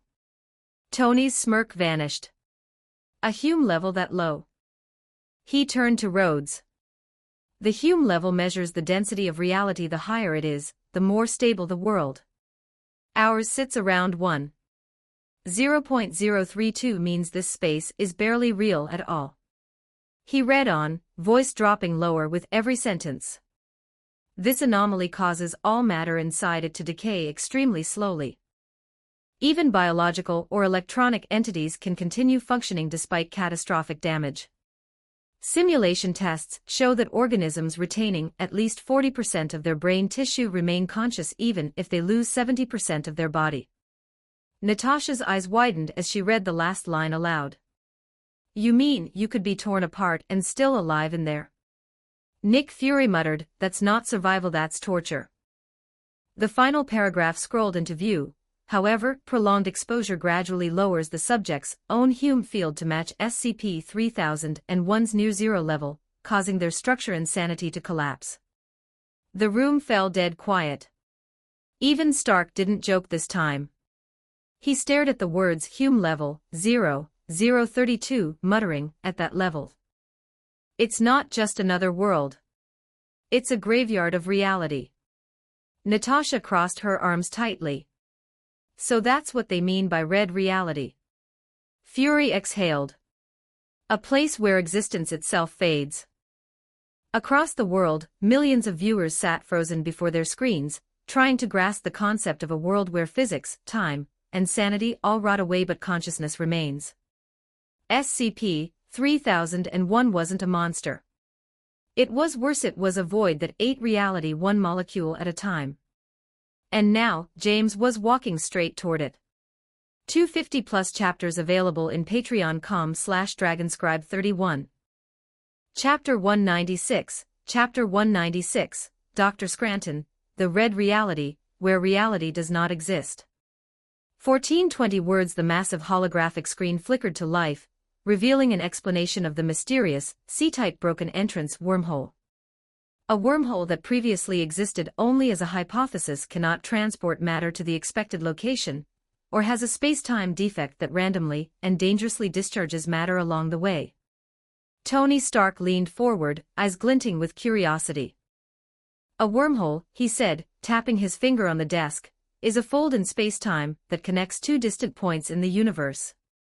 You can travel between them instantly, like taking a cosmic shortcut. He turned to Colonel James Rhodes. We already know wormholes exist in our universe. We've just never been able to control the impulse energy needed to stabilize one. But clearly, the Foundation can. Rhodes nodded slowly, his soldier's instincts wrestling with the scientist's wonder. The screen continued to display theoretical data, the Hume index rising and falling like the heartbeat of reality itself. Stark smirked faintly, his mind working fast.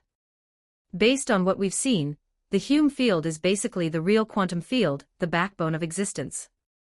A high Hume level keeps the structure of reality stable, while a low level makes it fragile, even breakable.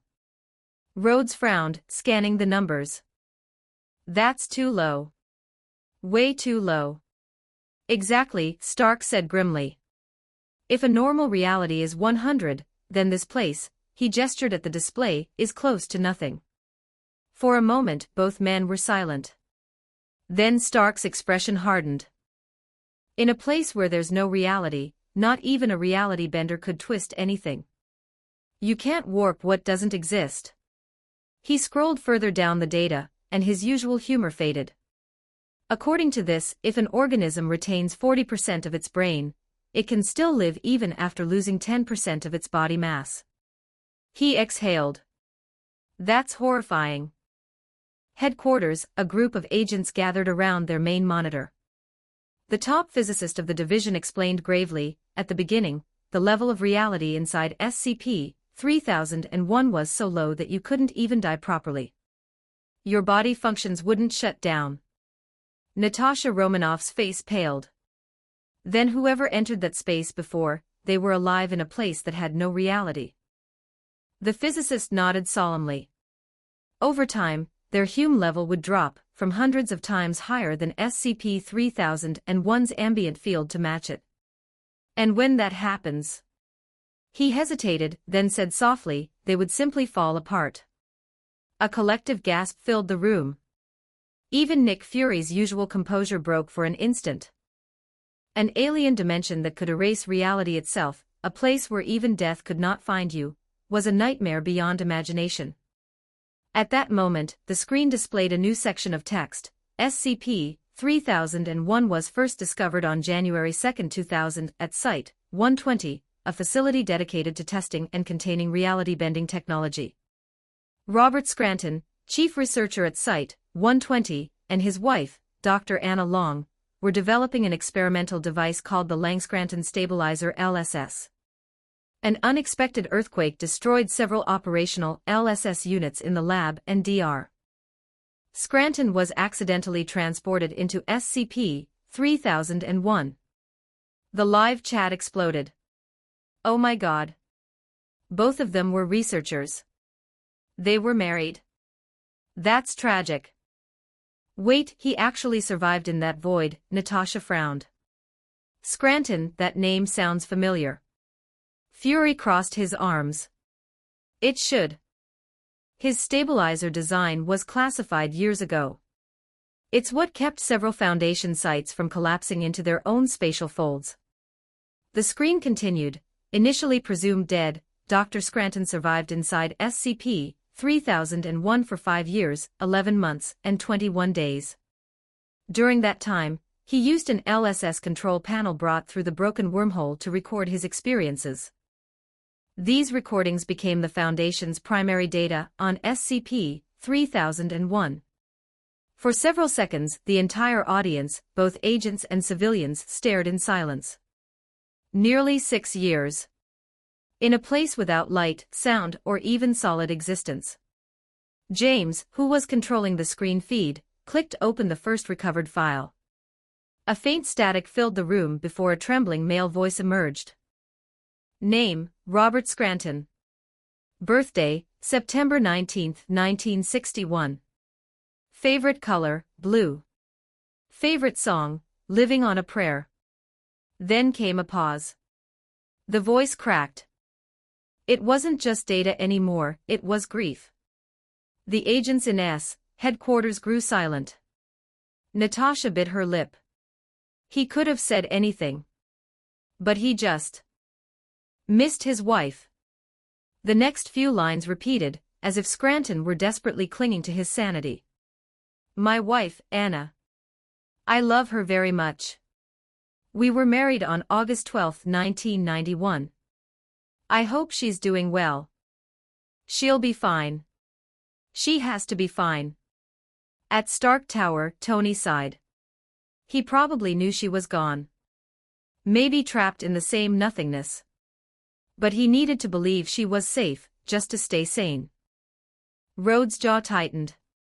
He was repeating their memories, trying to hold on to the last bits of himself. Then, suddenly, Scranton's tone shifted in the recording. Is this thing recording? Oh God, is this recording? Metal clanged in the background. My name is Robert Scranton. I was a researcher at Site-120. I don't remember 10 days, maybe. I can't tell. Is anyone there? Can anyone hear me? The desperation in his voice was haunting. Stark turned pale, muttering, he thought the recorder was a communication device. He thought someone might hear him. Rhodes shook his head. But it was just a recorder in an empty void. The voice on the tape grew unstable, shouting, pleading, then falling into angry sobs. No one can hear me. Oh my God, oh my God. Why is this thing still recording? It shouldn't work. Nothing should work here. What's going on? He tried to reason it out, the scientist within him refusing to surrender. I can't see anything, except the red light. Just the red light blinking. Inside the command room, the air grew heavy. Natasha whispered, so the only thing he could see was that single red light. That was his whole world. Stark nodded. no light, no matter, no direction. Only darkness and a tiny red glow to prove he still existed. The next part of the tape was even more chilling. "I'm hungry. I'm thirsty. I should have died days ago, but I can't. I can't die." Every listener felt their skin crawl. To be trapped forever, still conscious but unable to die, that was worse than any hell. "Hey, little red light, can you talk to me? Can you let me talk to Anna?" The once brilliant scientist's voice had become frail, fragmented. Madness and longing intertwined. Playback error. Playback error. He tried to replay earlier messages, desperate to hear his own voice, to remind himself he was real. But the system only returned static. "I don't know where I am anymore. But I can survive without eating. It hurts, but I can't die. Maybe a miracle will happen. Maybe I'll wake up." "Don't dream, Robert." The tape crackled one last time. 3 weeks, 4 days, 19 hours. The counter reset. Headquarters, no one spoke. The agents who had seen alien invasions and gods looked shaken. The thought of a man trapped in eternal nothingness, suffering, lonely, unseen, was more terrifying than any monster. Nick Fury finally broke the silence. 5 years. He endured that for almost 6 years. Stark's voice was quiet. And through all that, he never stopped recording. He documented pain, hunger, madness, not for himself, but for us. So we could understand. Rhodes glanced at him. He turned his nightmare into data. Tony nodded. That's what scientists do. Even in hell, they keep learning. James, still at the console, whispered, "But at what cost?" The screen dimmed, leaving only a faint crimson hue washing over the room, the same red light that had kept Dr. Scranton company for nearly 6 years. No one dared speak again. For a long, heavy moment, it was as if everyone in the building could feel the emptiness of SCP-3001 pressing against their hearts, the silent terror of a universe where reality itself had died. And somewhere in that endless void, perhaps even now, Dr. Robert Scranton still whispered his wife's name into the red dark. 250+ chapters available in patreon.com/dragonscribe31 Chapter 197, Chapter 197, Becoming a God 14:06 words. "I have a picture of Anna in my pocket. I almost forgot about it. Little red light, can you let me see her face? Just for a moment. I just want to see her again. Hi, Anna, I'm still here. I'll come back. Wait for me, okay?" The voice was cracked, trembling, and full of longing. On the screen, Dr. Robert Scranton's fragmented sentences carried across the dark void, echoing through the Marvel World's live broadcast feed. The audience sat frozen, every syllable tore at their hearts. He had searched, wandered, and examined every invisible inch of this broken dimension. Yet everywhere he went, there was only emptiness. His body refused to decay, but it was no blessing, it was a curse of endless existence. This was not survival, it was eternal suffering. Only 2 months and 4 days had passed. The agents were visibly shaken. Someone muttered under his breath, "It's just so suffocating." Natasha Romanoff pressed her hand over her mouth, eyes glistening.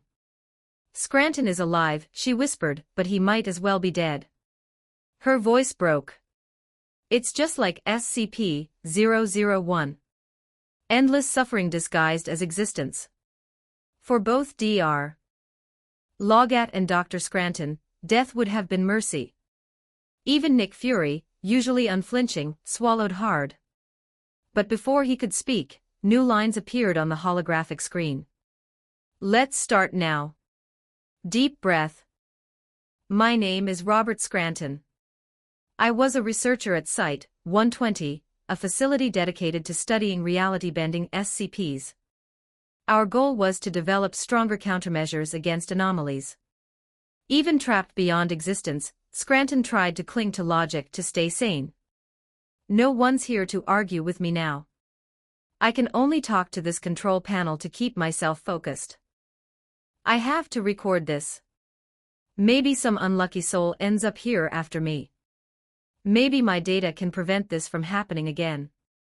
That's all I can do now, and I need a little hope. So, Robert Scranton, for future research, record a new SCP file. Good idea. Let's start. The moment that sentence was spoken, the world fell silent. Even hardened agents and battle-tested heroes felt a lump in their throats. Why do good people always suffer like this? Someone in the chat cried. He's still thinking about others. God bless this man. He wasn't just surviving, he was still being a scientist, still being human. James, who had taken control of the feed, opened the next document. Scranton's weary voice returned. Still shaky. Still human. 2 months, 11 days, 10 hours. Item number. SCP I don't care anymore. Object class. Euclid, I guess. Maybe I'll update it later. I need to learn more. Special containment procedures. God, my voice sounds so dry. I don't even know if this place can be contained. It's definitely not Earth. I think it's related to the stabilizer prototype. I'll explain later. By the way, I don't think it can be contained. Entered is better. I entered here during a bad reality distortion accident. No, Robert, don't say there's no exit. Keep faith. Halfway. Inside Stark Tower, both Tony Stark and Colonel Rhodes sat frozen. Still trying to reason it out, Rhodes murmured. Stark nodded grimly. He's fighting to stay focused, still analyzing, still hoping this space isn't sealed forever. The man's willpower is terrifying. Even Tony Stark, the man who faced gods and titans, couldn't hide his respect. 2 months, 11 days, 18 hours. This place, it's some kind of reality crack. It's pitch black. The red light that records my voice is the only visible thing. I can't see my hand, can't see the control panel. I use this light to measure my steps. I never go beyond 100 steps. I'm too scared. No one dared laugh. How could you not be afraid, exploring a lightless void with only a single red glow keeping you company? One wrong step and the light disappears forever, and with it, your last link to sanity. I wonder if my hair's turned gray. Can't tell. My scalp itches, my face stings. Natasha gasped. Her hands trembled. He doesn't know, but we do. Fury's voice dropped low. His body's breaking down. She nodded tearfully. 2 months in, and his tissues collapsing. The Hume field inside him is decaying to match the void. His body's losing structure. 2 months, 15 days, 4 hours. I think I found something new. I've been walking, or maybe swimming. This place feels thick. Not air, not liquid. Something else. There's pressure here. I know that's not the right word, but F***K it, nothing here follows the rules. I'm trying to understand it, okay. The audience erupted again, not in laughter but awe. How strong is this guy? He's still experimenting while he's falling apart. God, he's a genius and a monster of will. Experts began analyzing. It's not vacuum, said one physicist. A vacuum still obeys physical law. This place doesn't. Fury frowned. Then what is it? Something new. A realm without physical constants. It exists but doesn't obey existence. 2 months, 17 days, 2 hours. Navigation depends on willpower. Movement feels subjective. This isn't a pure reality crack, by theory. I shouldn't move at all if it was. That means it's a space, the physicist confirmed. Not a gap between realities, a broken, malformed space. Natasha frowned. But if it doesn't exist in reality, can we call it a space? A degenerated one. Time and motion are minimal but not gone. Scranton continued his eerie calm analysis. Okay, good. That makes sense. Think, Robert, think. I left the red light and came back, so time must exist. That's why I didn't die of thirst or hunger. Time barely moves here. Imagine the red light as the origin of 3D space. I can move down, then up. I can even fly through it. Movement feels slow, like swimming in jelly. Everyone listening felt goosebumps. Even as his body decayed and mind eroded, he was still documenting the unknown, still rationalizing cosmic horror. Natasha whispered, "He's remarkable." The physicist nodded firmly. "Incredible. What he's doing has value. If his theory's correct, his personal Hume field lets him manipulate reality inside this void." Wait, what? Natasha turned.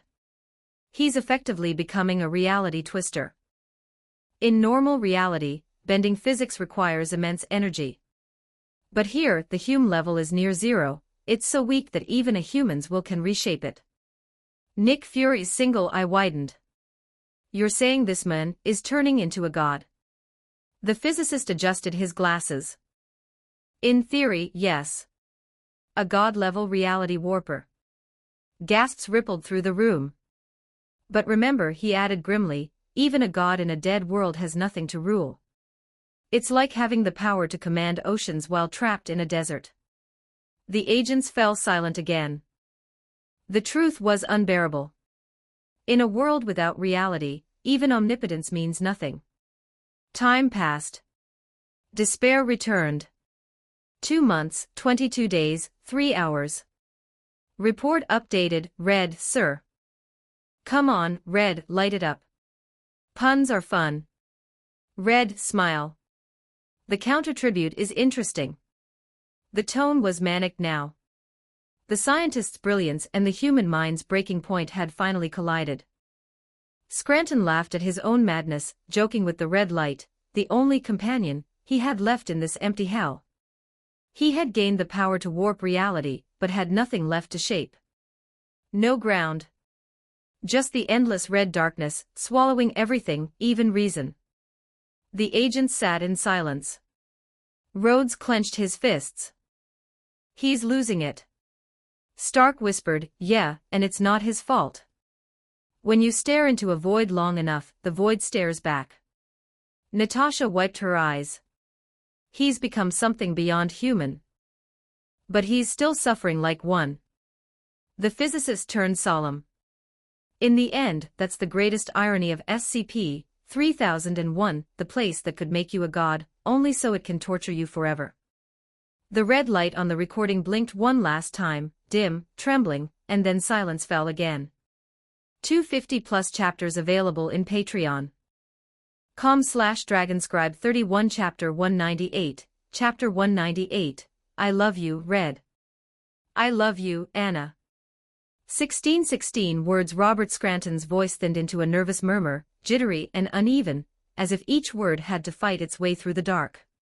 He sounded unwell, half scientist, half ghost, talking to the only thing that seemed to answer him, a tiny blinking dot on a dead control panel he called red. Inside S.H.I.E.L.D., no one moved. Agents stared at the feed with tight jaws and lowered eyes. What's happening to him? Someone whispered. The isolation, Nick Fury said quietly. And worse, the loss of normal perception. No touch that behaves like touch. It's been almost 3 months. Natasha Romanoff's voice wavered. Then the recording shifted. Scranton coughed, pulled himself back to the edge of reason, and spoke with forced steadiness, okay. Never mind. This place barely follows Cagel's laws of reality.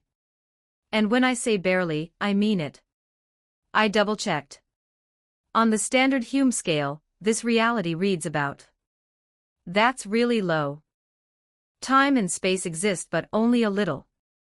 So biologically I won't starve to death. Don't know what that means for the rest of me. The chat froze. He had not given up. Even in this nightmare, he was still calculating. I lied to myself in the last log, he admitted after a pause. My body and this little red light, we are the most real things here. Over time, our Hume levels will balance with the ambient field. I have to do more math. He began muttering formulae Cagel's second, third, fourth law, substituting ambient Hume values near zero, estimating his external field around 1 to 1. 4. Then stumbling over the notion of an internal field he hadn't nailed down. I am real, he insisted, breath-catching. An extremely real person, in a place without reality. A hush spread through the building. His will was iron. But the damage was there too, like hairline fractures crawling through glass. Stark watched with a hard, tired look. Even the most unstable test chambers we've built don't get this unreal, he muttered. He's beyond the edge. And he knows it. Colonel Rhodes grimaced. And from here on, he's not just talking to the red light. He's hearing it talk back. Hallucinations, Stark said softly. The log advanced. 2 months, 18 days. Red, you're wrong. You used the wrong equation for Cagel's third law. Because of the LSS malfunction, our index sits between 2. That gives us more time than we thought to. Yeah, Red, wait for death, right? Anger bled through the words. But the math kept him moving. 6 days later, he returned. 2 months, 24 days, 5 hours. I need your help. The stinging in my skin, that's my Hume field spreading. My reality is dissipating. 3 years. I must stabilize before it drops too low. He proposed a theory: even a very low Hume field is still a field, which means it spreads over time. If he could contain and reuse what remained slow the leak, he might buy himself time to escape. It was a plan. A future tense. He made a decision: leave the control panel, leave Red and go searching. For some reason, when he drifted away from it, his breakdown slowed. Maybe proximity changed how his field diffused. Maybe distance bought days. He imagined the space like a canyon with distant cliffs, boundaries he could reach if he just kept going. Sorry, Red, he whispered. I hope we can still be friends when I return. I'll be back soon.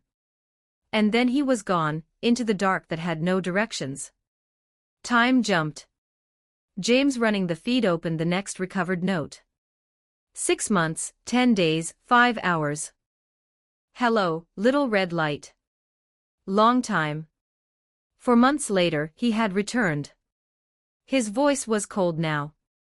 Hope had frozen into something sharper. Looking back, I don't know what got me so excited. This place is, my God, it's hell. There is no boundary. Just forward. Keep going forward. I walked the same way for 2 months. Why did I ever think I could leave? He laughed, a broken sound. Then he cursed himself, calling himself a fool for believing the horizon would end like an old map. The chat filled with shocked messages. 2 months forward in a world that barely had time, barely had distance, barely had anything, and still no edge, no wall, no door. If I keep going down, he asked, can I get out from the bottom? More months passed. 10 months, 28 days, 15 hours. No bottom.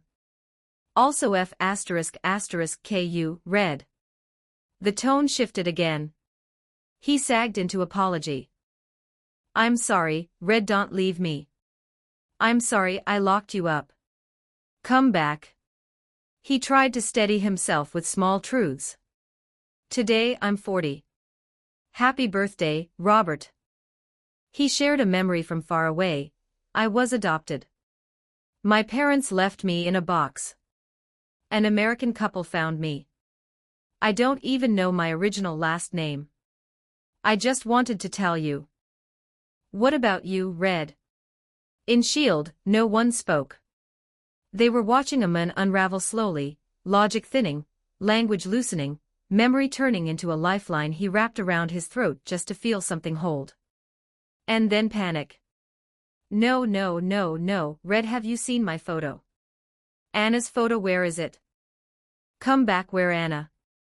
Where is it? God, please don't do this, please, no matter what, please. The room tightened. The photo. He had told the recorder months ago he kept a picture of Anna in his pocket.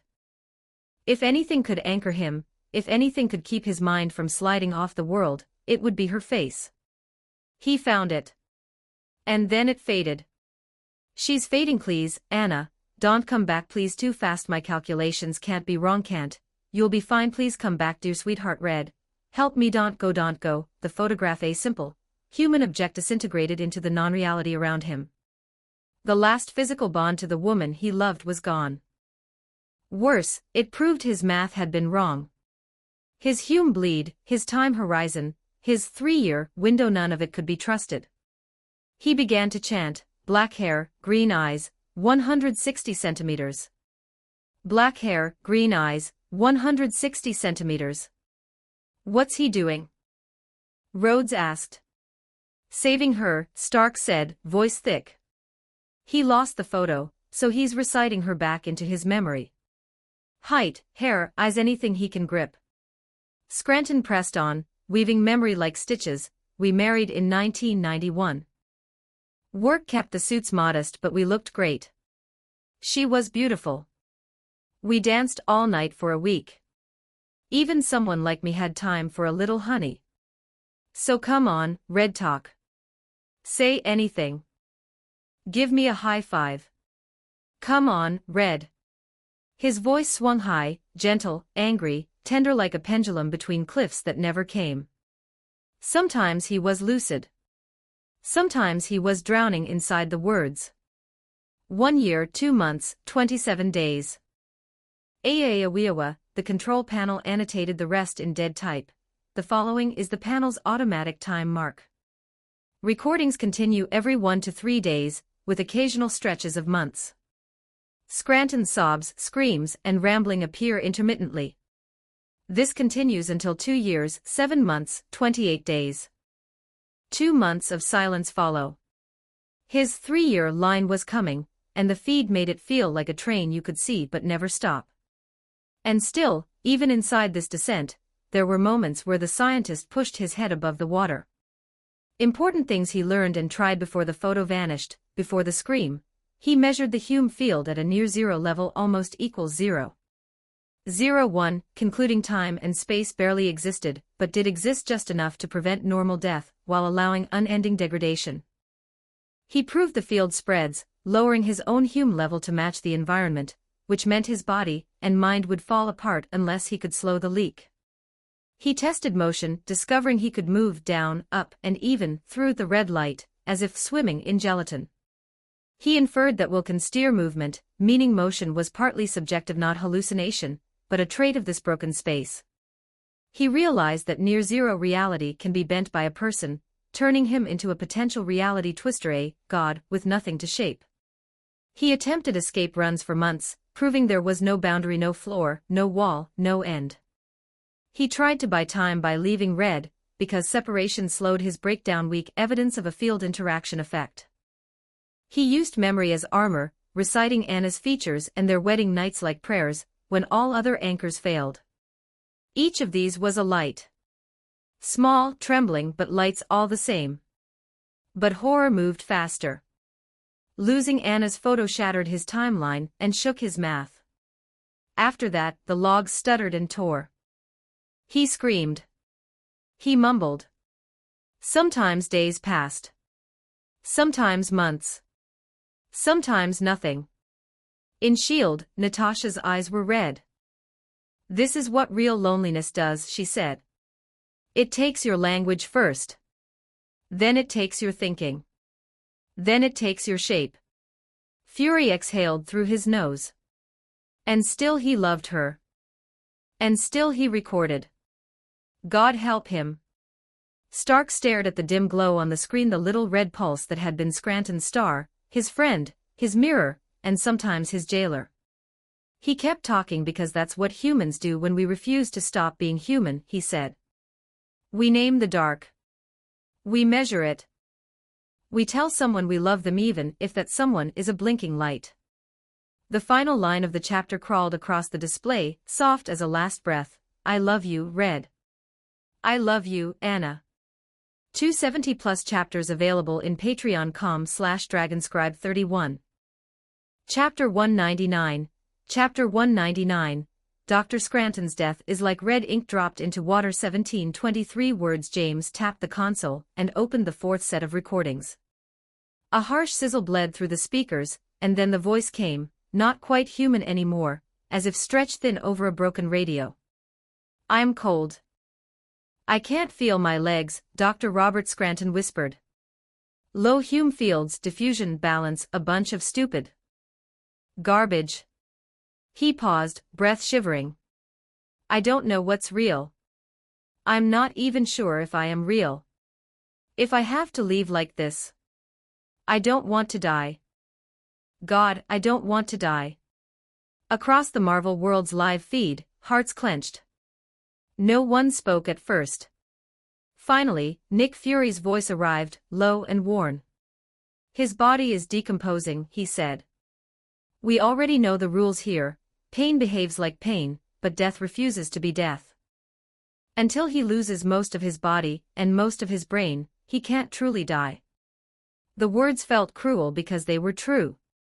Every particle of him was loosening from every other particle, drifting apart into a place where reality itself barely existed, and he could feel it happen. The next words shook even the hardened agents. I have been running along a diagonal for 6 months, Scranton said. Still going down. No, I went down again. About 8 months. There is still no bottom, Red. 2 more attempts.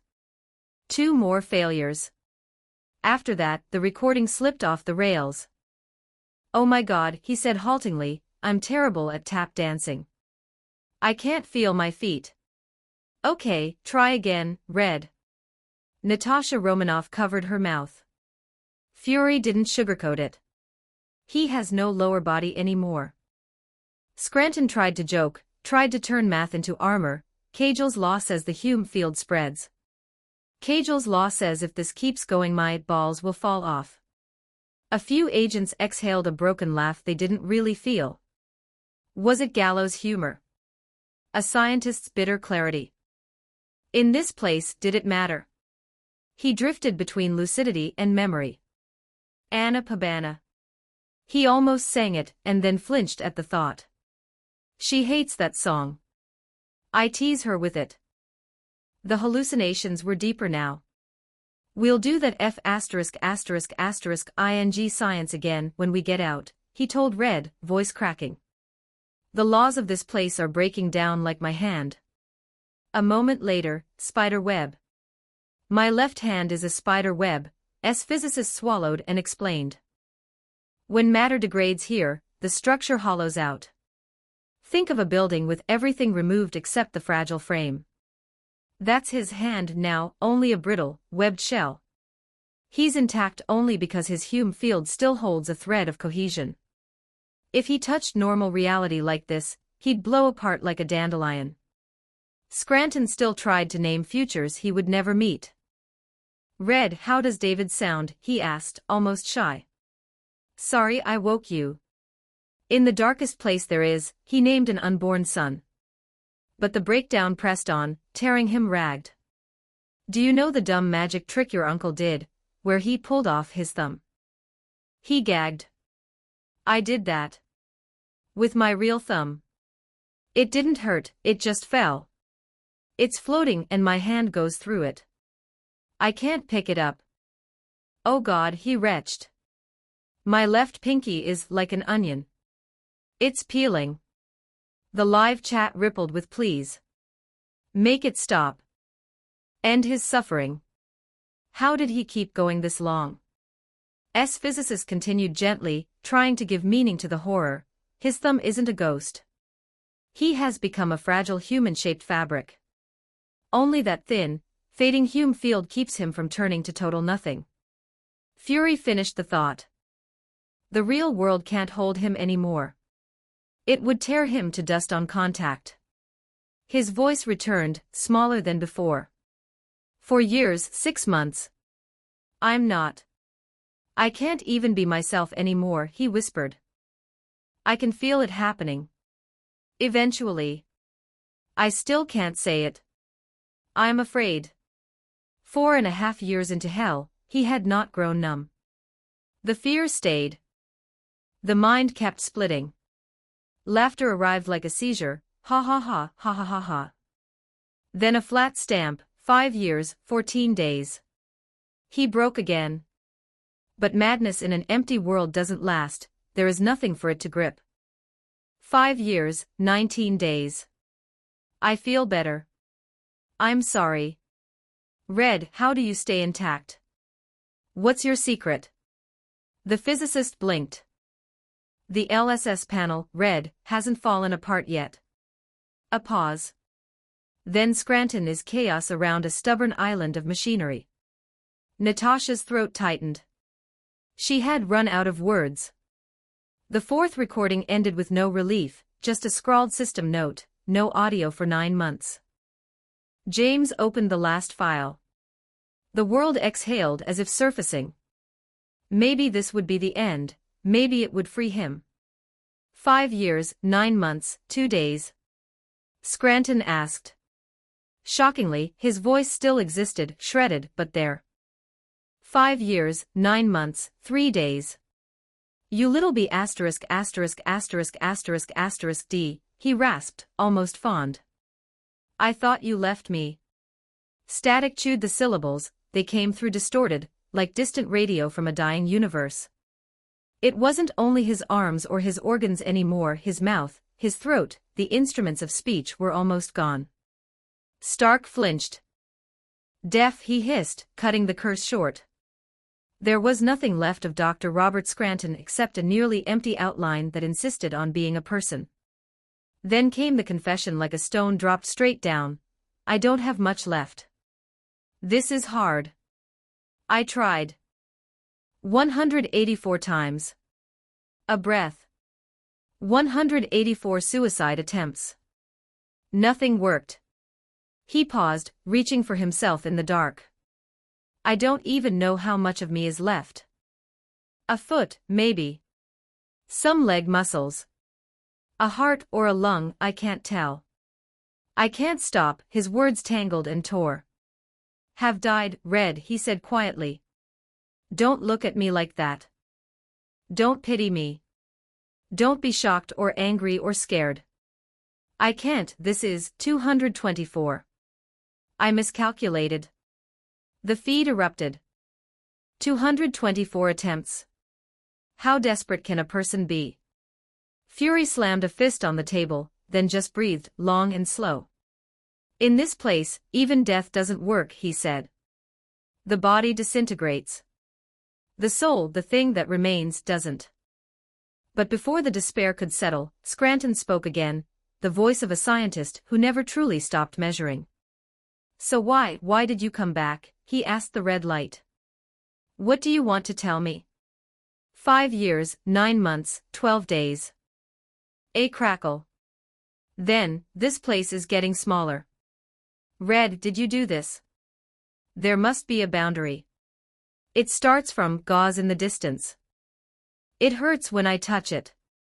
Red, what happened? Every room listening jolted awake. Stark lurched forward, eyes wide. A boundary? Rhodes stared, equally stunned. The physicist nodded in disbelief, his voice thin with wonder and dread. Then Scranton's first canyon theory wasn't wrong. The border exists, but far, far away. He just found it too late.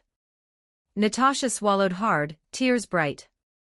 If he had reached it earlier, maybe he could have learned to push through. To punch a way back.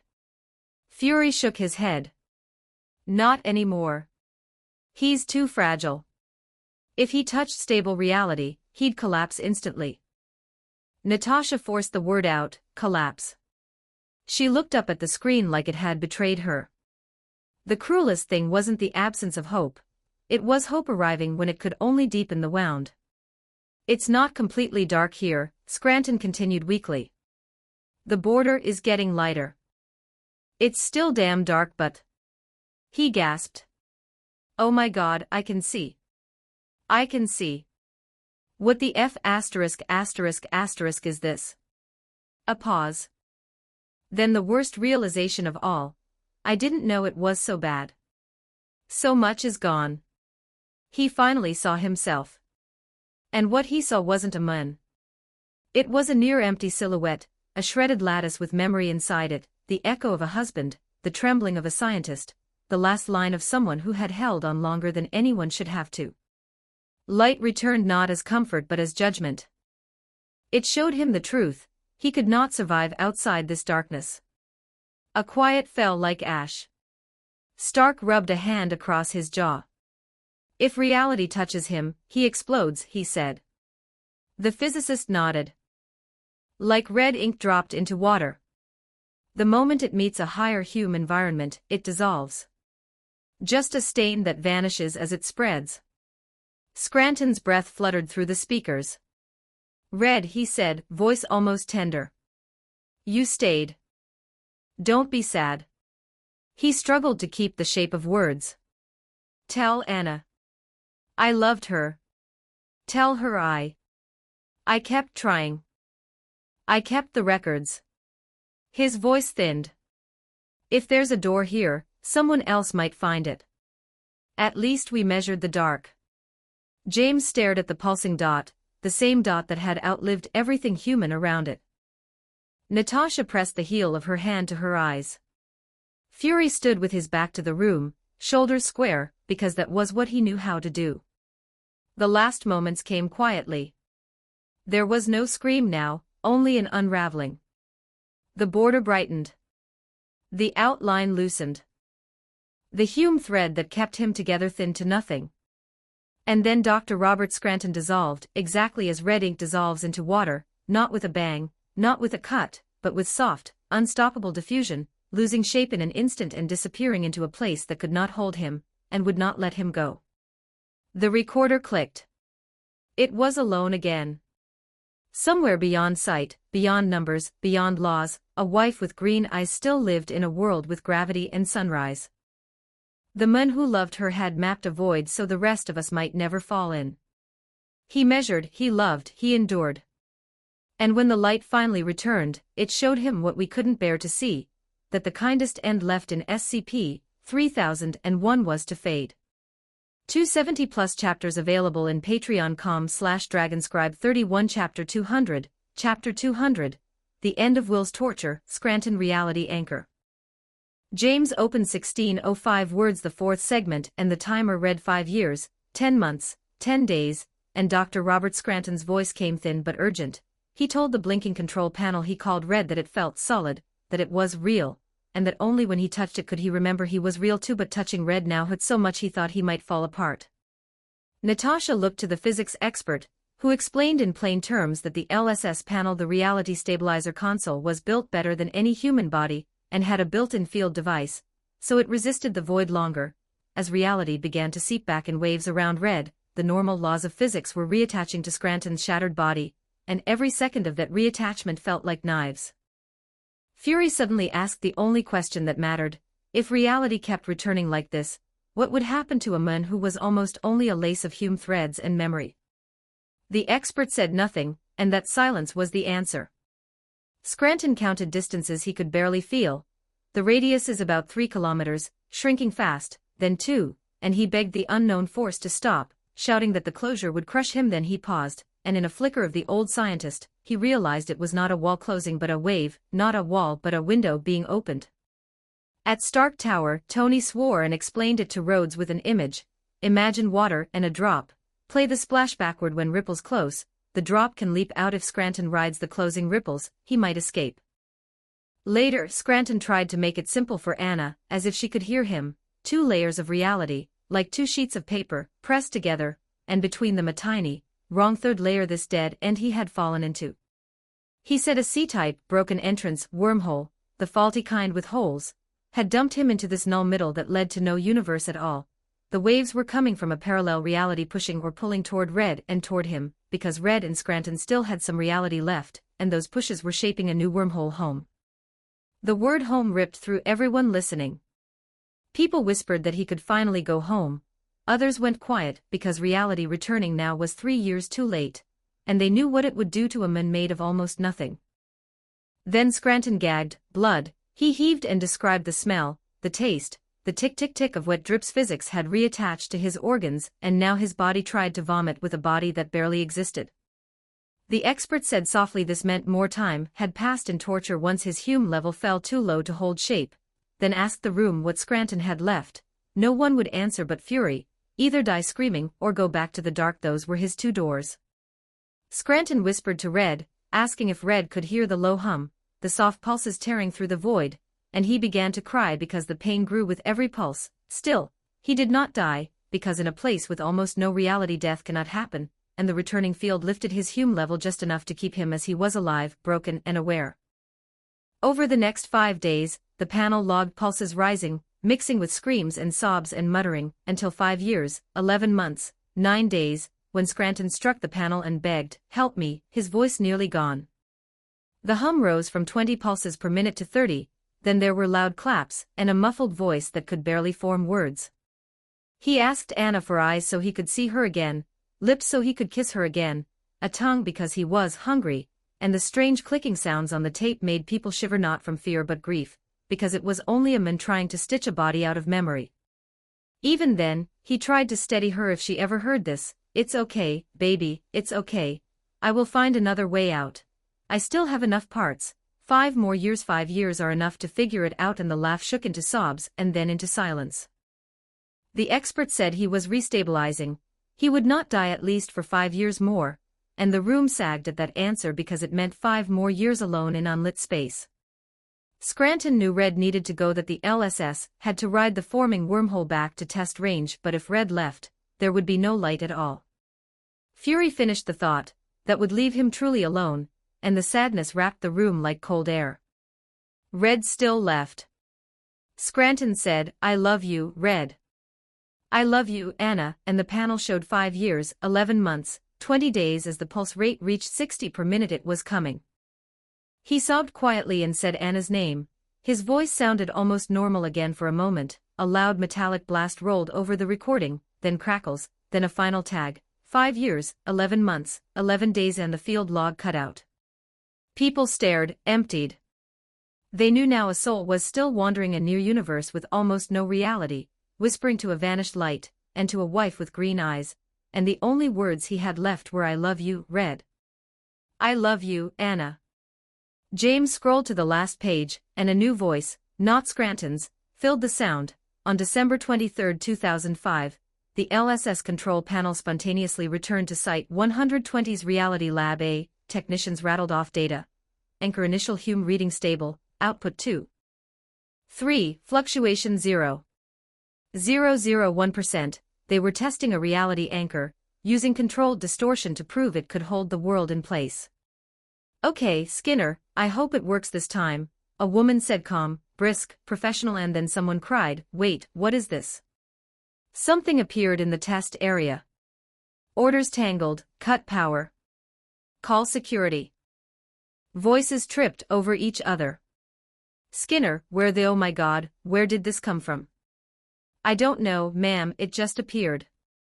"It looks like what the smell," they coughed and gagged, "dead body." And all across the Marvel world watchers began to cry because they understood who the woman must be, and what the thing was that fell through the window with Red. The LSS had returned, but so had the pieces of a man who rode a closing ripple until it threw him through. In the lab's experts explained what the Foundation would confirm. Those pulses and waves had pressed two realities together until a window formed. The LSS stubborn and real had shaped the returning channel, and Scranton's last "I love you" was the push that let Red go home. The panel's field design tested to survive what he suffered became the blueprint for the standard device now famous as the Scranton Reality Anchor. Important events rushed together: the shrinking bubble of null space, the window not wall insight, the pain of physics reattaching, the low-frequency pulse build to 60 per minute, Red's departure, the last declaration of love, and then the LSS reappearing on December 23, 2005 bearing the proof of what he paid. Out in the control room, someone whispered a summary that would be written into procedure. The anchor works by driving the local Hume index upward, forcing reality to reassert, resisting collapse, and denying unfriendly distortions, a device perfected by a man who mapped a dead end until it turned into a doorway. People asked the obvious last question, did Robert come back? The facts were too soft to hold. What fell through smelled like blood and bile and ruin, and even if he had crossed whole, the higher human world would have blown him apart like red ink dropped into water. That was the cruel math. He could open the window but not pass through it and live. And yet, his notes, his timing, his field readings, and his last act made the anchor that bears his name. The Scranton reality anchor would hold doors closed that should never open and keep worlds from tearing, and every time a lab flicked one on and the meters steadied and the air felt heavier, they were borrowing his will. By then, the lab microphones had gone quiet but for shouts and alarms, and the wheeze of ventilation. You could almost imagine a woman with green eyes pushing past the glass to the edge of the test floor, asking what the smell was, asking what had appeared with her team's machine, not yet knowing the shape that had crossed with it was the last remainder of the men who loved her, and that the machine she built with him would take his name into every place where the world needed saving. Bold truths remained. The window opened, red returned, the anchor stabilized, and the cost was a life measured in pulses, not minutes. SRA field strength 2.001% drift made engineers cheer, but some people cried, because for them the number was not a number, it was Robert's last measurement of the dark. And so the chapter closed. The end of Will's torture was not escape but purpose. The device born of a void became the Scranton reality anchor, and in every future breach report where SRA deployed Hume restored appears, hidden between the lines are the same two sentences he sent through the window with Red. I love you, Red. I love you, Anna. 270+ chapters available in patreon.com/dragonscribe31. Chapter 201, Chapter 201, God 1366 words. Oh my God. Don't stop, Skinner. I repeat, don't stop. Don't shut down the stabilizer field, or we'll lose control of the object. Madam, what's happening? Reducing Hume field to 1. I'm going in now. Don't cut the field or this thing will destabilize. The woman's voice over the communication system changed from confusion to shock, then to terror and grief within seconds. By the end, she was practically screaming. The audience watching the live broadcast knew something terrible had happened. She understood what she was seeing. She recognized the structure, the old Langscranton stabilizer, one of the earliest models. Had she recognized something else? Yes, ma'am. Mechanical roar. This is Dr. Matthew Skinner, reporting. Wait, what is this thing? There was a sound of splashing footsteps, followed by gasps. Oh my God, what is this? What is this? Is that you? Oh my God, please no. This isn't you, Robert. Please don't, oh God. How can this be? The room filled with the sound of dripping liquid, and a buzzer blared in the background. Madam, please step away. You shouldn't touch that. A calm, mechanical voice interrupted. This is the main interface of the Langscranton stabilizer. Welcome back, Doctor. Do you wish to continue? Everyone watching could imagine the scene now. A grief-stricken scientist rushing into the containment chamber, her footsteps echoing through the blood-smeared floor as she approached the machine. She fell to her knees before the LSS device. Access audio log, playing January 2, 2000.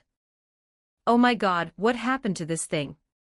It looks like someone exploded on it. Like breathing. That, oh God, no, please, no. It's gray, his gray eye. Oh God, where's the other one? Her voice broke. She already knew whose remains those were. January 2, 2000, the day her husband, Dr. Robert Scranton, disappeared. Then, a sudden electronic tone echoed from the device, accessing audio file. Please speak your password to continue, Dr. She trembled, forcing herself to breathe, and whispered, the password is Anna Pop Anna. Oh my God, he's everywhere. What's going on? The system responded. Processing. No audio log found for January 2, 2000. The file was accessed by Dr. Scranton on January 13, 2000. The audience in the Marvel world tensed immediately. Everyone knew what that meant. Robert Scranton had been alive inside that void after the date they thought he'd died. The playback continued. Play it back, damn it. Sobbing, oh God, Robert, honey, what did you do? Confirming, doctor retrieving audio file. Madam, please don't touch that. You're in danger. Wait for the team. There's so much blood, honey, can you hear me? Where are you? Splashing, wiping noises, what is this? Oh no, then silence. 20 long seconds of silence. Please leave the area. His ring, it fell off. D headquarters, Natasha Romanoff covered her mouth, tears in her eyes. Nick Fury stood beside her, grim-faced. At least, he muttered, he didn't lose the ring. Lang, please respond. We're sending medical assistance. Then, the footage froze. The world watching fell into stunned silence. They had just seen how the void consumed a human soul, how love and grief could twist into horror. Robert Scranton's suffering was no longer just words in an SCP file, it was a moon being erased by nothingness.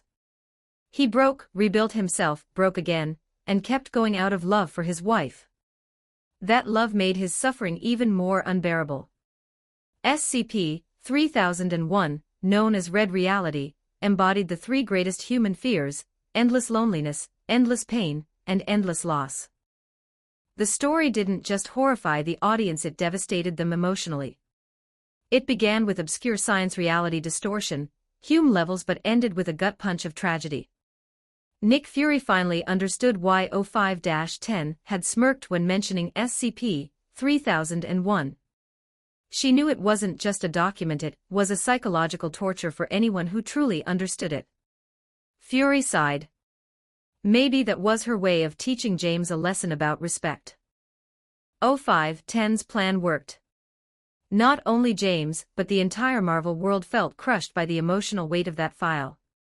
James closed the file and rubbed his temples. Fatigue clouded his usually calm face. He walked out of his quarters at Site-17 and sought out his two closest friends. You look like hell, Lois said bluntly. What happened to you? ZYN glanced up, equally worried. You okay, Munt? Let's grab a drink, James muttered. Lois blinked in surprise. I was gonna say I just got paid, but yeah, sure. The screen faded to black. When it lit up again, James, Lois, and ZYN were sitting in a noisy downtown bar. Music thumped through the walls, the lights shimmered, and laughter filled the air. For once it felt normal. D agents watching from the monitoring room breathed easier. Natasha exhaled softly. God, it's been so long since I felt something like this. Nick Fury gave a tired smile. Maybe that's exactly what he needs. But despite the noise, James sat silently, his face distant. He stared into the bottle in his hand, as if it held the universe. Lois nudged him playfully. What's up, man? You look like you're haunted. James didn't answer right away. He turned the bottle, the amber light reflecting in his eyes. He wanted to say something profound, but before he could, a loud male voice echoed across the bar. You think I'm bluffing? I am Ashur, the great Mesopotamian god of air. The entire bar went silent. Get lost, you drunk, someone yelled. If you're a god, then I'm Poseidon. Another shouted, yeah, watch me drown you in my beer, you idiot. Laughter erupted, then shouting, then punches. Within seconds, the bar turned into chaos. Lois jumped onto the table, cheering. Finally, a real brawl. Kick his butt. ZYN sighed and turned to James. I swear we attract trouble. James nodded wearily. Let's get out of here before he could finish, a shrill alarm went off. Beep beep beep. ZYN looked down at the device on her wrist, the cont counter, used by Foundation agents to measure Hume levels, the stability of reality itself. Her eyes widened in horror. No way. The reading spiked, 999 Humes. Everyone froze. Even the live stream viewers watching from home lost their minds. That's impossible. This thing's off the scale. Did it malfunction? No way, there's no mistake, Natasha's voice shook. What's the Hume level of SCP-239? Fury swallowed hard. 500. The room went dead silent. A reality bender capable of shaping the world like clay, a godlike being, had a Hume level of 500. So what did it mean when someone measured 999? Everyone had the same horrifying thought: something beyond godlike had appeared. And then boom. The screen exploded with motion. A roaring storm tore through the bar, ripping walls apart and blowing glass across the street. Tables and chairs flew into the air like leaves. The building's roof disintegrated. Wind screamed like a hurricane, flinging everyone into chaos. People screamed, ducked, ran, some were thrown straight out the shattered windows. Within seconds, the cozy bar was gone, replaced by a swirling cyclone of power. James, Lois, and ZYN could only stare.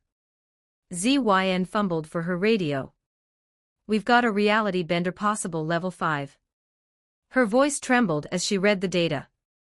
Level 5 confirmed. Repeat, level 5. The audience watching lost their minds.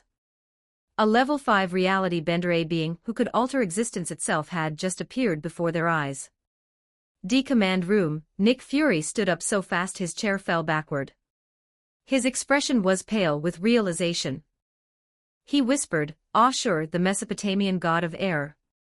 And at that moment, everyone watching finally understood. This wasn't a drunk man. It wasn't an anomaly or a random power surge. It was a god, a true god-level reality twister manifesting in the modern world. The storm continued to rage, tearing through the night, while alarms blared from every Foundation site across the globe. And as the screen flickered with static, one final sentence appeared across the bottom: Level 5 reality bender confirmed, codename Ashur, the god of air. End of Chapter 201. 270 plus chapters available in patreon.com/dragonscribe31. Chapter 202, Chapter 202, The Invincible Eighth. 1388 words at Kamartaj. Silence filled the ancient chamber as the Ancient One watched the trembling screen in disbelief. The Mesopotamian god of air, she murmured, her brows tightening as she sensed something far beyond mortal comprehension. The green particles swirling around the men in the storm on the screen glowed so densely that they almost became solid matter. This concentration of particles. No, this is beyond level 5. Her mind flashed back to what Dr. Clef once said: above level 5 reality benders exists a theoretical level 6. Those were not mortals. They were gods. And the figure raging inside that storm was clearly one of them. The Ancient One exhaled slowly, eyes fixed on the monitor as the violent tempest tore across the sky. Meanwhile, the bar that had once been lively was now a scene of chaos. The patrons had fled, leaving only James and his two companions crouched behind a toppled table. What the hell is this? Lois grumbled, clenching her fists. I finally go out to relax and end up in a cosmic disaster. ZYN looked nervously toward the storm. A level 5 reality bender, that's dangerous, right? James didn't answer immediately. He gazed at the man floating drunkenly in the swirling vortex, his face red and swollen from alcohol and a recent bar fight. In theory, a level 5 reality warper could reshape matter, rewrite existence, even rival gods themselves. But this one got drunk, argued with someone, and blew up half a city block because he lost an argument. James rubbed his forehead. This is not the kind of cosmic crisis I was expecting today. Before anyone could respond, Foundation sirens blared through the streets. Armored trucks screeched to a halt as the Mobile Task Force Pi-1 city slickers burst into the scene, weapons raised. Lois exhaled in relief. At least it's these guys. They know what they're doing. But the heavily armed agents didn't find a rampaging god, just a drunk man muttering nonsense in a glowing green haze. The captain approached James, confused. James, is this guy really a level 5 reality distorter? James crossed his arms and corrected him calmly. 15, actually. Or more precisely, beyond level 5. The captain blinked. Excuse me. Before he could process that, another agent ran forward with a counter the Foundation's device for measuring the stability of reality. You've got to see this, the man shouted. The counter's reading blinked red, 20 for 50. Everyone froze. Even the audience watching the live broadcast across the Marvel world exploded into chaos. What the hell? 20,000? That's impossible. Even gods don't reach 10,000. He's not just a god, he's something above it. Back at Kamartaj, the Ancient One's eyes widened in horror. 20,450. She whispered. Her entire body trembled as if drained of strength. A level 4 warper could twist the physical world. A level 5 could trigger K-class end-of-the-world scenarios at will. So what could something beyond that do? She dared not imagine. In the far reaches of the universe, within the observer dimension, Wada the Watcher was equally stunned. He had seen countless timelines, entire realities rise and fall, but the energy radiating from that storm was different. It was law, the fundamental architecture of existence itself. He's not just a god, Wada muttered. A main deity. And yet, the irony wasn't lost on him. This main deity was drunk, and had started all this over an argument about free drinks. Back on Earth, Zyn frowned, staring at the collapsing storm. Wait, if his Hume index is that high, reality around him should be totally destroyed. The captain looked helplessly at James, who was, at this point, unofficially the Foundation's leading containment expert. James took the counter from an agent and began to explain, voice steady as always. Reality benders alter the fundamental Hume field. Normally, our world maintains a balance of 100 Hume's ambient stability. When a reality bender's personal Hume value exceeds that, reality begins to conform to their perception. He lifted 2 fingers. First, low-level benders distort localized space, maybe a few meters. Their readings hover around 130 to 150. Second, high-level benders, especially class 4 and 5, can manipulate entire regions. You'll see ambient values of 40, personal values of 300 or more. The agents nodded, riveted. But there are exceptions, James continued. For instance, SCP-343. He doesn't distort external reality, his personal Hume reading is simply infinite. He defines his own existence. Lois tilted her head. This guy's power is more inward. Exactly, James said. His strength doesn't come from warping reality, it comes from the universe conforming to him. As he spoke, the readings on the counter began to drop down to 10,000, then 8,000, slowly stabilizing. Everyone exhaled in relief. Even so, the absurdity remained. A god who got beaten up by ordinary people before activating his powers. The thought alone made half the audience in the Marvel world laugh out loud. Later, at Foundation headquarters, James was escorted into the O5 council chamber. O5-2 greeted him with an exhausted sigh. James, you really do have a knack for attracting chaos. O5-10 added sharply, we've reviewed your request regarding SCP-3740. The council has reluctantly approved it. James arched a brow. That was quick. The O5 members exchanged uneasy glances. O5-2 leaned forward. Before you proceed, there's something you need to understand. Go on, James said calmly. SCP-3740 isn't a level 5 reality bender, O5-2 said. James's expression didn't change. It's level 8. The words hit like thunder. The entire Marvel audience watching from the connected multiverse feed went dead silent. Level 8. That was supposed to be impossible. Even the Ancient One gasped, her hands trembling. Level 8 reality warper, that's beyond divinity. Headquarters, Nick Fury froze mid-sip of coffee. He muttered, if level 5 can destroy reality, what the hell can level 8 do? Rewrite creation. James, however, remained calm, almost bored. 05-10 frowned, uncertain whether he understood the gravity of the situation. "We need your containment plan," she said. "Immediately." James looked her straight in the eye and replied with a single word, "Lie." 05-10 blinked. James shrugged. "Lie to him." The council members exchanged incredulous looks. Then, seeing their disbelief, James elaborated. When SCP-3740 awakened during initial containment, he was lucid for a brief moment. I told him I was the god of the supernatural space. And he believed you? 05-10 asked, incredulous. James nodded. He was terrified. The chamber went silent for several seconds. Then, an agent in the back snorted, unable to hold back laughter. 05-10 glared. "Are you telling me you contained a level 8 god with a lie?"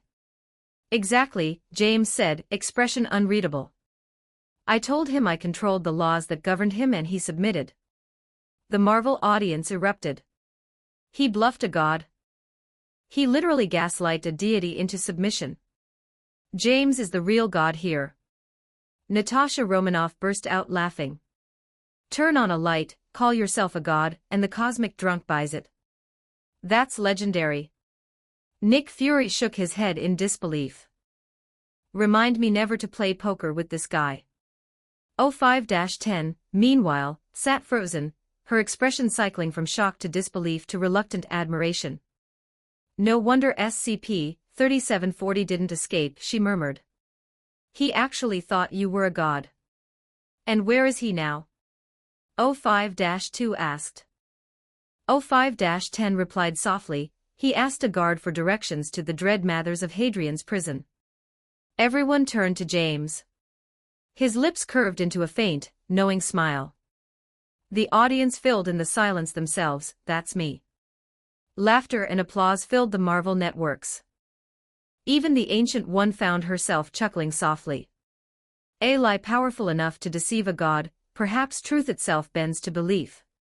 In the following hours, the Foundation formally adopted James's proposal, naming it the Olympus Protocol, a containment method that relied not on force or technology, but on deception and psychological dominance over divine entities. Under his guidance, the Foundation began constructing specialized chambers designed not to hold gods but to convince them they were already bound by James's divine law. And thus, from that day forward, James the man who lied to a god was recognized across dimensions as the god of the supernatural space. He had ascended not by power, but by wit. 300+ chapters available in patreon.com/dragonscribe31 Chapter 203. Chapter 203, James, I am the Dread Mathers of Hadrian Prison. All Foundation members have become gods. 1,305 words. The audience was still whispering curiously about the mysterious Olympus Agreement, when the live feed abruptly went dark. Then the screen flickered back to life, revealing James, Lois, and ZYN seated inside a sleek Foundation conference room. For a moment, the viewers were silent. Then realization struck like thunder. James had brought both Lois and ZYN directly into the Olympus Protocol plan. But this time, it wasn't James speaking. It was Lois. She stood tall, cleared her throat, and adjusted her coat. James gave a small nod from the side, his expression calm and unreadable. Encouraged, Lois marched up to the podium, full of confidence. "Dear supervisors, site directors, and containment research leaders of Site 81, good day. On behalf of Dr. James, I'm here to present a report on the Mount Olympus Protocol." The conference room was packed to the brim with senior officials. Every face was serious, every pen poised. Lois, trying to keep her voice steady, stole one more glance at James. His eyes were cold but steady. Taking a deep breath, she continued. "This memo is being issued because, as you've noticed, we rescinded this morning's order for additional containment procedures." A few old doctors nodded cautiously. Lois caught it and smiled. "Normally, we'd never hold back when it comes to reality benders, especially level 8 ones. Standard protocol says we use real firepower. But this time," she raised a brow, "we don't need to worry. Some of the older researchers frowned, raising their hands to question her, but Lois cut them off smoothly. You might be thinking, Dr. Lois, why on earth would we remove all restraints from an entity capable of blowing the roof off Site 81? Isn't this reckless? The raised hands froze midair. Lois smirked. The answer is yes, it's reckless. But we got lucky. Sometimes, reality bends in your favor. And this time, that curveball came gift-wrapped. Her voice turned serious. Here's the thing, SCP-3740 is the most gullible being we have ever encountered. He's not just harmless, he's downright stupid. The room went dead silent. A few scientists exchanged disbelieving looks. Lois added with a straight face, I'm not joking. She went on, clearly enjoying the moment. One of our agents rubbed static electricity on his hands, told 3740 his name was Bliss, the god of pure energy. Guess what? The entity still calls him Lord Bliss to this day. The audience was frozen. Lois chuckled. Another agent, Jim Oppenheimer, told him he had slain 1,000 men and betrayed his brothers. Now 3740 calls him Aldous Manhattan, the enemy slayer. Ridiculous. Absolutely. The conference room burst into quiet laughter, but the live broadcast audience lost control entirely. Ha ha ha, no way. James is a genius. A level 8 reality bender fooled by bedtime stories. Enemy slayer. I can't breathe. For once, SCPs aren't terrifying, they read just dumb. Meanwhile, at S headquarters, agents stared at the screen, speechless. Natasha Romanoff finally broke into laughter. God, I haven't laughed this hard in years. Nick Fury sighed and rubbed his temples. I thought we were dealing with a planet-ending threat, and this man solved it with roleplay. Even the Ancient One in Camartage looked stunned. A level 8 reality bender could rewrite Earth's fate, yet James had tricked him into submission. Utterly absurd, she muttered, though the corner of her mouth twitched in disbelief. Across the cosmos, in the observer dimension, Wada himself blinked in confusion. He had expected another K-class end-of-the-world scenario. Instead, humans outsmarted a godlike being through pure bluffing. Unbelievable. Back in the conference room, Lois leaned forward with a proud grin. So, to summarize, we've been manipulating this entity long enough to convince him that it's critically important not to destroy the containment area. He's completely content just throwing drunken parties with our staff. The researchers could barely contain their laughter now. Lois concluded with mock solemnity, SCP-3740 believes Dr. James to be a supernatural deity known as Dread Mathers of Hadrian Prison because he knows how to turn lights on and off. The entire room exploded. God help me, that's the dumbest thing I've ever heard. Does he even understand what he's capable of? This is either brilliant or insane. Lois gave a playful bow and strutted off the stage, satisfied. How was that? She asked with a smirk.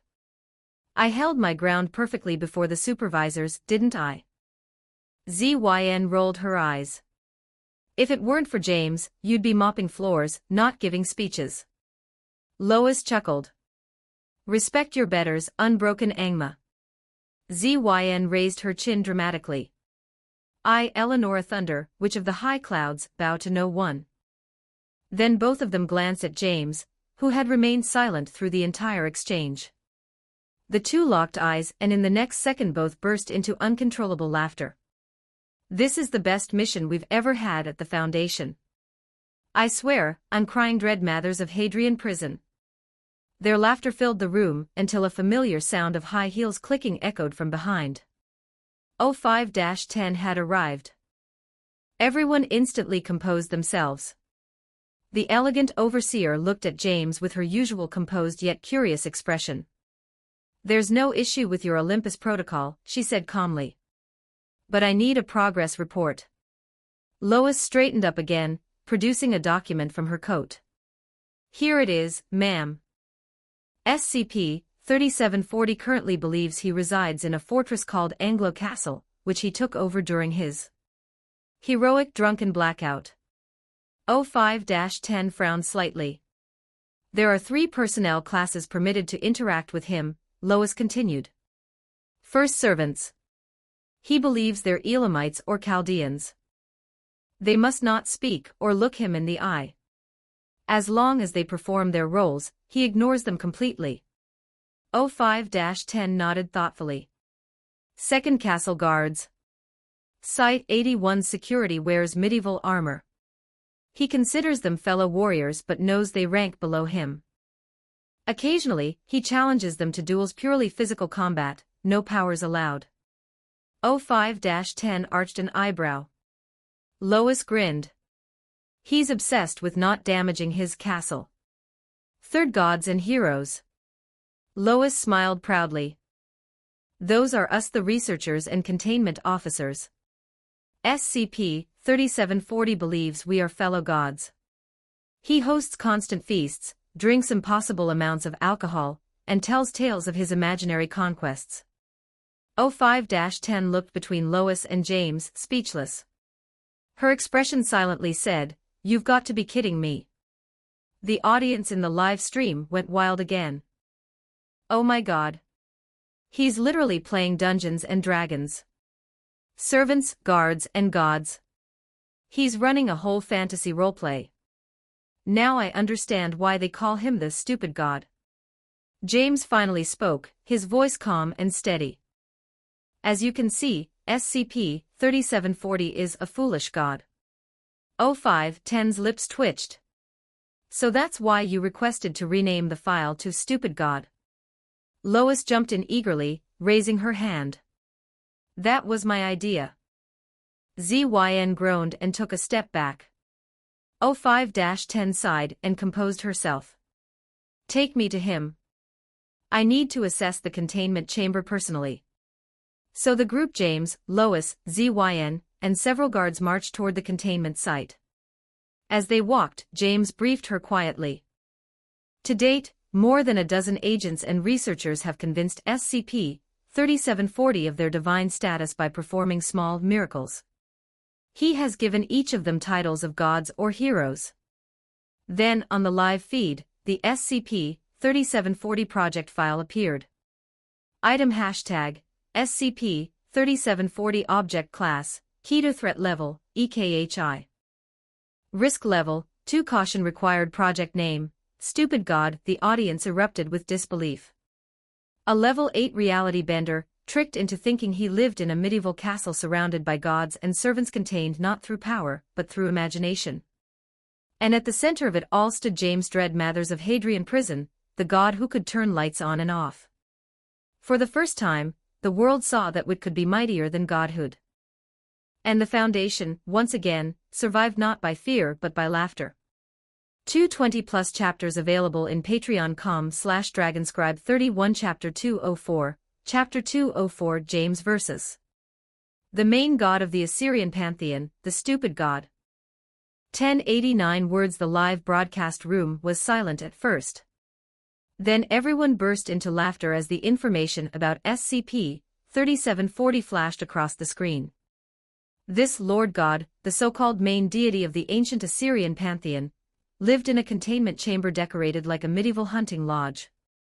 Handcrafted wooden chairs, piles of animal furs, bright torches on the wall, a stone fireplace, and even a bearskin rug. And then, 15 barrels of beer. Always stocked. That alone made the audience stare wide-eyed. People had imagined a grand palace. A heavenly throne. Something magnificent. But instead, this god was apparently satisfied with a cabin built like a Viking tavern and unlimited beer. Inside S.H.I.E.L.D.'s monitoring room, agents were struggling not to laugh. Natasha Romanoff shook her head dramatically. Seriously? My codename Black Widow suddenly feels too normal, she said. Nick Fury gave her his usual tired stare. What do you want to be called? The Flaming Poison Rose.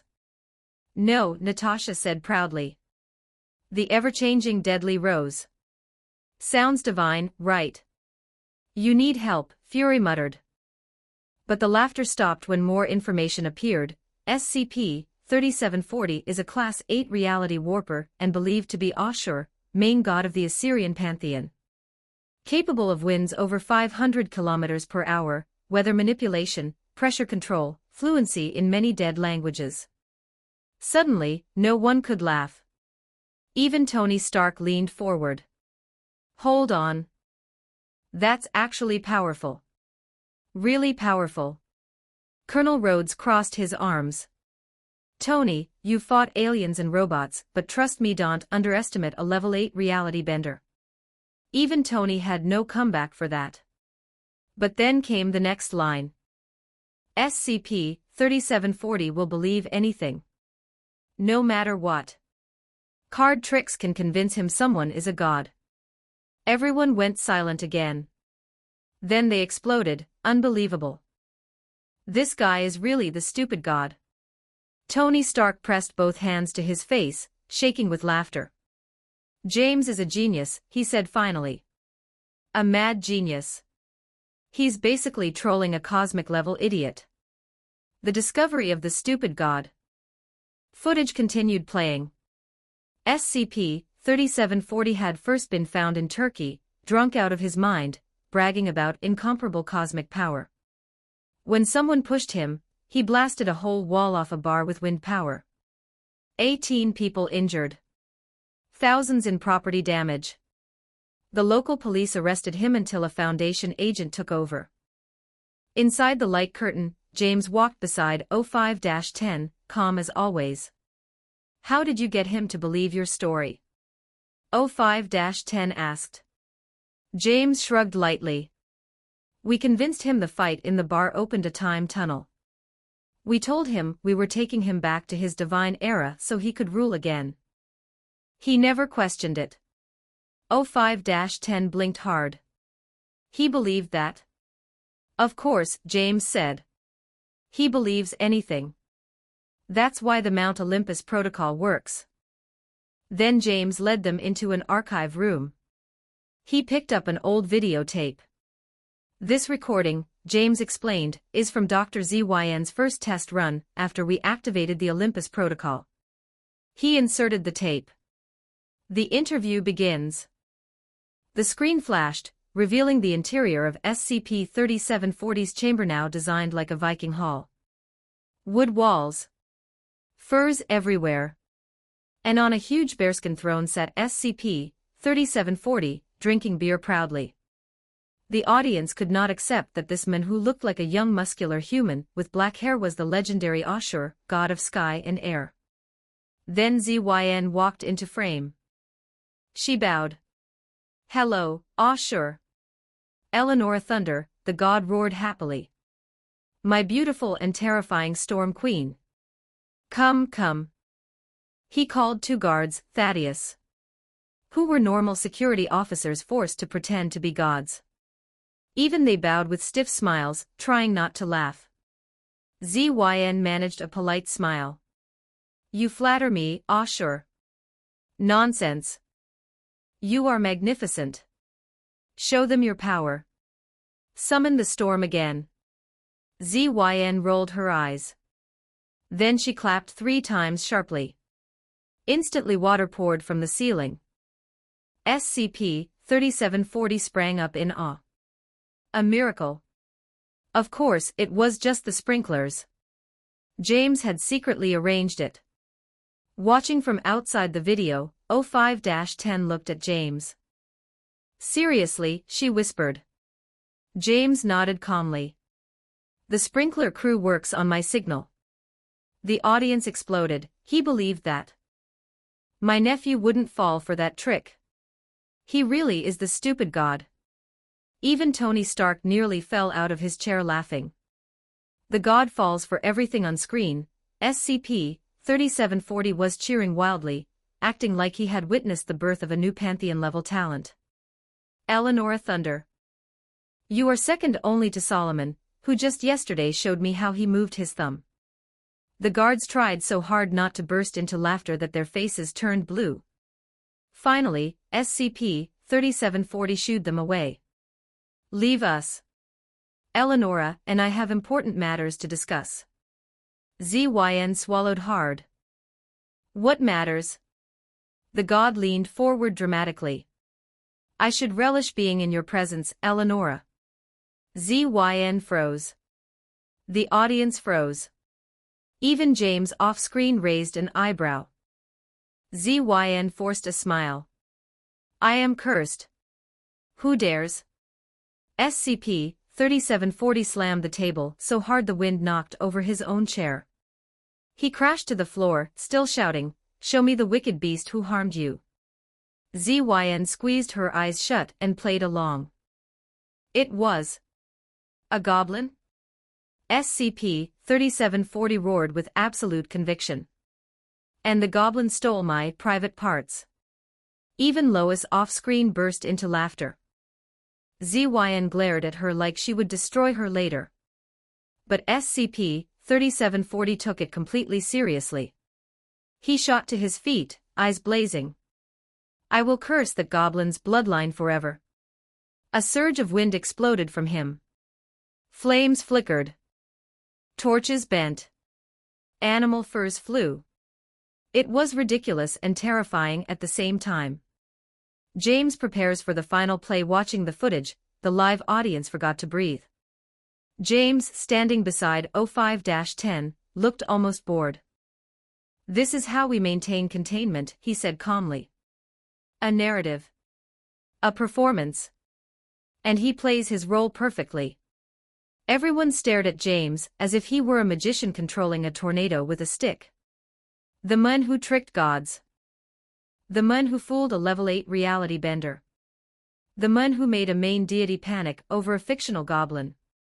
Even Stark muttered, this guy might be scarier than the god itself. And then the next line appeared on screen. James prepares to personally confront the main god of the Assyrian pantheon. The entire world froze. This wasn't just containment anymore. This was the beginning of James vs. 110 plus chapters available in patreon.com/dragonscribe 31 Chapter 205, Chapter 205, Masterclass Containment. 1,210 words. Off-screen chaos erupted again, something normal whenever James, Zara, and Lauren were in the same room. Before Lauren could even finish laughing, Zara suddenly leaped at her with a perfectly timed flying kick, knocking her across the room. I was wrong. Zara, I was wrong. Lauren screamed dramatically, hopping around in pain.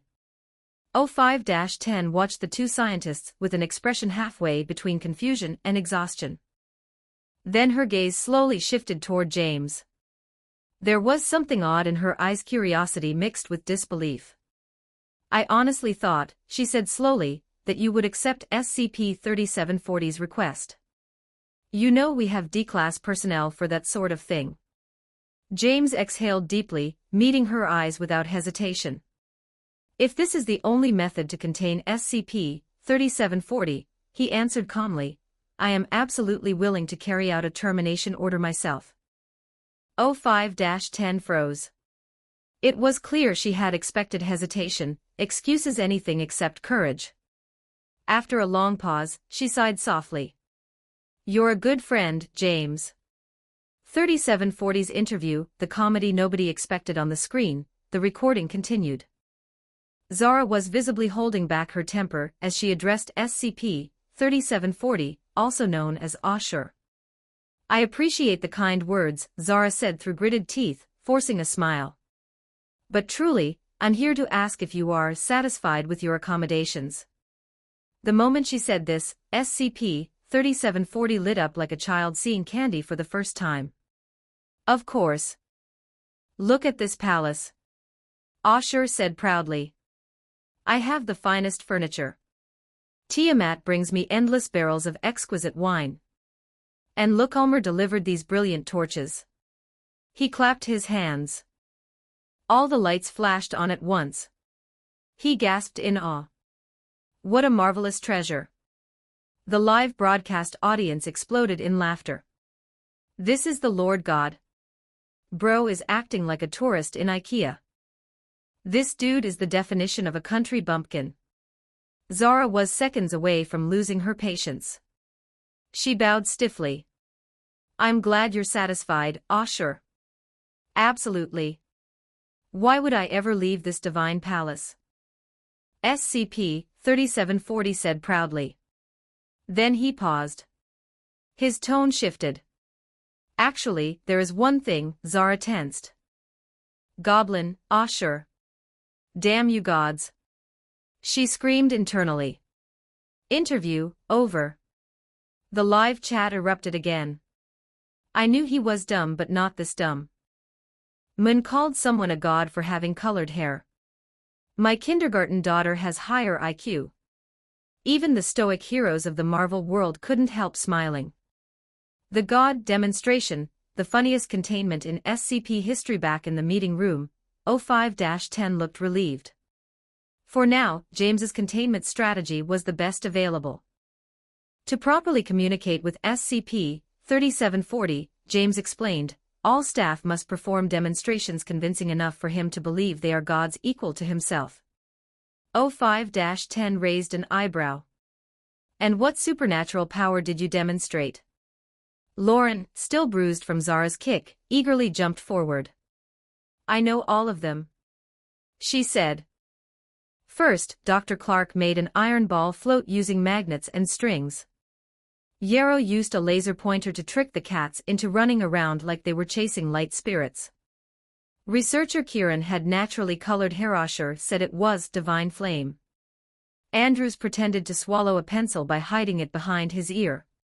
Lauren then winked dramatically. And of course, our Dr. James, the mighty god of Sheila, lord of turning on the lights. The live audience went silent for a second and then burst out laughing. This is what makes him worship you. Bro worships a light switch. My refrigerator turning on the light must be a god too.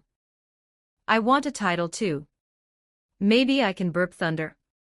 Celebration at Site 17, before the storm. 05-10 closed her notebook. Excellent work. SCP-3740 containment procedures are officially approved. Lauren and Zara threw their fists into the air. This is our first time containing a Keter-class object. Lauren shouted. This is going into every dinner story forever. Soon, the scene shifted. The three were sitting inside Site 17's cafeteria. Beers in hand. Energy high. Spirits alive. Glasses clashed. Foam spilled. Lauren chugged her drink. My first time on the Foundation's monthly achievement list. This is so damn cool. Zara snorted. Don't get cocky. Without James, you'd never be on any list. Lauren proudly clinked her glass against James's. That's why it's my luckiest day. James smiled faintly and drank with them.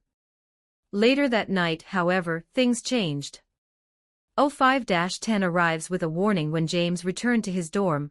05-10 was waiting outside the door, arms crossed, her expression serious.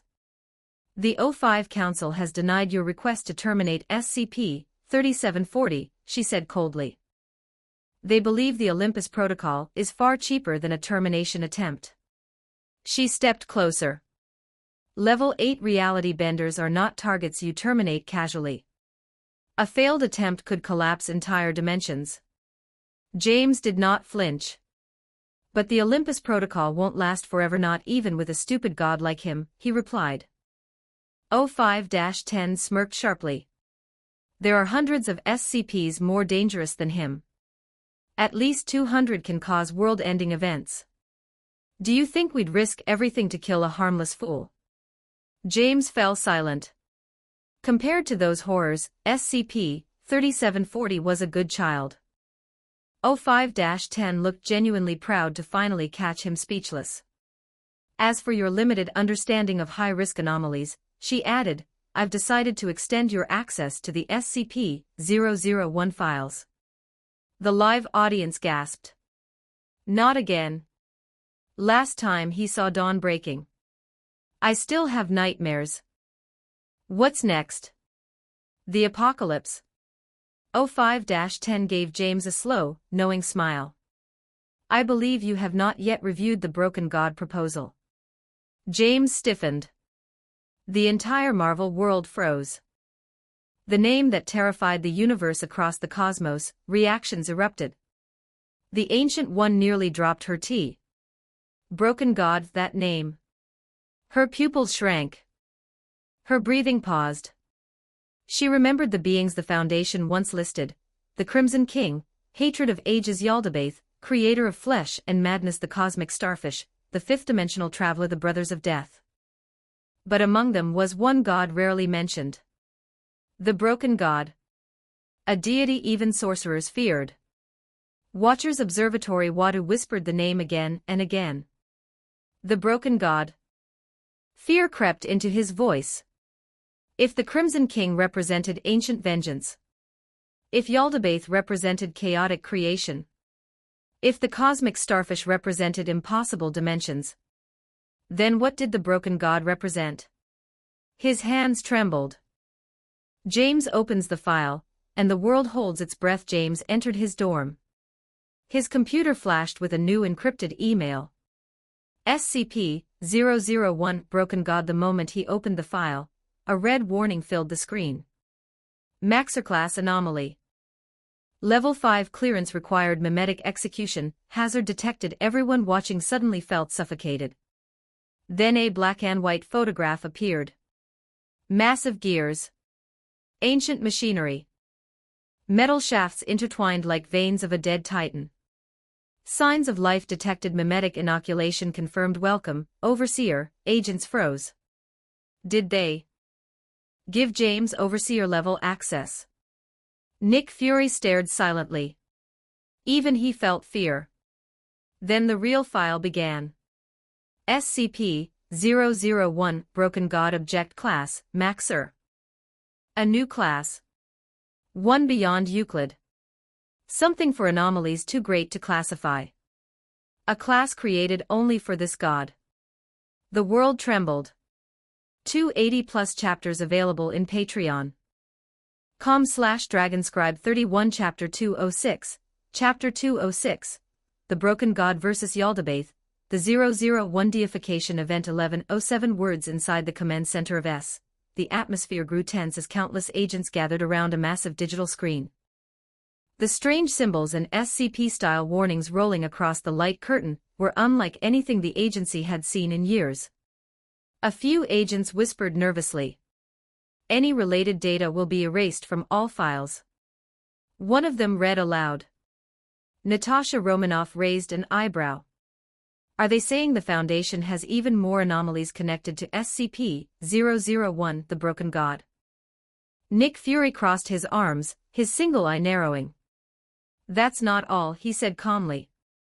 According to this, there's also a non-functioning core located underwater. Underwater. Fury's face darkened. His memories flashed to SCP-3000 lurking deep in the ocean, and the terrifying event the world called the Abyss of Chaos. Those incidents had nearly given him permanent deep-sea trauma. Seeing yet another anomaly tied to the ocean made him instinctively clench his jaw. As the screen refreshed, new text emerged. Inactive components of SCP-001 are expected to remain inactive. However, if SCP-001 were to spontaneously resuscitate, all active mobile task force units within the vicinity must be deployed immediately. If the event designated 001 apotheosis occurred in the modern world, current information suppression would be insufficient. 001 apotheosis is highly likely to trigger an SK-class, Broken Veil scenario, potentially followed by an XK-class, end-of-the-world scenario. The room fell silent. The viewers in the global broadcast room froze, then exploded into chaos. Wait to doomsday scenarios. Back to back. SCP-001 is insane. Is this really the Broken God? How powerful is it?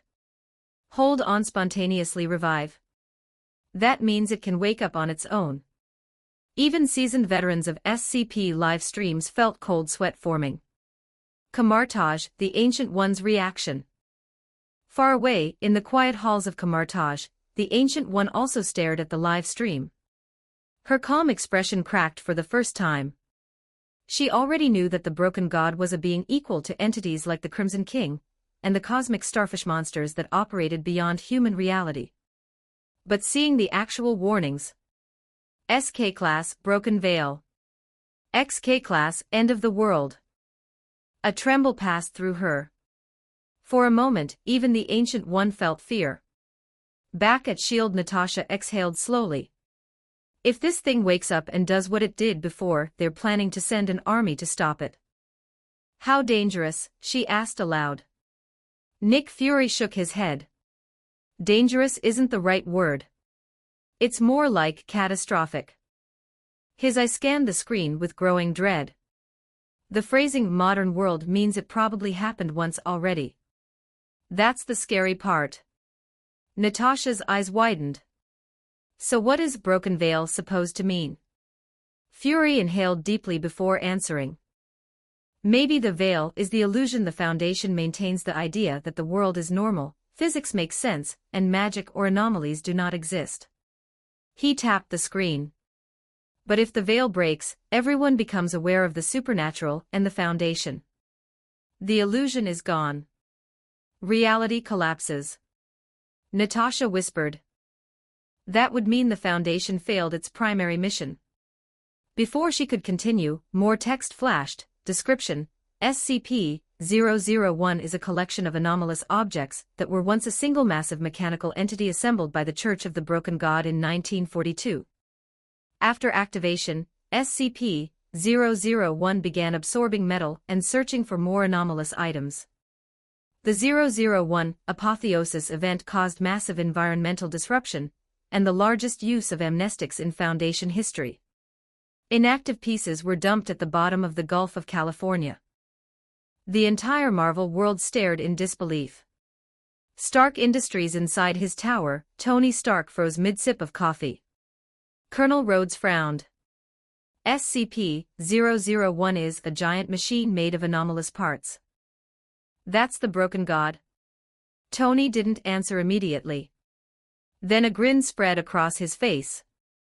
Machinery. Machines are the future.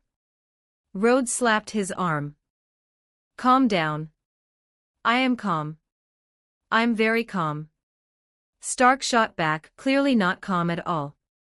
The Crimson King and the cosmic starfish had crushed Tony's confidence in science. But seeing a god made of machines reignited something inside him. Back to S.H.I.E.L.D., growing horror. Nick Fury swallowed hard. So SCP-001 truly did revive once. His voice trembled despite himself. And the Foundation had to wipe the memory of an entire country, the largest amnestic purge ever recorded. For the first time, Fury truly understood the terror of the broken god. More revelation at Kamartaj. The Ancient One's confusion deepened. SCP-001 was a mechanical god. Its pieces were anomalous even before assembly. And it was built by the Church of the Broken God. Before she could think further, another note appeared. The Church worships a perfect machine god named Mechane, who represents logic and order. They believe Mechane shattered himself to protect humanity from an evil god named Yaldabaoth. The Ancient One's breath caught. Yaldabaoth.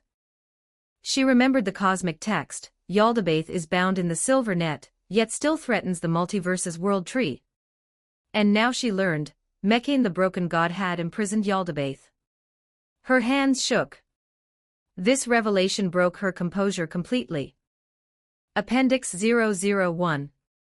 01, the pastor's testimony. The screen transitioned to a historical document, statement of Father Jorge Castillo, 1945. He described seeing a heart made of gears, pistons, and clockwork moving with no power source.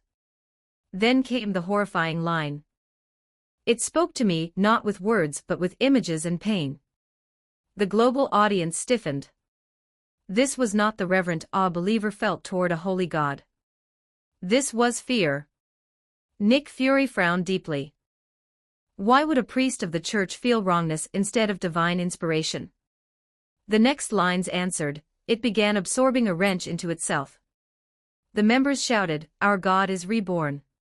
But I never saw them again. Ancient One's shocking realization. Her eyes widened as puzzle pieces clicked together. The terms impulsive, creature, instinctive, these were not words used to describe Mecane. They were words used to describe Yaldabaoth, the god of flesh, the god of instinct, the opposite of machinery and logic. A terrifying thought struck her: what if the broken god they rebuilt in 1942 was not truly Mecane? What if something else had fused with the mechanical parts? What if something else was trying to awaken through the machinery? What if the church, unknowingly, mixed Mecane's broken parts with Yaldabaoth's influence? The idea made even Ancient One step back in fear. Her mind trembled. Her heart pounded. Because if her hypothesis was right, then the world was standing on the edge of a cosmic disaster mankind could never escape. The chapter ended on this chilling realization. 280+ chapters available in patreon.com/dragonscribe 31 Chapter 207, Chapter 207, Selfic Corruption, The False Heart Awakens 1190 words. The next segment on the enormous light screen shifted abruptly, plunging the watching world into a deeper silence.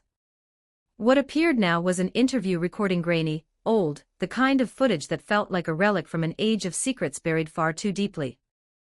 The visuals showed members of the FBI's Unusual Incidents Unit speaking stiffly before the camera, their eyes troubled by the memories they were being forced to recount. They mentioned many things, strange things, but the part that made the global audience tense was the name, the Horizon Initiative. One FBI agent described a bizarre encounter with a woman who had chains woven into her hair, an image so unnatural that even hardened agents felt their sanity strain. As the recording played, the agent's old memory resurfaced in her mind. The world dropped beneath my feet. Something clicked inside me, twin gears, once interlocked, now pulled apart. She paused, trembling as she described the sensation of her spine bending unnaturally, stretching like mechanical bone growth.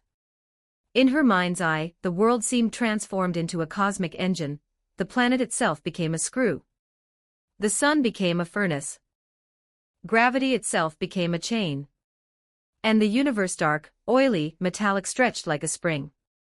The live stream audience felt a momentary, surreal charm. Gears turning, pistons pumping, clockwork meshing with galaxies, images of a universe where physics itself was machinery. Time became something wound up by invisible gears. Gravity felt like a piston pushing down reality. And then the tone shifted. A new interview appeared, one the SCP Foundation had once classified as dangerous knowledge. The man being interviewed was Father Dolores Randall, a former high priest of the Church of the Broken God, excommunicated long ago.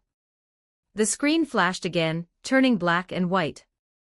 Two men sat across from each other, Randall in a white coat, and the interviewer in priestly clothing. Earlier, the interviewer said, "You mentioned the heart. Were you there when they found it?" Randall shook his head slowly. "I was overseas, Panama.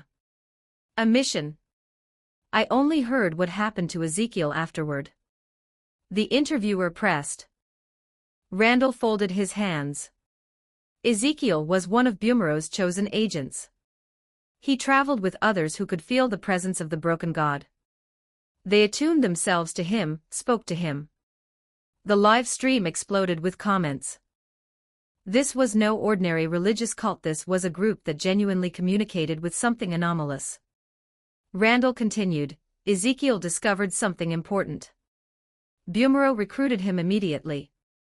They were the first to undergo transformation experiments. Most of them died. But Ezekiel, he didn't need transformation," Randall whispered. "He already knew how to talk to God. He simply could." The audience leaned forward. "What did Ezekiel do with the heart?" the interviewer asked. Randall sighed. "You heard Avery mention their stockpile of artifacts. Everything their agents touched, anything resonant with the divine, was shipped to La Paz. 99% was junk. But eventually, they expected to find the real piece." He continued describing refiners' anomalous ligaments, tendons, and mechanical flesh found near Nepal. They moved on their own but couldn't function together. The interviewer looked confused. So did half the world.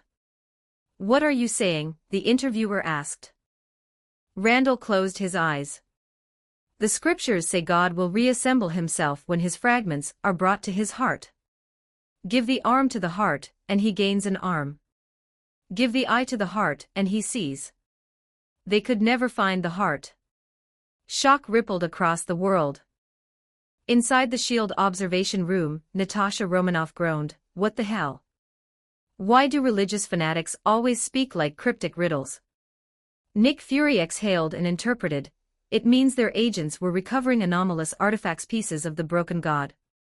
But without the core, the heart, they couldn't rebuild him." Someone whispered, "You're saying they were trying to reconstruct the broken god?" Nick Fury's single eye darkened. They believed God must be complete. Back on the screen dash, what role did Ezekiel play? The interviewer asked. Randall's answer was chilling. Ezekiel told Bumero that if they couldn't find the heart, they could make one. The audience gasped. Randall continued. Their resources were dying.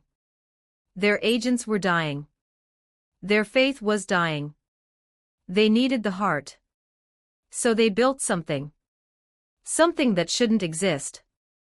And did they succeed? The interviewer asked. Randall shook his head. They lied to their congregation. They claimed God had given them his heart. The truth was far darker. He looked downward. There was a drought that year. A polio outbreak. Thousands died, recorded as natural deaths. Randall looked up again, eyes hollow. But I suspected the truth. They used everything, every anomalous fragment, every forbidden technique, every human sacrifice. He whispered, they built a heart. But it was not God's. Even Nick Fury froze. In the Stark Industries building, Tony Stark stiffened. They made a deal, Tony murmured. A desperate one. Before Rhodes could ask, Randall delivered the final blow. It wasn't the heart of God, Agent. It became something else entirely. The interview ended abruptly, leaving only horror in its wake. Then the screen shifted. A restored archival video began playing. Recovered footage, November 1942. A city from the last century ruined, shredded, destroyed. Houses collapsed. Asphalt torn apart. Metal and rubber dragged across the streets like something had eaten its way through civilization. Then a gigantic mechanical abomination devouring a truck. The live stream exploded into panic. What is that? Is that the heart? No, that's something else, something wrong. On the screen, a creature made of shifting gears, pistons, cables, and metal tendons tore through a neighborhood, eating everything: metallic cars, pipes, signs, rails, anything it could absorb. Tony Stark stared, breathless. Machinery, structure. This is a miracle of engineering. Rhodes snapped, Tony, that thing is not your god. At Kamartaj, the Ancient One watched the footage, her expression turning grave. She sensed no order, no divine purpose of the broken god. Instead, she sensed madness. Defilement. Selfic flesh corruption. On the screen, the creature stomped forward, each step shaking the earth, and began eating gutters and ripping metal from houses. Residents fled screaming. Shattered glass and twisted steel rained down. And then a blinding flash. A sweeping light. Humans vaporized instantly. The world went silent. Stark's awe died instantly. Fear replaced it. Nick Fury whispered, this isn't a god. This is a catastrophe wearing metal. Then the horror escalated. A portion of SCP-001's chassis detached, reshaped itself, wriggling like metal fused with flesh, becoming a 3-meter humanoid abomination. Light shone from its head, scanning civilians. Where it shone, people died. Then the creature began growing, a swollen sack on its back, absorbing human bodies. Its limbs retracted, ribs extended, and it climbed onto a rooftop like a grotesque metallic spider. Minutes later, crack. 3 new humanoids burst out of the sack. They were flesh twisted into metal patterns, corrupted, unnatural, wrong. The Marvel world fell into absolute silence. SCP-001 was not rebuilding itself into a god. It was infecting reality with selfic flesh. And the final truth settled over every soul watching. God must be complete, but what they built was never a god. It was a monster. 290+ chapters available in patreon.com/dragonscribe31 Chapter 208. Chapter 208. A country was wiped out by him. We can't possibly contain this thing. 1078 words. A country was wiped out by him. We can't possibly contain this thing. The footage continued to play, and the world watched in horrified silence.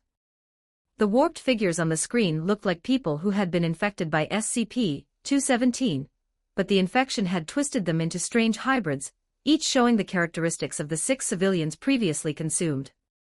One woman held a chain embedded directly into her skull, swinging the limp body of another unfortunate victim as if it were a toy. The third infected person, a man with fully clockwork arms, checked his own body carefully before suddenly leaping from a rooftop straight onto the concrete street.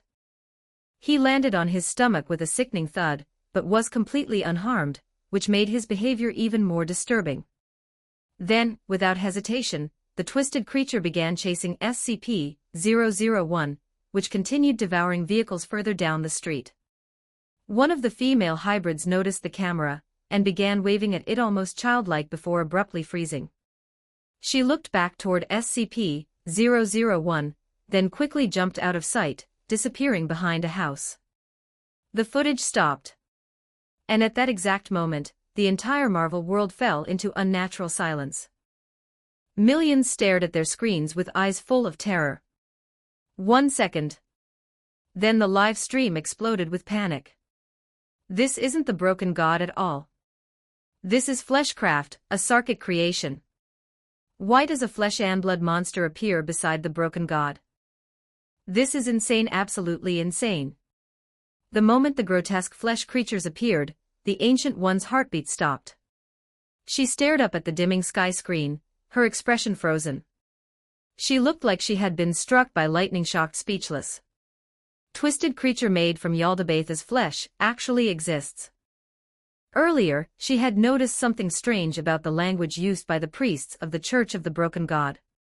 Their descriptions of SCP-001 didn't match the orderly, logical, mechanical deity the Church worshipped. Instead, their words resembled the violent, chaotic, flesh-warping god Yaldabaoth, ruler of the Sarkic cult. And now, after seeing these Sarkic-style abominations standing beside the so-called mechanical god, she finally understood. But she had only one question: why would the priests of the Church of the Broken God build the heart of their god and end up tainting it with the essence of Yaldabaoth? The observer dimension high above reality, the watcher Wadu felt fear for the first time in centuries. He stared at the screen without blinking, remembering the twisted limbs and writhing flesh he had seen earlier, each piece overflowing with Yaldabaoth's chaotic aura.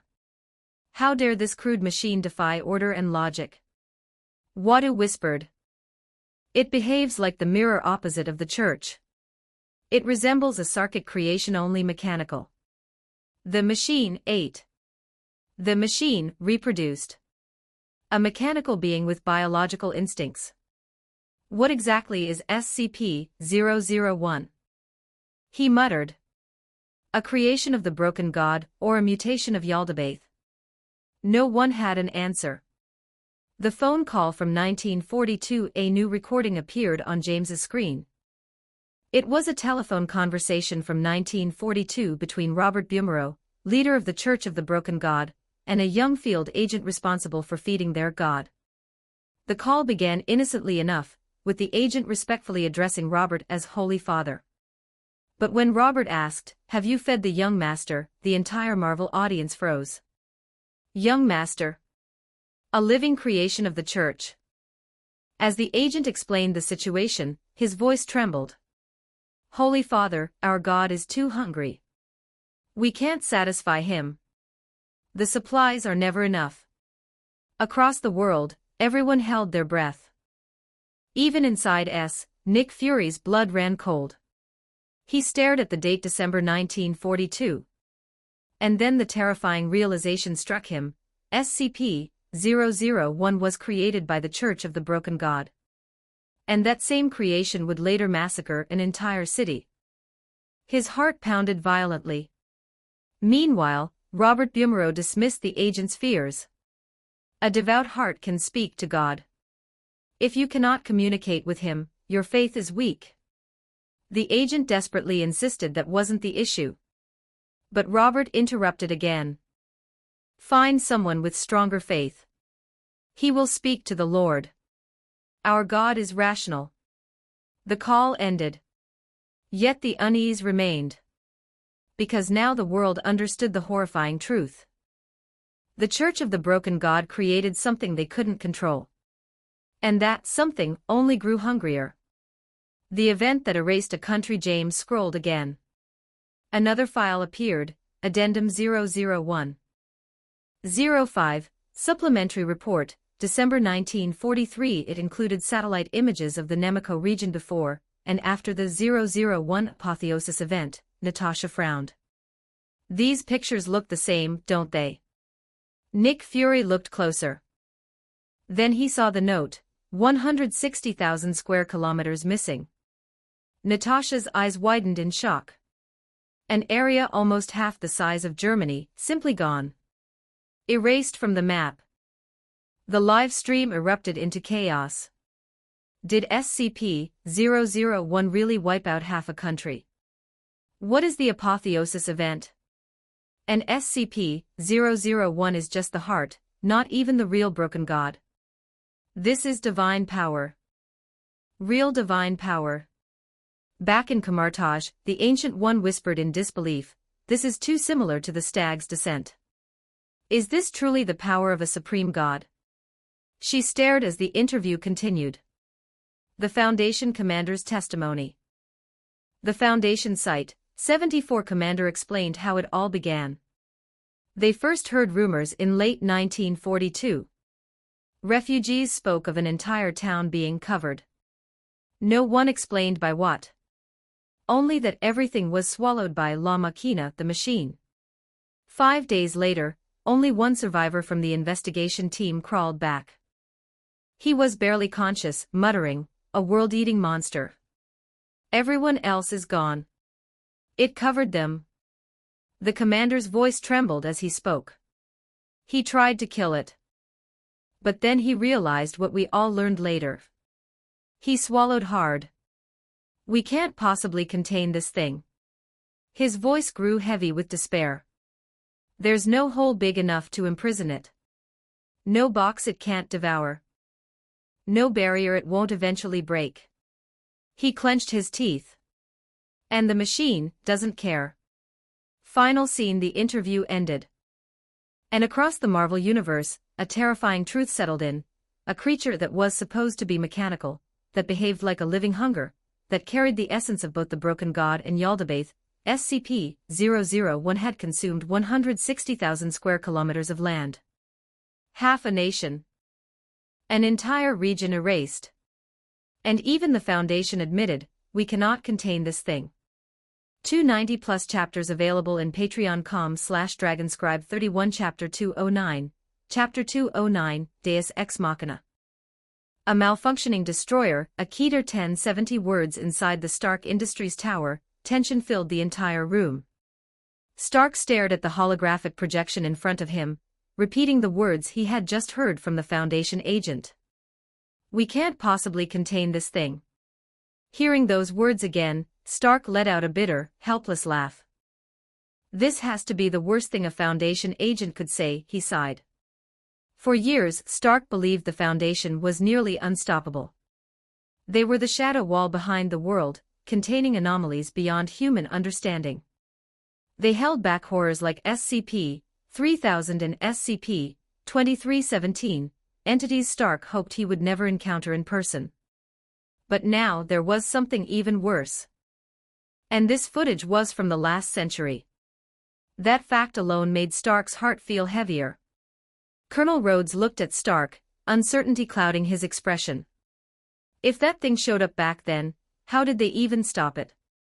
Both men exchanged uneasy looks and turned their eyes back to the massive floating screen. Another addendum appears. A new document slid into view. Addendum 001. 07, Interview with GOC Lieutenant Returner. Below the title was a damaged, blurry black and white photograph. The image showed what looked like a small mountainside village. And towering above the mountain, a monstrous figure the size of a god.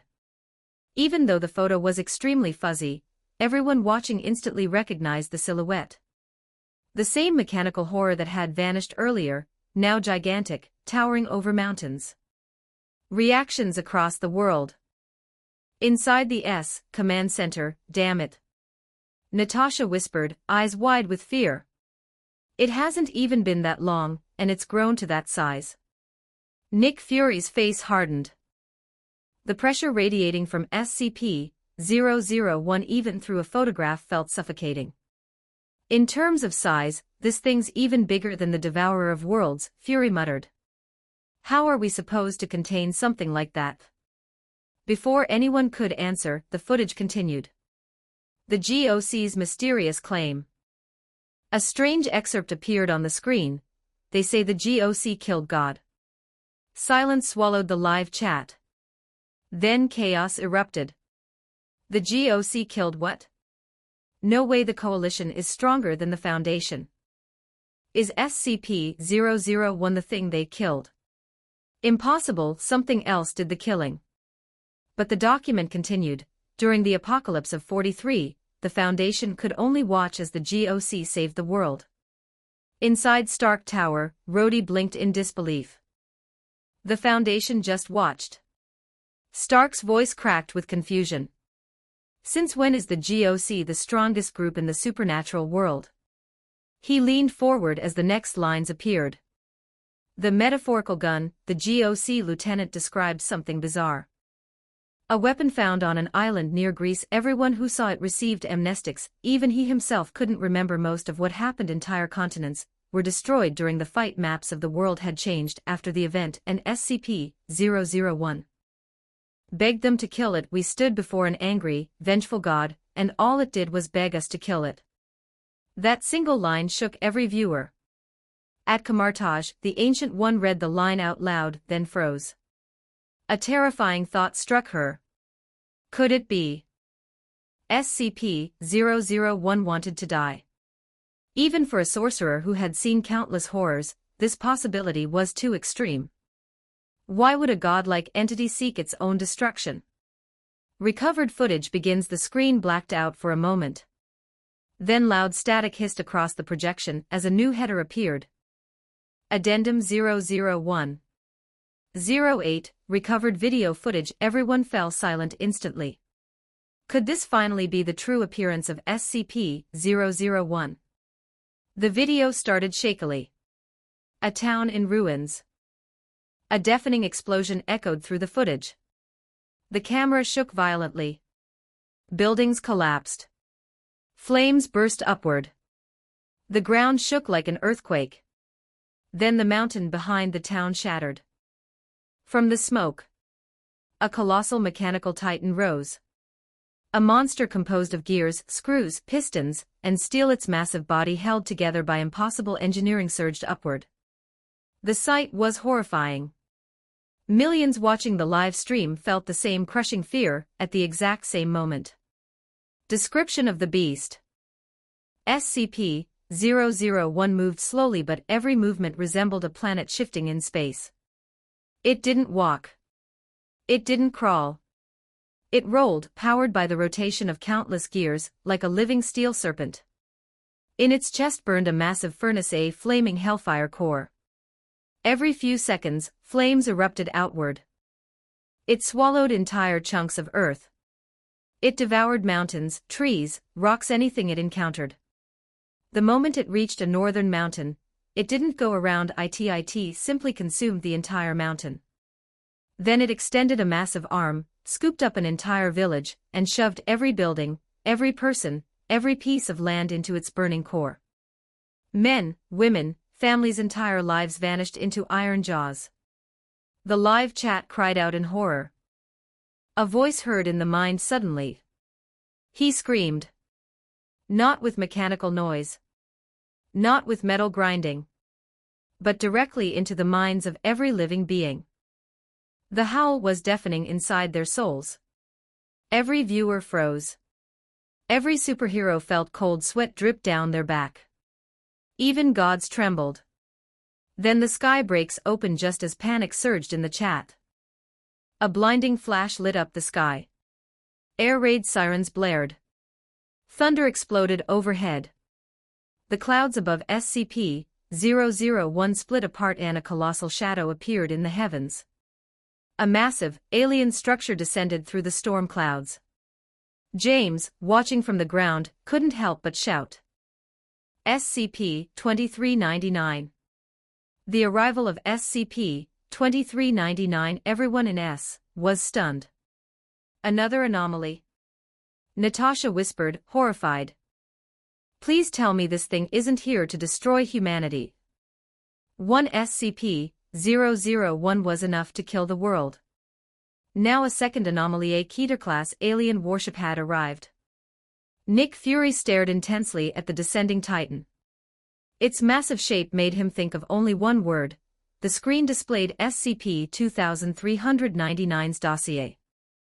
SCP-2399, the Destroyer in Fault Object Class, key to description, SCP-2399 is an alien warship that crashed on Jupiter in 1665. It has been slowly repairing itself for centuries. Its antimatter weapons are so powerful that their attacks created Jupiter's Great Red Spot. The world falls into silence, two cosmic-level SCP threats appearing in the same moment. Everyone watching felt the same thing. This was no longer a containment story. This was annihilation. And the worst part? This was footage from the past. Which meant something even worse was still coming. 290+ chapters available in patreon.com/dragonscribe31 Chapter 210, Chapter 210, Kill SCP. 1254 words inside the headquarters of S. The atmosphere was thick with shock. Nick Fury stood before the screen, repeating words he thought he would never hear in his lifetime. Alien warships positioned above Jupiter, firing a blast powerful enough to tear apart the Great Red Spot. With every new detail, the lines on his forehead deepened, and the disbelief in his eyes became impossible to hide. By the time he finished reviewing the report, he was completely stunned, his mind rattled by a mix of awe and dread. Even so, something didn't add up. SCP-2399 was known as a terrifying alien weapon, but why had it suddenly intervened on Earth's side? Fury felt a suspicion forming in his mind, one too bizarre to even say aloud. He forced himself to steady his breath and looked back at the screen. The projection shifted. In the video, Foundation mortar shells soared overhead and exploded across SCP-001's massive mechanical body. The blasts did nothing, not even a scratch. For a moment, everything was silent. Then SCP-001 froze. Slowly, he lifted his head. High above the atmosphere, the lower half of SCP-2399 began glowing bright blue, the air distorting violently around it. The light intensified until it swallowed the sun, a storm of smoke and heat twisting the skies. The massive weapon core began to flash, its bright blue turning into a brilliant orange-white. Everyone watching could feel the pressure through the screen. This was not an attack. It was judgment. When the Star Destroyer cannon fully charged, a deafening hum tore through the speakers, like some divine instrument being struck. And then a colossal beam of light shot down from orbit, ripping open the atmosphere as if it were paper. The beam vaporized air, Earth, and everything in its way. SCP-001 roared. His body twisted wildly as he tried to resist the beam, reaching upward as though he could grab SCP-2399 from the sky.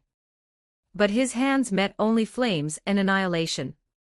The beam swallowed him whole. Then boom. The explosion shook the ground and the entire video feed trembled violently. Static filled the screen. Had SCP-001 been eliminated? Across the entire Marvel world, viewers watched silently, unable to even blink. Images of SCP-001's unstoppable body still lingered in their minds. But this single strike from SCP-2399, the Divine Machine, had shattered everything they thought was possible. The emotional impact was so overwhelming that the live chat exploded like a volcano. What? This is God-slaying firepower. This didn't pierce stars. This killed a god. This is the true might of the Foundation. Meanwhile in the command room, agents stood with wide eyes and open mouths. Nobody could believe what they just witnessed. Natasha Romanoff whispered, still frozen in place, one strike. Killing a god instantly. Even if SCP-001 wasn't the broken god, or the supreme deity of its mythos, it was undeniably a god-tier entity. Yet it had been destroyed in a single shot. Nick Fury could only mutter, so this is how SCP-001 was neutralized. He had once imagined dozens of scenarios, mass evacuations, temporal resets, dimensional seals. But never this another anomaly executing an instant kill. The biggest questions started forming in his mind. Why would SCP-2399 help? Was SCP-001 truly dead? Did the Foundation possess even more god-killing technology? But there was no one to give him answers. Stark Industries, reaction. Inside Stark Tower, Tony Stark slammed his palm on the table like an excited child. That's it. He yelled. Do you see that? That's the power of technology. His face flushed red with excitement. He pointed aggressively at Colonel Rhodes. Even if it's a god, we can take it down. That's what science can do. Rhodes groaned, rubbing his forehead. Calm down, Tony. SCP-2399 is alien tech, not yours. No, Stark insisted with wide eyes. This is where all technology eventually goes. I get it now. Armor upgrades won't change anything. We need more firepower. Absolute firepower. He slapped his thigh. I've decided. I'm building a quantum cannon. Rhodes opened his mouth, hesitated, then closed it again. Honestly, he agreed. If Stark could replicate even a fraction of SCP-2399's firepower, he could become one of the most dangerous beings on Earth. Kamartaj, the sorcerer's view. The Ancient One watched silently. The incredible beam still echoed through her mind. Such power. She whispered. This was not magic. Not mysticism. Not superpowers. It was pure technological advancement, a frontier humanity had ignored for too long. But alongside her awe came a creeping concern. If such technology ever fell into the hands of evil, even she might not be able to defend Earth. Only one comforting thought came to her. Thankfully, this weapon exists only in the Foundation's universe, and is under their control. James' reaction. The screen dimmed, and the face of James, usually calm and unreadable, appeared. But even he couldn't hide his shock. This is how SCP-001 was neutralized. He scrolled down as new text appeared. Foundation Records, Addendum 001. 09, Neutralization of SCP-001. The report described how a global occult coalition agent arrived in La Paz with a mysterious artifact believed capable of stopping SCP-001. The Foundation transported him with urgency. 3 days later, the agent carried the artifact directly toward SCP-001's location. On the morning of July 25, a massive mechanical construct appeared in the sky, almost certainly SCP-2399. The remaining records were incomplete, but the final result was clear: SCP-001 was destroyed. SCP-2399 disappeared. And later reappeared on Jupiter badly damaged. Natasha leaned closer to the screen. A giant mechanical construct, that has to be SCP-2399. Why is it written so vaguely? Fury answered calmly, because of the SK-class broken veil scenario. Confidentiality takes priority over everything. Even over truth. The Foundation's darkest secret. Then the next addendum appeared. The remains of SCP-001, thousands of gears, chains, and mechanical parts had fallen into the Gulf of California. When the Foundation removed SCP-882 from the wreckage, everything collapsed into inactivity. Then came the next entries. A massive amnestic operation was carried out. Codename, Lower California. Thick black smoke from SCP-001 allowed the Foundation to mask the event as a forest fire. Maps were redrawn. Civilians relocated. And then no fewer than 2 million people died over the next 10 years due to neural shifting amnestics. The Marvel world erupted. 2 million. This is insane. They killed millions just to hide it. Even Stark and Rhodes were stunned. Stark whispered, "Is this really worth it?" Rhodes stared at the report quietly. The Foundation does what it must, but even this feels monstrous. Agents were shaken. There was no good side here. SCP-001 was a disaster. But the Foundation's cover-up was another disaster layered on top. Fury ignored the outrage. His mind focused on one thought: so SCP-001 now refers to the remains of that god. The screen updated again. Addendum 001. 11 Agent Ruberson's testimony. A black and white photo appeared, piles of mechanical debris being loaded onto a ship.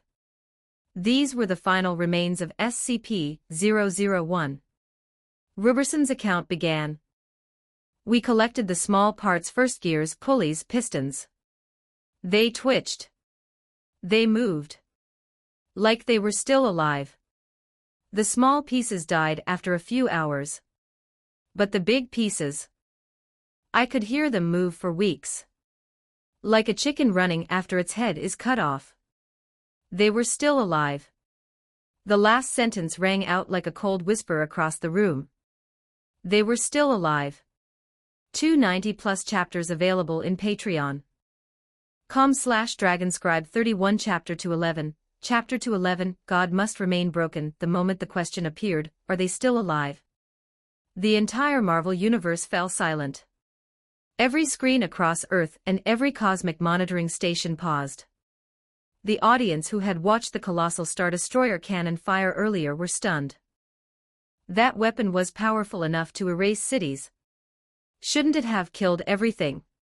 Inside Kamartaj, the Ancient One stared at the images with a complicated expression.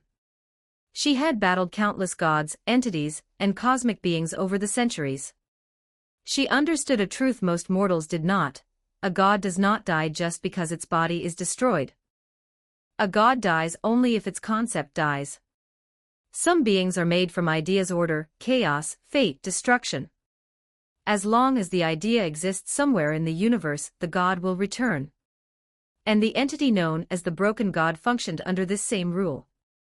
As long as order exists in the universe, the broken god can never truly die.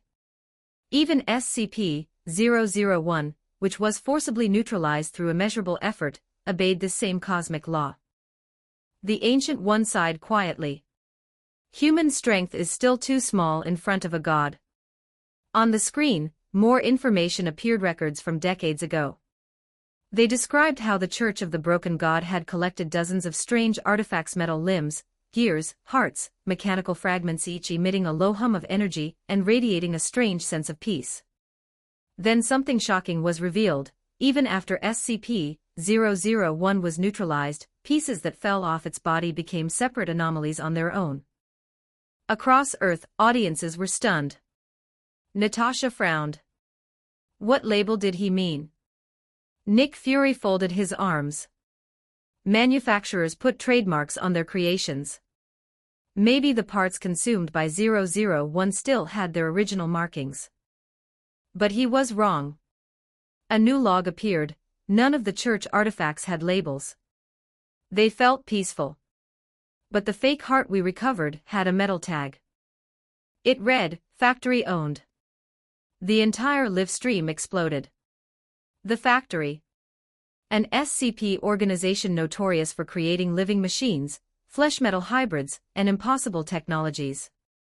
People quickly reached a terrifying possibility: the heart wasn't a piece of the broken god. It was a product of the factory. Inside the live stream chat, "Are you telling me the factory can create a god? If the heart belongs to the factory, did they manipulate the whole thing? This is terrifying." The final addendum began an interview conducted 60 years after the SCP-001 incident. A middle-aged man, claiming to be from an unknown branch of the Church of the Broken God, spoke.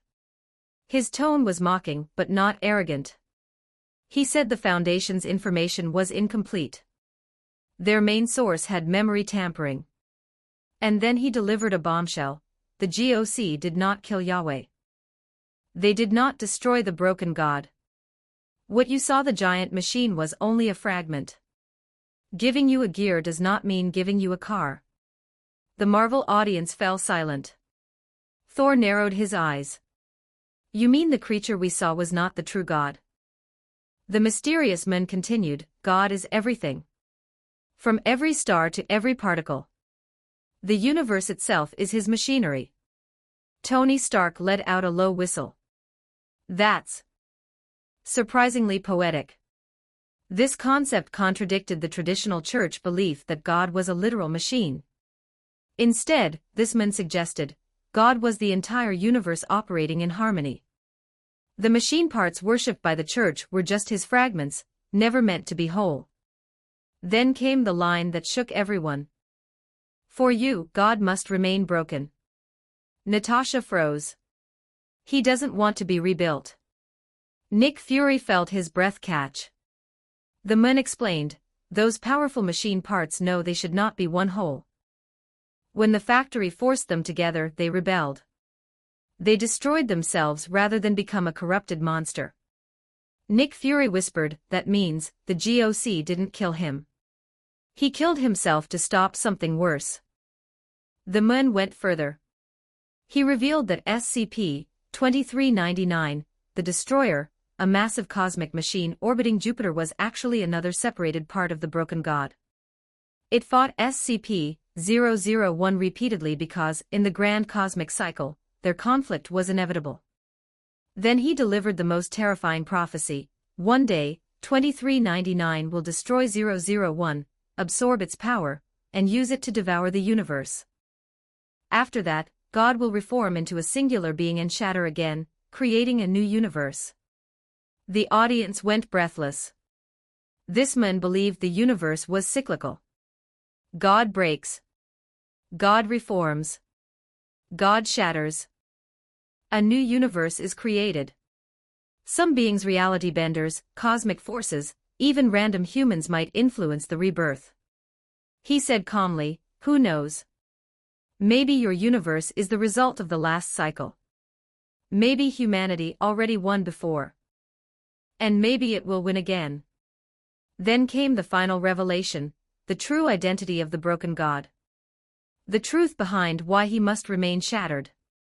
The reason the factory interfered. The reason 001 became corrupted. The purpose of 2399. The real cosmic cycle. And the live stream ended with that cliffhanger. Silence spread across every Marvel location: Avengers Tower, Wakanda, Kamartaj, Asgard, S.H.I.E.L.D. headquarters, the Guardian's ship. Because everyone understood the same thing: the broken god was not simply a machine. He was the universe itself, and the universe wanted to remain broken. 180+ chapters available in patreon.com/dragonscribe31. Chapter 212, Chapter 212, The Serpent Father of the First Empire. Solar Harbinger vs. Ebony Blade. 1018 words. The final sentence of the mysterious man faded from the screen. At the same moment, the last page of SCP-001, The Broken God, closed. His voice echoed faintly in the room, almost like the lingering hum of a machine cooling down after running at full power. Separated, we are broken. But united, we are God. Inside the command center, a silence settled in the room. Natasha Romanoff stared at the frozen screen, her expression unreadable. It wasn't admiration, nor fascination, it was something closer to quiet fear. She wasn't shaken because the broken god offered cooperation. It was because SCP-001 demonstrated a level of power she found genuinely unsettling. If this so-called eccentric mutant created by the Church of the Broken God could cause such destruction, Natasha could only imagine how terrifying the real Broken God must be. If he hadn't chosen self-destruction, even an orbital SCP like 2399 might have been powerless to stop him. Yet, what truly caught her attention wasn't his power, it was his mystery. How could the Supreme Machine God ever be broken? What exactly happened between him and Yaldabaoth, the Crimson Serpent Lord? And what kind of war results in two gods fighting to mutual ruin? But the file ended before answering anything. And those mysteries dissolved into the endless secrecy of the SCP Foundation. James stared at the blank search bar on his monitor. The file's ending had left him with too many questions. So he typed in one name, Broken God. The database loaded immediately. The Broken God, also known as Mechane, Machine God, Wan Fushi, Serpent Father. James blinked. Serpent Father. The chat exploded. The live audience watching his stream reacted instantly. What do you mean, Serpent Father? Isn't Yaldabaoth the serpent? Wait, are these titles symbolic or literal? No way a supreme god has this many identities. The description continued, supreme deity worshipped by the Church of the Broken God. Lord of machinery and logic. Weaver of order above the abyss. Architect of all physical laws. Taught humanity logic and rationality. Wields a mecha hammer in various depictions. Nearly omniscient, nearly omnipresent, spread across countless dimensions, yet broken. The stream fell silent. Then hold on. He created all physical laws. He's basically a mechanical version of the creator god. Teaching humans logic. So he's like the ultimate lawful neutral deity. Who could break something like that? Nick Fury squinted at the list of names. Machine God. Serpent Father. A pattern surfaced in his mind. If this is true, Fury muttered, then the one who imprisoned Yaldabaoth wasn't some ancient human empire, it was him. A chilling possibility settled over him. What if the war between the Machine God and the Serpent God never truly ended? What if both sides were still bleeding into the modern world through SCP anomalies? Before Fury could continue, Natasha interrupted, Director, these two words keep appearing, Sons of the Night and First Empire. What exactly are they? Fury inhaled sharply. He had theories, but before he could answer, James clicked on the term. The screen opened not to a history page, but to a cluster of SCP files. Many more. Even James was stunned. The First Empire, once believed to be only an ancient mythical kingdom, clearly had deep ties to anomalous history. He hesitated for a moment, then clicked SCP-1428. The screen displayed, project name, Solar Harbinger item hashtag, SCP-1428 object class, Kita. The chat exploded. Another Kita. What is wrong with that empire? Everything from there is lethal. Chaos Abyss, Tautai, Children of the Serpent, all Kita. And now Solar Harbinger. Seriously? Natasha frowned. The containment difficulty level is insane. How did an ancient civilization deal with these things? Nick Fury's face darkened. The file continued. SCP-1428-1 is contained in a tungsten cage inside a specialized incineration chamber. The chamber walls consist of fireproof concrete, lead plates, and high-grade reinforced concrete. The entity is incinerated 3 times daily at 400 degrees Celsius. Direct contact is strictly forbidden. Maintenance must be performed with remote robots. The audience collectively exhaled. It felt comforting, familiar like classic SCP procedures in contrast to the overpowering cosmic horrors James had been reading for weeks. But the relief vanished when the next pages loaded. SCP-1428-1 resembles a three-legged crow-like creature. It does not eat, sleep, breathe, age, or react to heat or radiation. Tony Stark paused mid-sip. Unless it explodes like a nuke, this classification makes no. He stopped. James scrolled down. Stark froze. SCP-1428-1 has three forms: inert passive, active passive state, emits variable gamma radiation up to 150 W/m2. Photon energy fluctuates between 1 to 1. Active state, generates plasma and heat equal to the solar corona. Releases gamma-ray bursts with recorded intensity up to 340 W/m2 and 3 by 1020 MeV. Thermal effects last only moments but cause catastrophic destruction. The room turned ice cold. Stark slowly lowered his drink. That explains the key to. Colonel Rhodes muttered. It's literally a miniature sun, an expert physicist suddenly shouted. Are you kidding me? This thing is a walking nuclear disaster. He pointed wildly at the data. Passive state alone emits radiation levels that outclass almost every known radioactive source on Earth. And the active state, good God, it is a small sun. Agents stared in stunned silence. James scrolled again. Additional hazards. During active state, SCP-1428-1 emits auroral bands identical to solar phenomena. These induce a compulsive effect, drawing all humans toward the light. Once influenced, subjects cannot be stopped by force and ignore all outside stimuli. Auroras persist for a full day even after the activation ends. Nick Fury clenched his jaw. Mind control aura. Nuclear radiation. Solar plasma. This is no simple creature.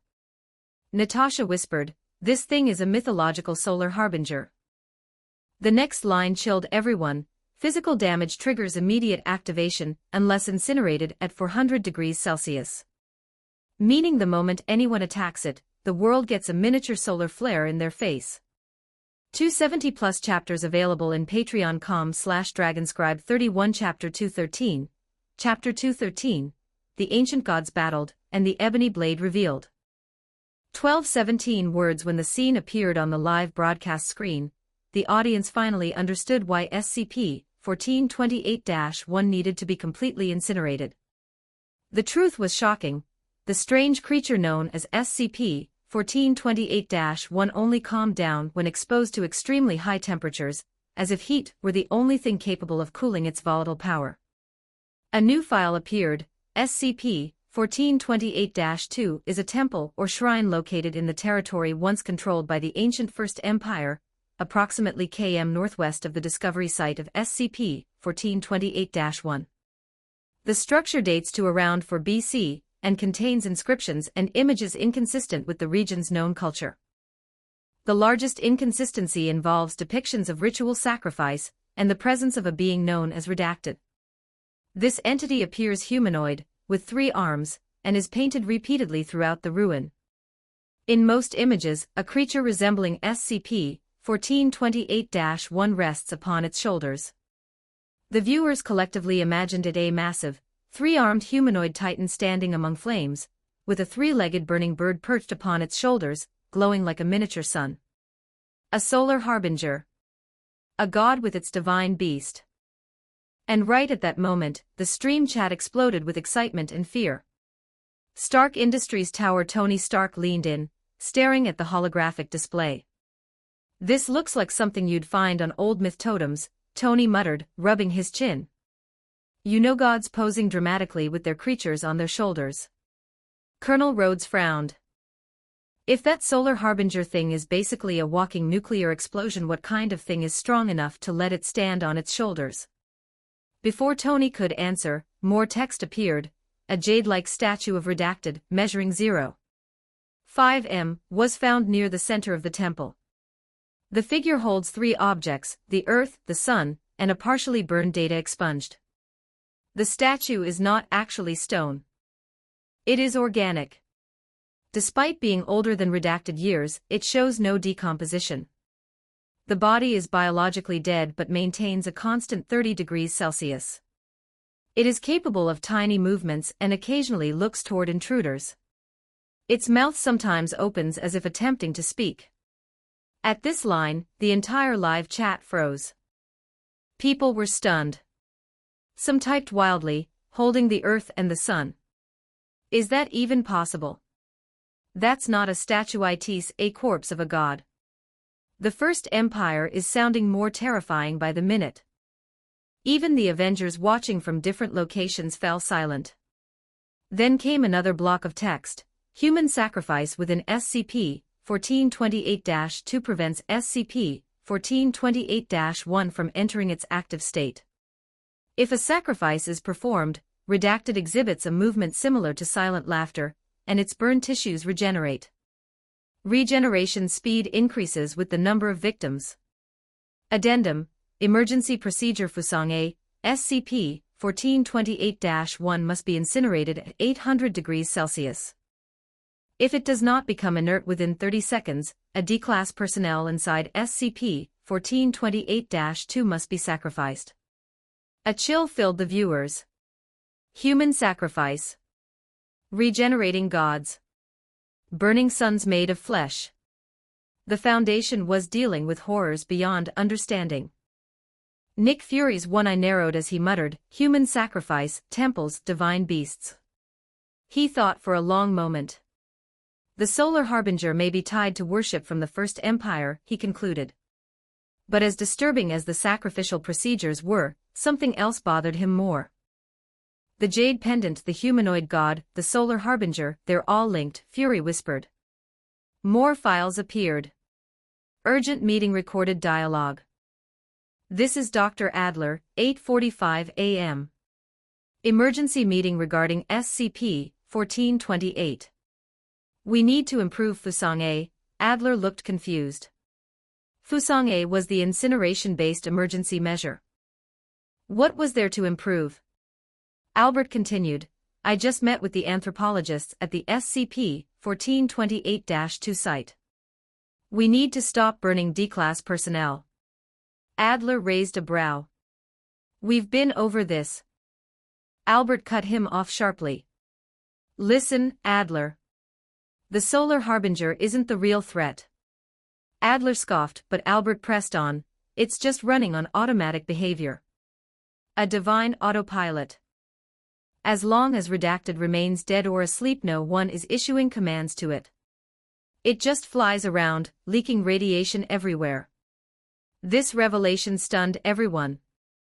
The Solar Harbinger wasn't acting on purpose. It was obeying no one. Its master redacted was no longer conscious. Nick Fury's mind flashed back to the images. The god and his divine beast. If the humanoid corpse in the temple was the master, then who or what had once commanded the burning Solar Harbinger? Albert continued. When we conduct sacrifices, the Harbinger interprets them as part of the ancient ritual. That's why it doesn't activate. But regenerating its master has consequences. Once revived enough, it will attempt to reconnect with the sun, the origin of the Solar Harbinger and the current location of redacted. The chat exploded. The sun? The Solar Harbinger came from the sun. Is its master on the sun right now? This is cosmic-level insanity. Tony Stark nearly choked on his drink. The sun? How the hell do you survive on the surface of the sun? Rhodes groaned. Tony, what kind of gods were walking around on Earth back then? Adler asked quietly, if it contacts the sun, what message does it send? Albert's face had gone pale. We could only translate one word from the eroded carvings. What word? Albert whispered. The recording ended abruptly. The audience was left speechless. The implications were terrifying. The Solar Harbinger had a master. That master once stood on the sun. And the message carved into ancient stone was a single word. What did that mean? Did the sun breathe? Did the master breathe fire? Was it a signal? A command? No one knew. The First Empire's secrets references to the ancient First Empire filled the chat.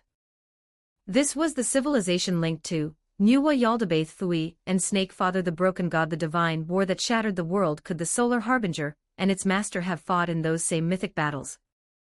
Did the ebony blade appear in that era? James on screen suspected the same. Without hesitation, he opened a new file, SCP-2481 Project, Shooting the Sun Object Class. Euclid. People relaxed slightly until they saw the next lines. Personnel entering SCP-2481 must be descendants of the First Empire. Communication with SCP-2481-3 must be maintained through writing to preserve its mental state. Avoid mentioning events after the First Empire's fall. Learning the truth about SCP-2481-1 and SCP-2481-2 is top priority. Natasha raised an eyebrow. Descendants of the First Empire. Are they saying some people today carry that bloodline? Nick Fury folded his arms. No, what this means is that the First Empire wasn't mythology. It was real. And their descendants survived into the modern world. His eyes locked onto the description of SCP-2481-3. A living relic from the First Empire. A survivor. Someone who lived in the Age of Gods. If they could talk to him, they might uncover what truly happened in the First Empire, why Yaldabaoth was imprisoned, how the broken god was shattered. The origin of the Solar Harbinger. The screen displayed the final note. SCP-2481 is a spherical space, 50 meters in diameter, found beneath the ruins of an archaeological site dated to the First Empire's successor. Temperature remains exactly 35 degrees Celsius regardless of environment. 270+ chapters available in patreon.com/dragonscribe31. Chapter 214. Chapter 214. The Ebony Blade slays the Solar Harbinger, and the First Empire destroys countless gods. 1125 words inside the Foundation records. An ancient anomaly was presented. SCP-2481-1, a massive bronze structure located deep within SCP-2481 itself. The files showed a cube-shaped building held up by four bronze pillars, estimated to have existed around 1800 BC, long before any known advanced civilization. What shocked everyone most was not its age, but the line written in the archives. The building appears to have been neatly cut off at the border of SCP-2481. Tony Stark blinked at the screen. Hold on, cut off neatly. With what? A giant ancient laser saw. Colonel Rhodes frowned. Why is that weird? Stark stared at him. Rhodey, what technology existed thousands of years ago that could slice a bronze structure smoothly? We can barely do that today. Rhodes fell silent. It was true thermal cutting, pressure cutting, lasers, they were all modern inventions. Yet this building was from 1800 BC. More of the report appeared. Parts of SCP-2481-1 resembled circuit boards but heavily damaged. Based on patterns and internal layout, Foundation scientists believed the entire bronze building was actually an octal computing device, an ancient supercomputer made of metal. The next item. SCP-2481-2, a long beryllium bronze device with a pointed tip, 33 meters long. Scientists suspected it was once attached to the bronze structure. Though fire barely damaged it, the object had been shattered by heavy blunt force, breaking it into dozens of fragments. Attempts to move the larger pieces caused SCP-2481 to violently destabilize, so researchers only studied small fragments. Those fragments revealed something shocking. Its internal working principle resembled a censored, classified Foundation technology. Meaning, SCP-2481-2 was designed to perform a function too dangerous to reveal. Finally, the Foundation concluded, SCP-2481-2 was the core of the entire anomaly. The live stream audience went silent for several seconds before exploding into chaos. What do you mean the ancient First Empire had circuit boards? Is this sci-fi or history? They had electronics in 2000 BC, the reaction was the same. Agents were slack-jawed. The First Empire was usually described as primitive, no advanced metalwork, no machines, no electricity. Yet now they learned, the First Empire had high-tech bronze machinery thousands of years before modern civilization even existed. Natasha muttered, "This is insane." Nick Fury's one eye narrowed. Bronze circuit boards. Computing systems. Giant bronze mechanisms. It didn't match anything in Earth's known history. Then someone else understood, Kamartaj. The Ancient One stared at the screen. Broken God. James had previously researched that ancient civilizations including the First Empire had encountered remnants of the broken God. It meant one thing. Their technology came from a deity that predated humanity. More information appeared. A mutated entity SCP-2481-3 was described next. A humanoid creature with reptilian traits, the head resembled a coral snake. The upper body still looked human. One arm was humanoid, but the other was scaled and clawed. The lower body had fused into a snake-like tail. The audience was shocked. This creature could communicate by writing, yet it wasn't human anymore. It had suffered horrific burn injuries. Entire left side missing, left arm gone, part of throat, face, and internal organs missing, wounds extremely hot, but not spreading. Despite this, the creature remained alive and aware. Stark frowned. Burns, if this happened during the same period as SCP-1428, the Solar Harbinger. Was it burned by the Solar Harbinger? The possibility made the hair on his arms rise. Message from the past. SCP-2481-3 used a writing system similar to early ancient scripts but far more advanced. After months of study, linguists translated its words. It claimed to be a scholar official from the First Empire, under the rule of a tyrant king, sent on a mission to eliminate a hostile divine being. It failed.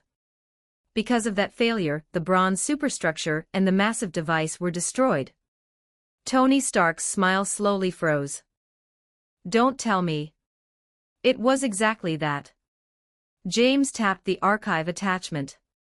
Ancient text appeared along with translations. My name is E. I wielded the ebony blade to resist the Solar Harbinger, the Sun God. The live stream went dead silent. Then chaos erupted. He was the official in charge of fighting a sun god. The Solar Harbinger is literally a god of fire. No wonder he's burnt like that. What is this ebony blade? A weapon that kills gods. The First Empire had a divine killing sword. Stark whispered, stunned, I was right, the Solar Harbinger burned him. But what shocked him deeper was this: the First Empire had technology and weapons strong enough to battle a god. Kamartaj's reaction. The Ancient One trembled slightly. She had met many fire-powered gods, but gods were not beings mortals could fight. But if the records were true, the First Empire fought 10 Solar Harbingers at once. The power of such a civilization was beyond anything she expected. The 10 Solar Harbingers. More translated text appeared. 10 Solar Harbingers appeared simultaneously. One launched a devastating firestorm onto a sacred platform. The operator failed to defeat it and became trapped. Later, outsiders attempted to tamper with the area. The ebony blade, although damaged, still emitted divine killing power, scaring them away long enough for the site to be buried. Silence fell again. Natasha blinked rapidly. 10 Solar Harbingers. Nick Fury felt his mouth go dry. Even one Solar Harbinger was classified as Keter-level apocalyptic in nature. 10 appearing at once should have ended the world. But somehow, the First Empire survived. The agent stared at the words ebony blade like it was some forbidden miracle. Nick Fury muttered, could this weapon have stopped the Solar Harbingers? But when the next message appeared, everyone's blood froze. The ebony blade killed 9 gods and then broke. The final recorded lines were devastating. The ebony blade I carried held the power to kill gods. I never expected 9 solar harbingers to fall by my hand. But the death of 9 gods shook heaven and earth, allowing the last one to escape. The platform collapsed, the ebony blade shattered, and I alone survived. I have failed my king. The Marvel world reacts. Everyone watching Camartage, Stark Industries, civilians fell into stunned silence. A mortal, using an ancient divine slaying weapon, killed 9 gods in one battle. The final god destroyed the weapon, the structure, and nearly killed its wielder. Stark whispered, an ancient empire killed 9 gods with technology and a blade. Nick Fury stared at the screen, unable to speak. The Ancient One closed her eyes. Because this meant something horrifying. The First Empire had fought and beaten divine beings long before modern humans had even learned to forge iron. And the ebony blade, a weapon capable of killing gods, originated thousands of years before even Asgard's weapons. 270+ chapters available in patreon.com/dragonscribe31. Don't forget to like and subscribe to Novels Wonderland.